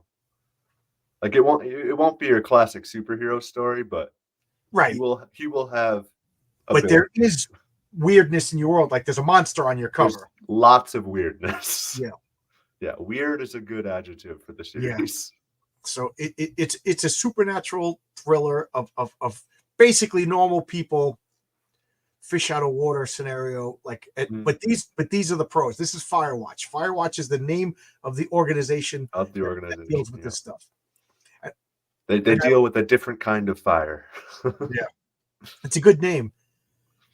Did you get Perfect 10 by Dave Brink? I haven't yet. No. But it's to me that's the best superhero comic that's coming out. I've been told that by many people. I tell you, I this isn't saying anything bad about if my comic is half as good as Perfect 10. Yeah. I'm happy. It's that good. It's the best of Image Comics art, but with quality writing. You know, that was always the thing that got me about Image Comics. But anyway, I forgot even why I brought it up. Now I forgot even why I was bringing this up. Something about superheroes. Something about. All right, I just brought up Perfect 10 for no reason whatsoever. I lost. It's great. But I've been recommended it a lot of times. Yeah. Like even though people know I don't like superhero comics, they say you'll like this one. The team in his comic. This is why, because you have Firewatch, and I think it's a clever name for a team. I can't believe I never thought of this. Safeguard is the name of his team. What a great name for a superhero team. That is a great name. Great names for his characters. They're so good. So good. And one of his characters, he has a character called the Sleeper Agent, and that was going to be like issue 7 of Heroic Tales, the Sleeper Agent. And he's inspired by Lovecraft and the dream cycle of Randolph Carter and all that stuff. So I actually asked Dave, would you be upset? And he goes, nah, your character's completely different. Is it a hot blonde in a spandex outfit? No, it's actually, he looks like Sting from the Police. He's a male. Go ahead. It's different. Haldir says, I hope some bigger creators start using Fund My Comic. If EVS or Malin do a campaign, it will probably, well, Mike Barron and Kelsey Shannon Mike's been on Fund My Comic. I consider Renee, who does Fiendish, a big, she hit the $100,000 club. She's on Fund My Comic. Yeah. So yes, you know what? I understand. They're not wrong I don't want to say they avoided Fund My. It's brand new. Right. And this is their bread and butter. EVS is a comic book guy. He's not going to risk all of his business by what could have been a flash in the pan. So now he sees it's got some legs. Mike Barron's on it. You know what I mean? Renee is doing some serious numbers on it. So yeah, I wouldn't be surprised. And I don't blame him. It's business, Today was my first time using Indiegogo. It seemed easy to sign up and pay. Yeah. And what I like about Indiegogo is it takes the money out right then and there. Like, this is going to sound mean and mercenary, but make it easy for the person to pay. Take the money before they change their mind. Kickstarter, you pledge, and then 60 days later, you're broke. You changed your mind. You forgot. You didn't have money in the account that day, and then you're like, oh well, I guess I didn't get your comic. So yeah. I like that on Fund My Comic. You pay. I don't get the money. I don't know when I get the money. Maybe once a month. I don't know. But that money goes into this pool, and then it gets dispersed to me at some point in the future. And it's good because if I get the money, I don't want the money. I want one big lump sum because I got to pay for shipping and I got to buy whatever. Mm-hmm. Fund My Comic was a bit of yeah. I didn't think it was, but then again, I'm into this stuff. But when I see messages from my family members, like, how do I do this? Yeah, I would say that's something Luke needs to figure out is because when you sign up, then it kicks everything out of your cart. So you have to go re-put things into your cart after you make your account. Oh, so that's the annoying part. So if you could figure that out, you got to make it as easy as possible for grandma to pay for that. You got to. Thanks for telling me. Yeah. Okay. I didn't know that. And I also I thought we could do an add-on for the coin. So I thought you'd click on. I want 2 covers and a pint glass, and then there was a little drop box, and it just. But that drop box said 1 coin, but it was never registered. So we had to stop. So I called up my guy who built my campaign. I was like, we got to stop it. He froze it, and then within a couple of hours we fixed it. So I'm sure there's the first 6 or 7 hours of people who wanted coins they're not going to come back just to buy a coin. So I probably lost like $250 worth of income. I think I backed after that, right? Yeah, I made an announcement. I sent out an update on so everybody who backed will get an email. I got my coin on Twitter, but live and learn. If that's the only mistake that I make, then I'm happy. You know. Right. Yeah. Yeah. Yeah. Because my sister was like, I think I backed. I don't know if I did. You know. So it's cool because I could go and see right now, like Logan Effling bought this. You know, so it's kind of cool. I'm like, oh wow, that guy. One of my coworkers that I met him a week ago, and he backed my comic. I'm like, oh, Will, he's such a good guy. You know, I called him up, and he's like, how did you know? I'm like, I know everything.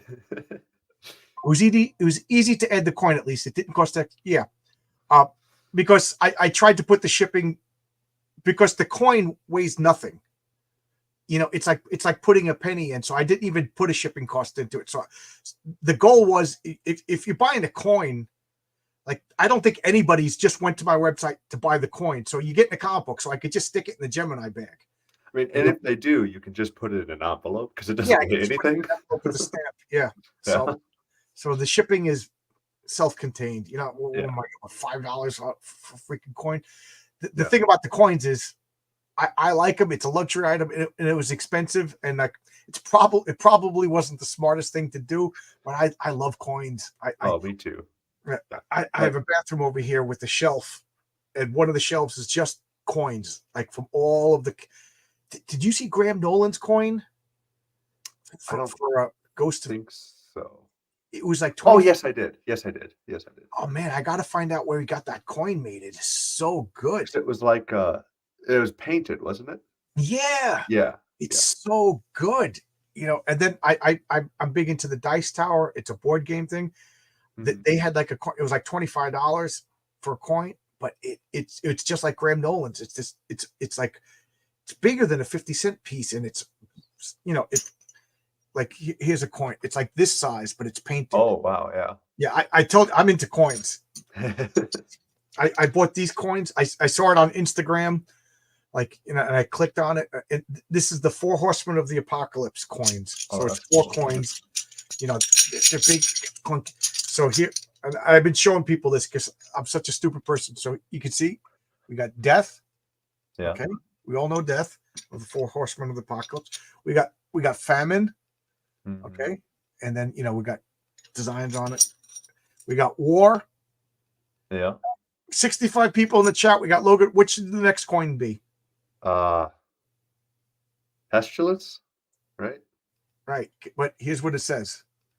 Conquest. Conquest. So I was pissed. That's not right. and I wrote to them, and they said, nope, that's the 4 Horsemen of the Apocalypse. Check it. So I was like livid. I was like, it's supposed to be pestilence. It's supposed to be plague. It's supposed to be pestilence, plague or pestilence. Yeah. So that's what I always thought. So I have like Bibles from around the world. I got like the Quran. I got I got the Book of Mormon. I just love all the holy books. I got the Rig Vedas and the Buddhist book. So I took out this academic Bible, and lo and behold, it says Conquest. Really? Yeah. So I was like, okay, so maybe it's. So I went and I got this old Bible. My wife has a Bible from when her father was. It says Conquest.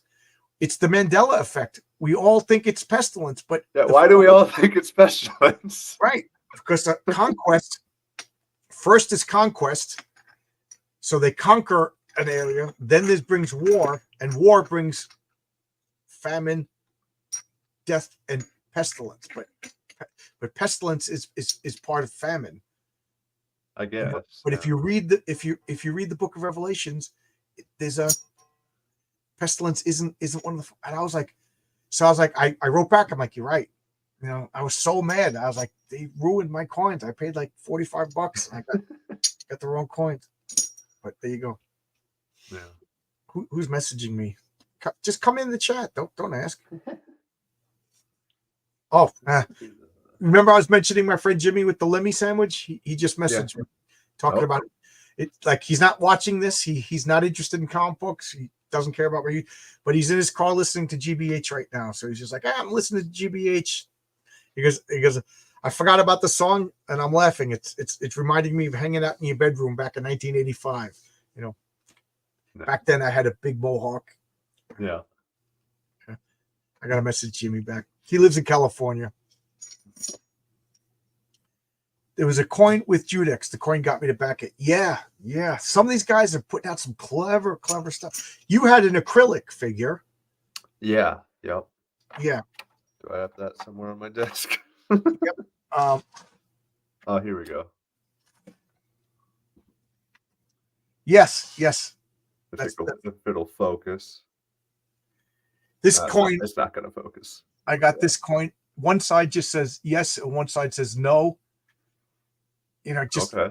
I could, it's like for I guess Harvey Dent, but yeah. I'm just looking at there's like all over my desk. There's like cool stuff that I got from a lot of these campaigns, and of course now that I'm looking for them, I can't find them. But I just got a black and white Art Bears art comic, and it came with like a cool lapel pin. And where the hell is it? No, I put it over here so I wouldn't lose it, and of course I lost it. I'll find it. But some of these guys got some cool stuff. Like I was thinking of mugs. How cool would it be to get like a purple mug with the gold laurel wreath and then the red heroic tails on one side? But mugs create a lot of work. Yeah, you got to ship them. Yeah, you got to ship them in oversized padded boxes. Yeah, well, I got these pint glasses, the heroic tails pint. That's kind of the same thing. Yeah. Yeah. So I've been shipping them out. Haldir, I shipped one out to Winnipeg. I forget Haldir was yours. I shipped out like 10 of them so far, and one of them broke. Haldir, was it yours that broke? So I sent out another one. Yeah. It happens. But these are the same ones that'll go out the campaign. So I already bought boxes. My wife was really good about wrapping them, but I'm convinced it was the post office that like dropped it or something because I think Haldir's went to Winnipeg from New York and it didn't get broken, but two went to Arizona that didn't get broken, and one I think was the shortest distance that got broken. So Dave says you did the right thing by writing the back and saying that. Yeah, well, when you write superhero comic books, superheroes, Superman like defined my morals. I'm not even joking. Like, great power comes great responsibility. Fantastic Four instilled this, family, Batman, justice and stuff. Thank God the Punisher didn't influence me too much, but you know what I'm saying. So, my father always says, "You read too many comic books. You got such like a sense of justice." I'm like, "Well, you should be proud of me, Dad." Oh, mine arrived in perfect condition. Good. I was joking that one day, like after the campaign's over and like everybody got a pint, we're going to have a live stream. Everybody's going to come on. We're all going to have a pint of beer together out of our patriarch glass. But I was just like, because the patriarch's a father. He's got 7 kids. The guy likes a beer. So I'm like, so I was like, I just thought this would be perfect to do for the character of the patriarch. And Mary Sue is going to be in issue number 2. I want to get a coin with her symbol. I can't wait to, Renzo's drawing the symbol now. We're starting on issue 2 Monday. So he's going to start sending me like the concept sketches of the characters and stuff like that. I can't wait to see, because I drew the symbol, sent it to him, and he's going to make it look good. Like when I did the laurel wreath, it looked like a kindergartner. I drew it. And then he you can see it in the background of this when we'll go. It's so good. I don't know. He's a magician. He turns lead into gold. I'm trying to look around. Is there anything else I could talk about? Oh, here's a sneak peek. This is the second card that'll show up. Ooh. This is Boss Moxie. That's cool. He was a construction worker, foreman, who woke up one day and started talking like a 30s gangster and started robbing banks. It happens to the best of us. Yeah. Can you blame him? But I don't explain it in issue 1. It's just one of those things. But if you read the comic over you're gonna understand why some people in Science City just go crazy. That's gonna be. It's like I said, self-contained stories. But if you read them, and not necessarily in order, I want to try to make it maybe if you miss an issue, don't miss an issue, but if you do. I'd like to think that it'll make sense over time. But you know what? I think I'm gonna go to bed because I'm gonna do Sunday comics tomorrow at at 10 a.m. So I have to wake up at least 9. I'm going to do X-Men 137 tomorrow. Oh, okay. So that's the Death of Phoenix. That is the Death of Phoenix. Okay. Yeah, I'm going to do the Death of Phoenix. I already did it on Sunday Comics not years ago, months and months ago. But now I actually have an audience and interaction. So Yeah. So that'll be a lot of fun. So I'm trying to showcase all key issues, and if I can't think of anything, I throw it out to the crowd and they pick. Like, what did I do last week? I don't even remember what I did last. I did Giant Size X-Men #1. The week before that, I did Hulk 181. I did X-Men #1, Fantastic Four #1, Justice League. I did all my #1s, and now I'm picking around for key issues. So I think X-Men 137, because I know that comic inside and out. I could do like a college lecture on that. And then next week I'll probably do a Fantastic Four 50, the first Galactus. But all good things must end. I've been talking for 4 hours, and I've been interrupting poor Logan for 4 hours. First guy to show up. You're a trooper. You were the first guy to show up. Yeah, you outlasted everybody. And good. I promise I'll be quiet. Give us a pitch for Firewatch. All right, Firewatch. Supernatural comic, buddy cop duo, lots of ghosts and ghoulies, monsters of every variety. It's gonna be a fun ride. There you go. That was nice. That was nice. Are you like me? Are you like a little embarrassed to pitch yourself? Constantly. Yeah. I hate it. You have to do it. You have to. It's necessary. Nobody else's job to promote me, but I get a little shy, Yeah. Oh, how dear. I love the Sunday shows. I set my alarm for 8:55 to wake up thank you. I wake up. Usually I get up at 9, and then I think I could sleep till 9:30, and then I get out of bed about 9:10 because it's Sunday. I want to sleep late. I make the coffee, I go get the comic, and then I just peruse it to make sure it's as I remember it. Because I used to just open it up and start talking and then make mistakes. It's not the comic I thought it was. Mm-hmm. But it's my favorite thing that I do on this channel. It used to just be me talking. I figured out how to have my face and the comic. So and then there's people in the chat asking questions, talking about stuff. Marcus Kellegrew's there correcting me because I misremember stuff. But thanks, Haldir. Thanks. I'll see you guys in the morning, and then I'll probably gonna do this again Sunday, but not as late because I got to wake up. So Logan, if you want to come back tomorrow, I like this. You don't know who's going to show up. I did it Friday night. We stayed up way too late. DC Miller. I was out of town on Friday, so I couldn't have made that one. Too early for me to watch live, but I always watch. Oh, thank you. Yeah.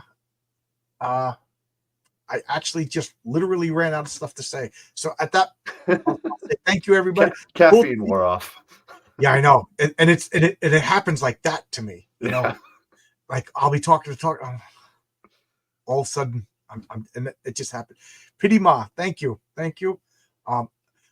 It's funny because I said, who the hell will watch 4-hour streams? Like I try to keep my streams, but apparently people have 4-hour streams, and I end up saying stuff I shouldn't be saying. Like I told stories about like shitting on the foreman's desk. I can't believe I told that kind of stuff. And again, they're all stuff. Maybe someday I'll drink and tell stories I shouldn't be telling. I'll leave the possibility of really embarrassing, really bad stories that I shouldn't be telling. But yes, they're there. That's why I have to laugh at all this drama. It's like these guys went to a S&M club. Who gives a crap? Honestly, yeah. That's nothing. That's nothing. All right, bye, everybody. Before I alienate people and start drama of myself. Bye, everybody. Thank you. And back row, tail number 1. I need the money. No, I don't. Yeah.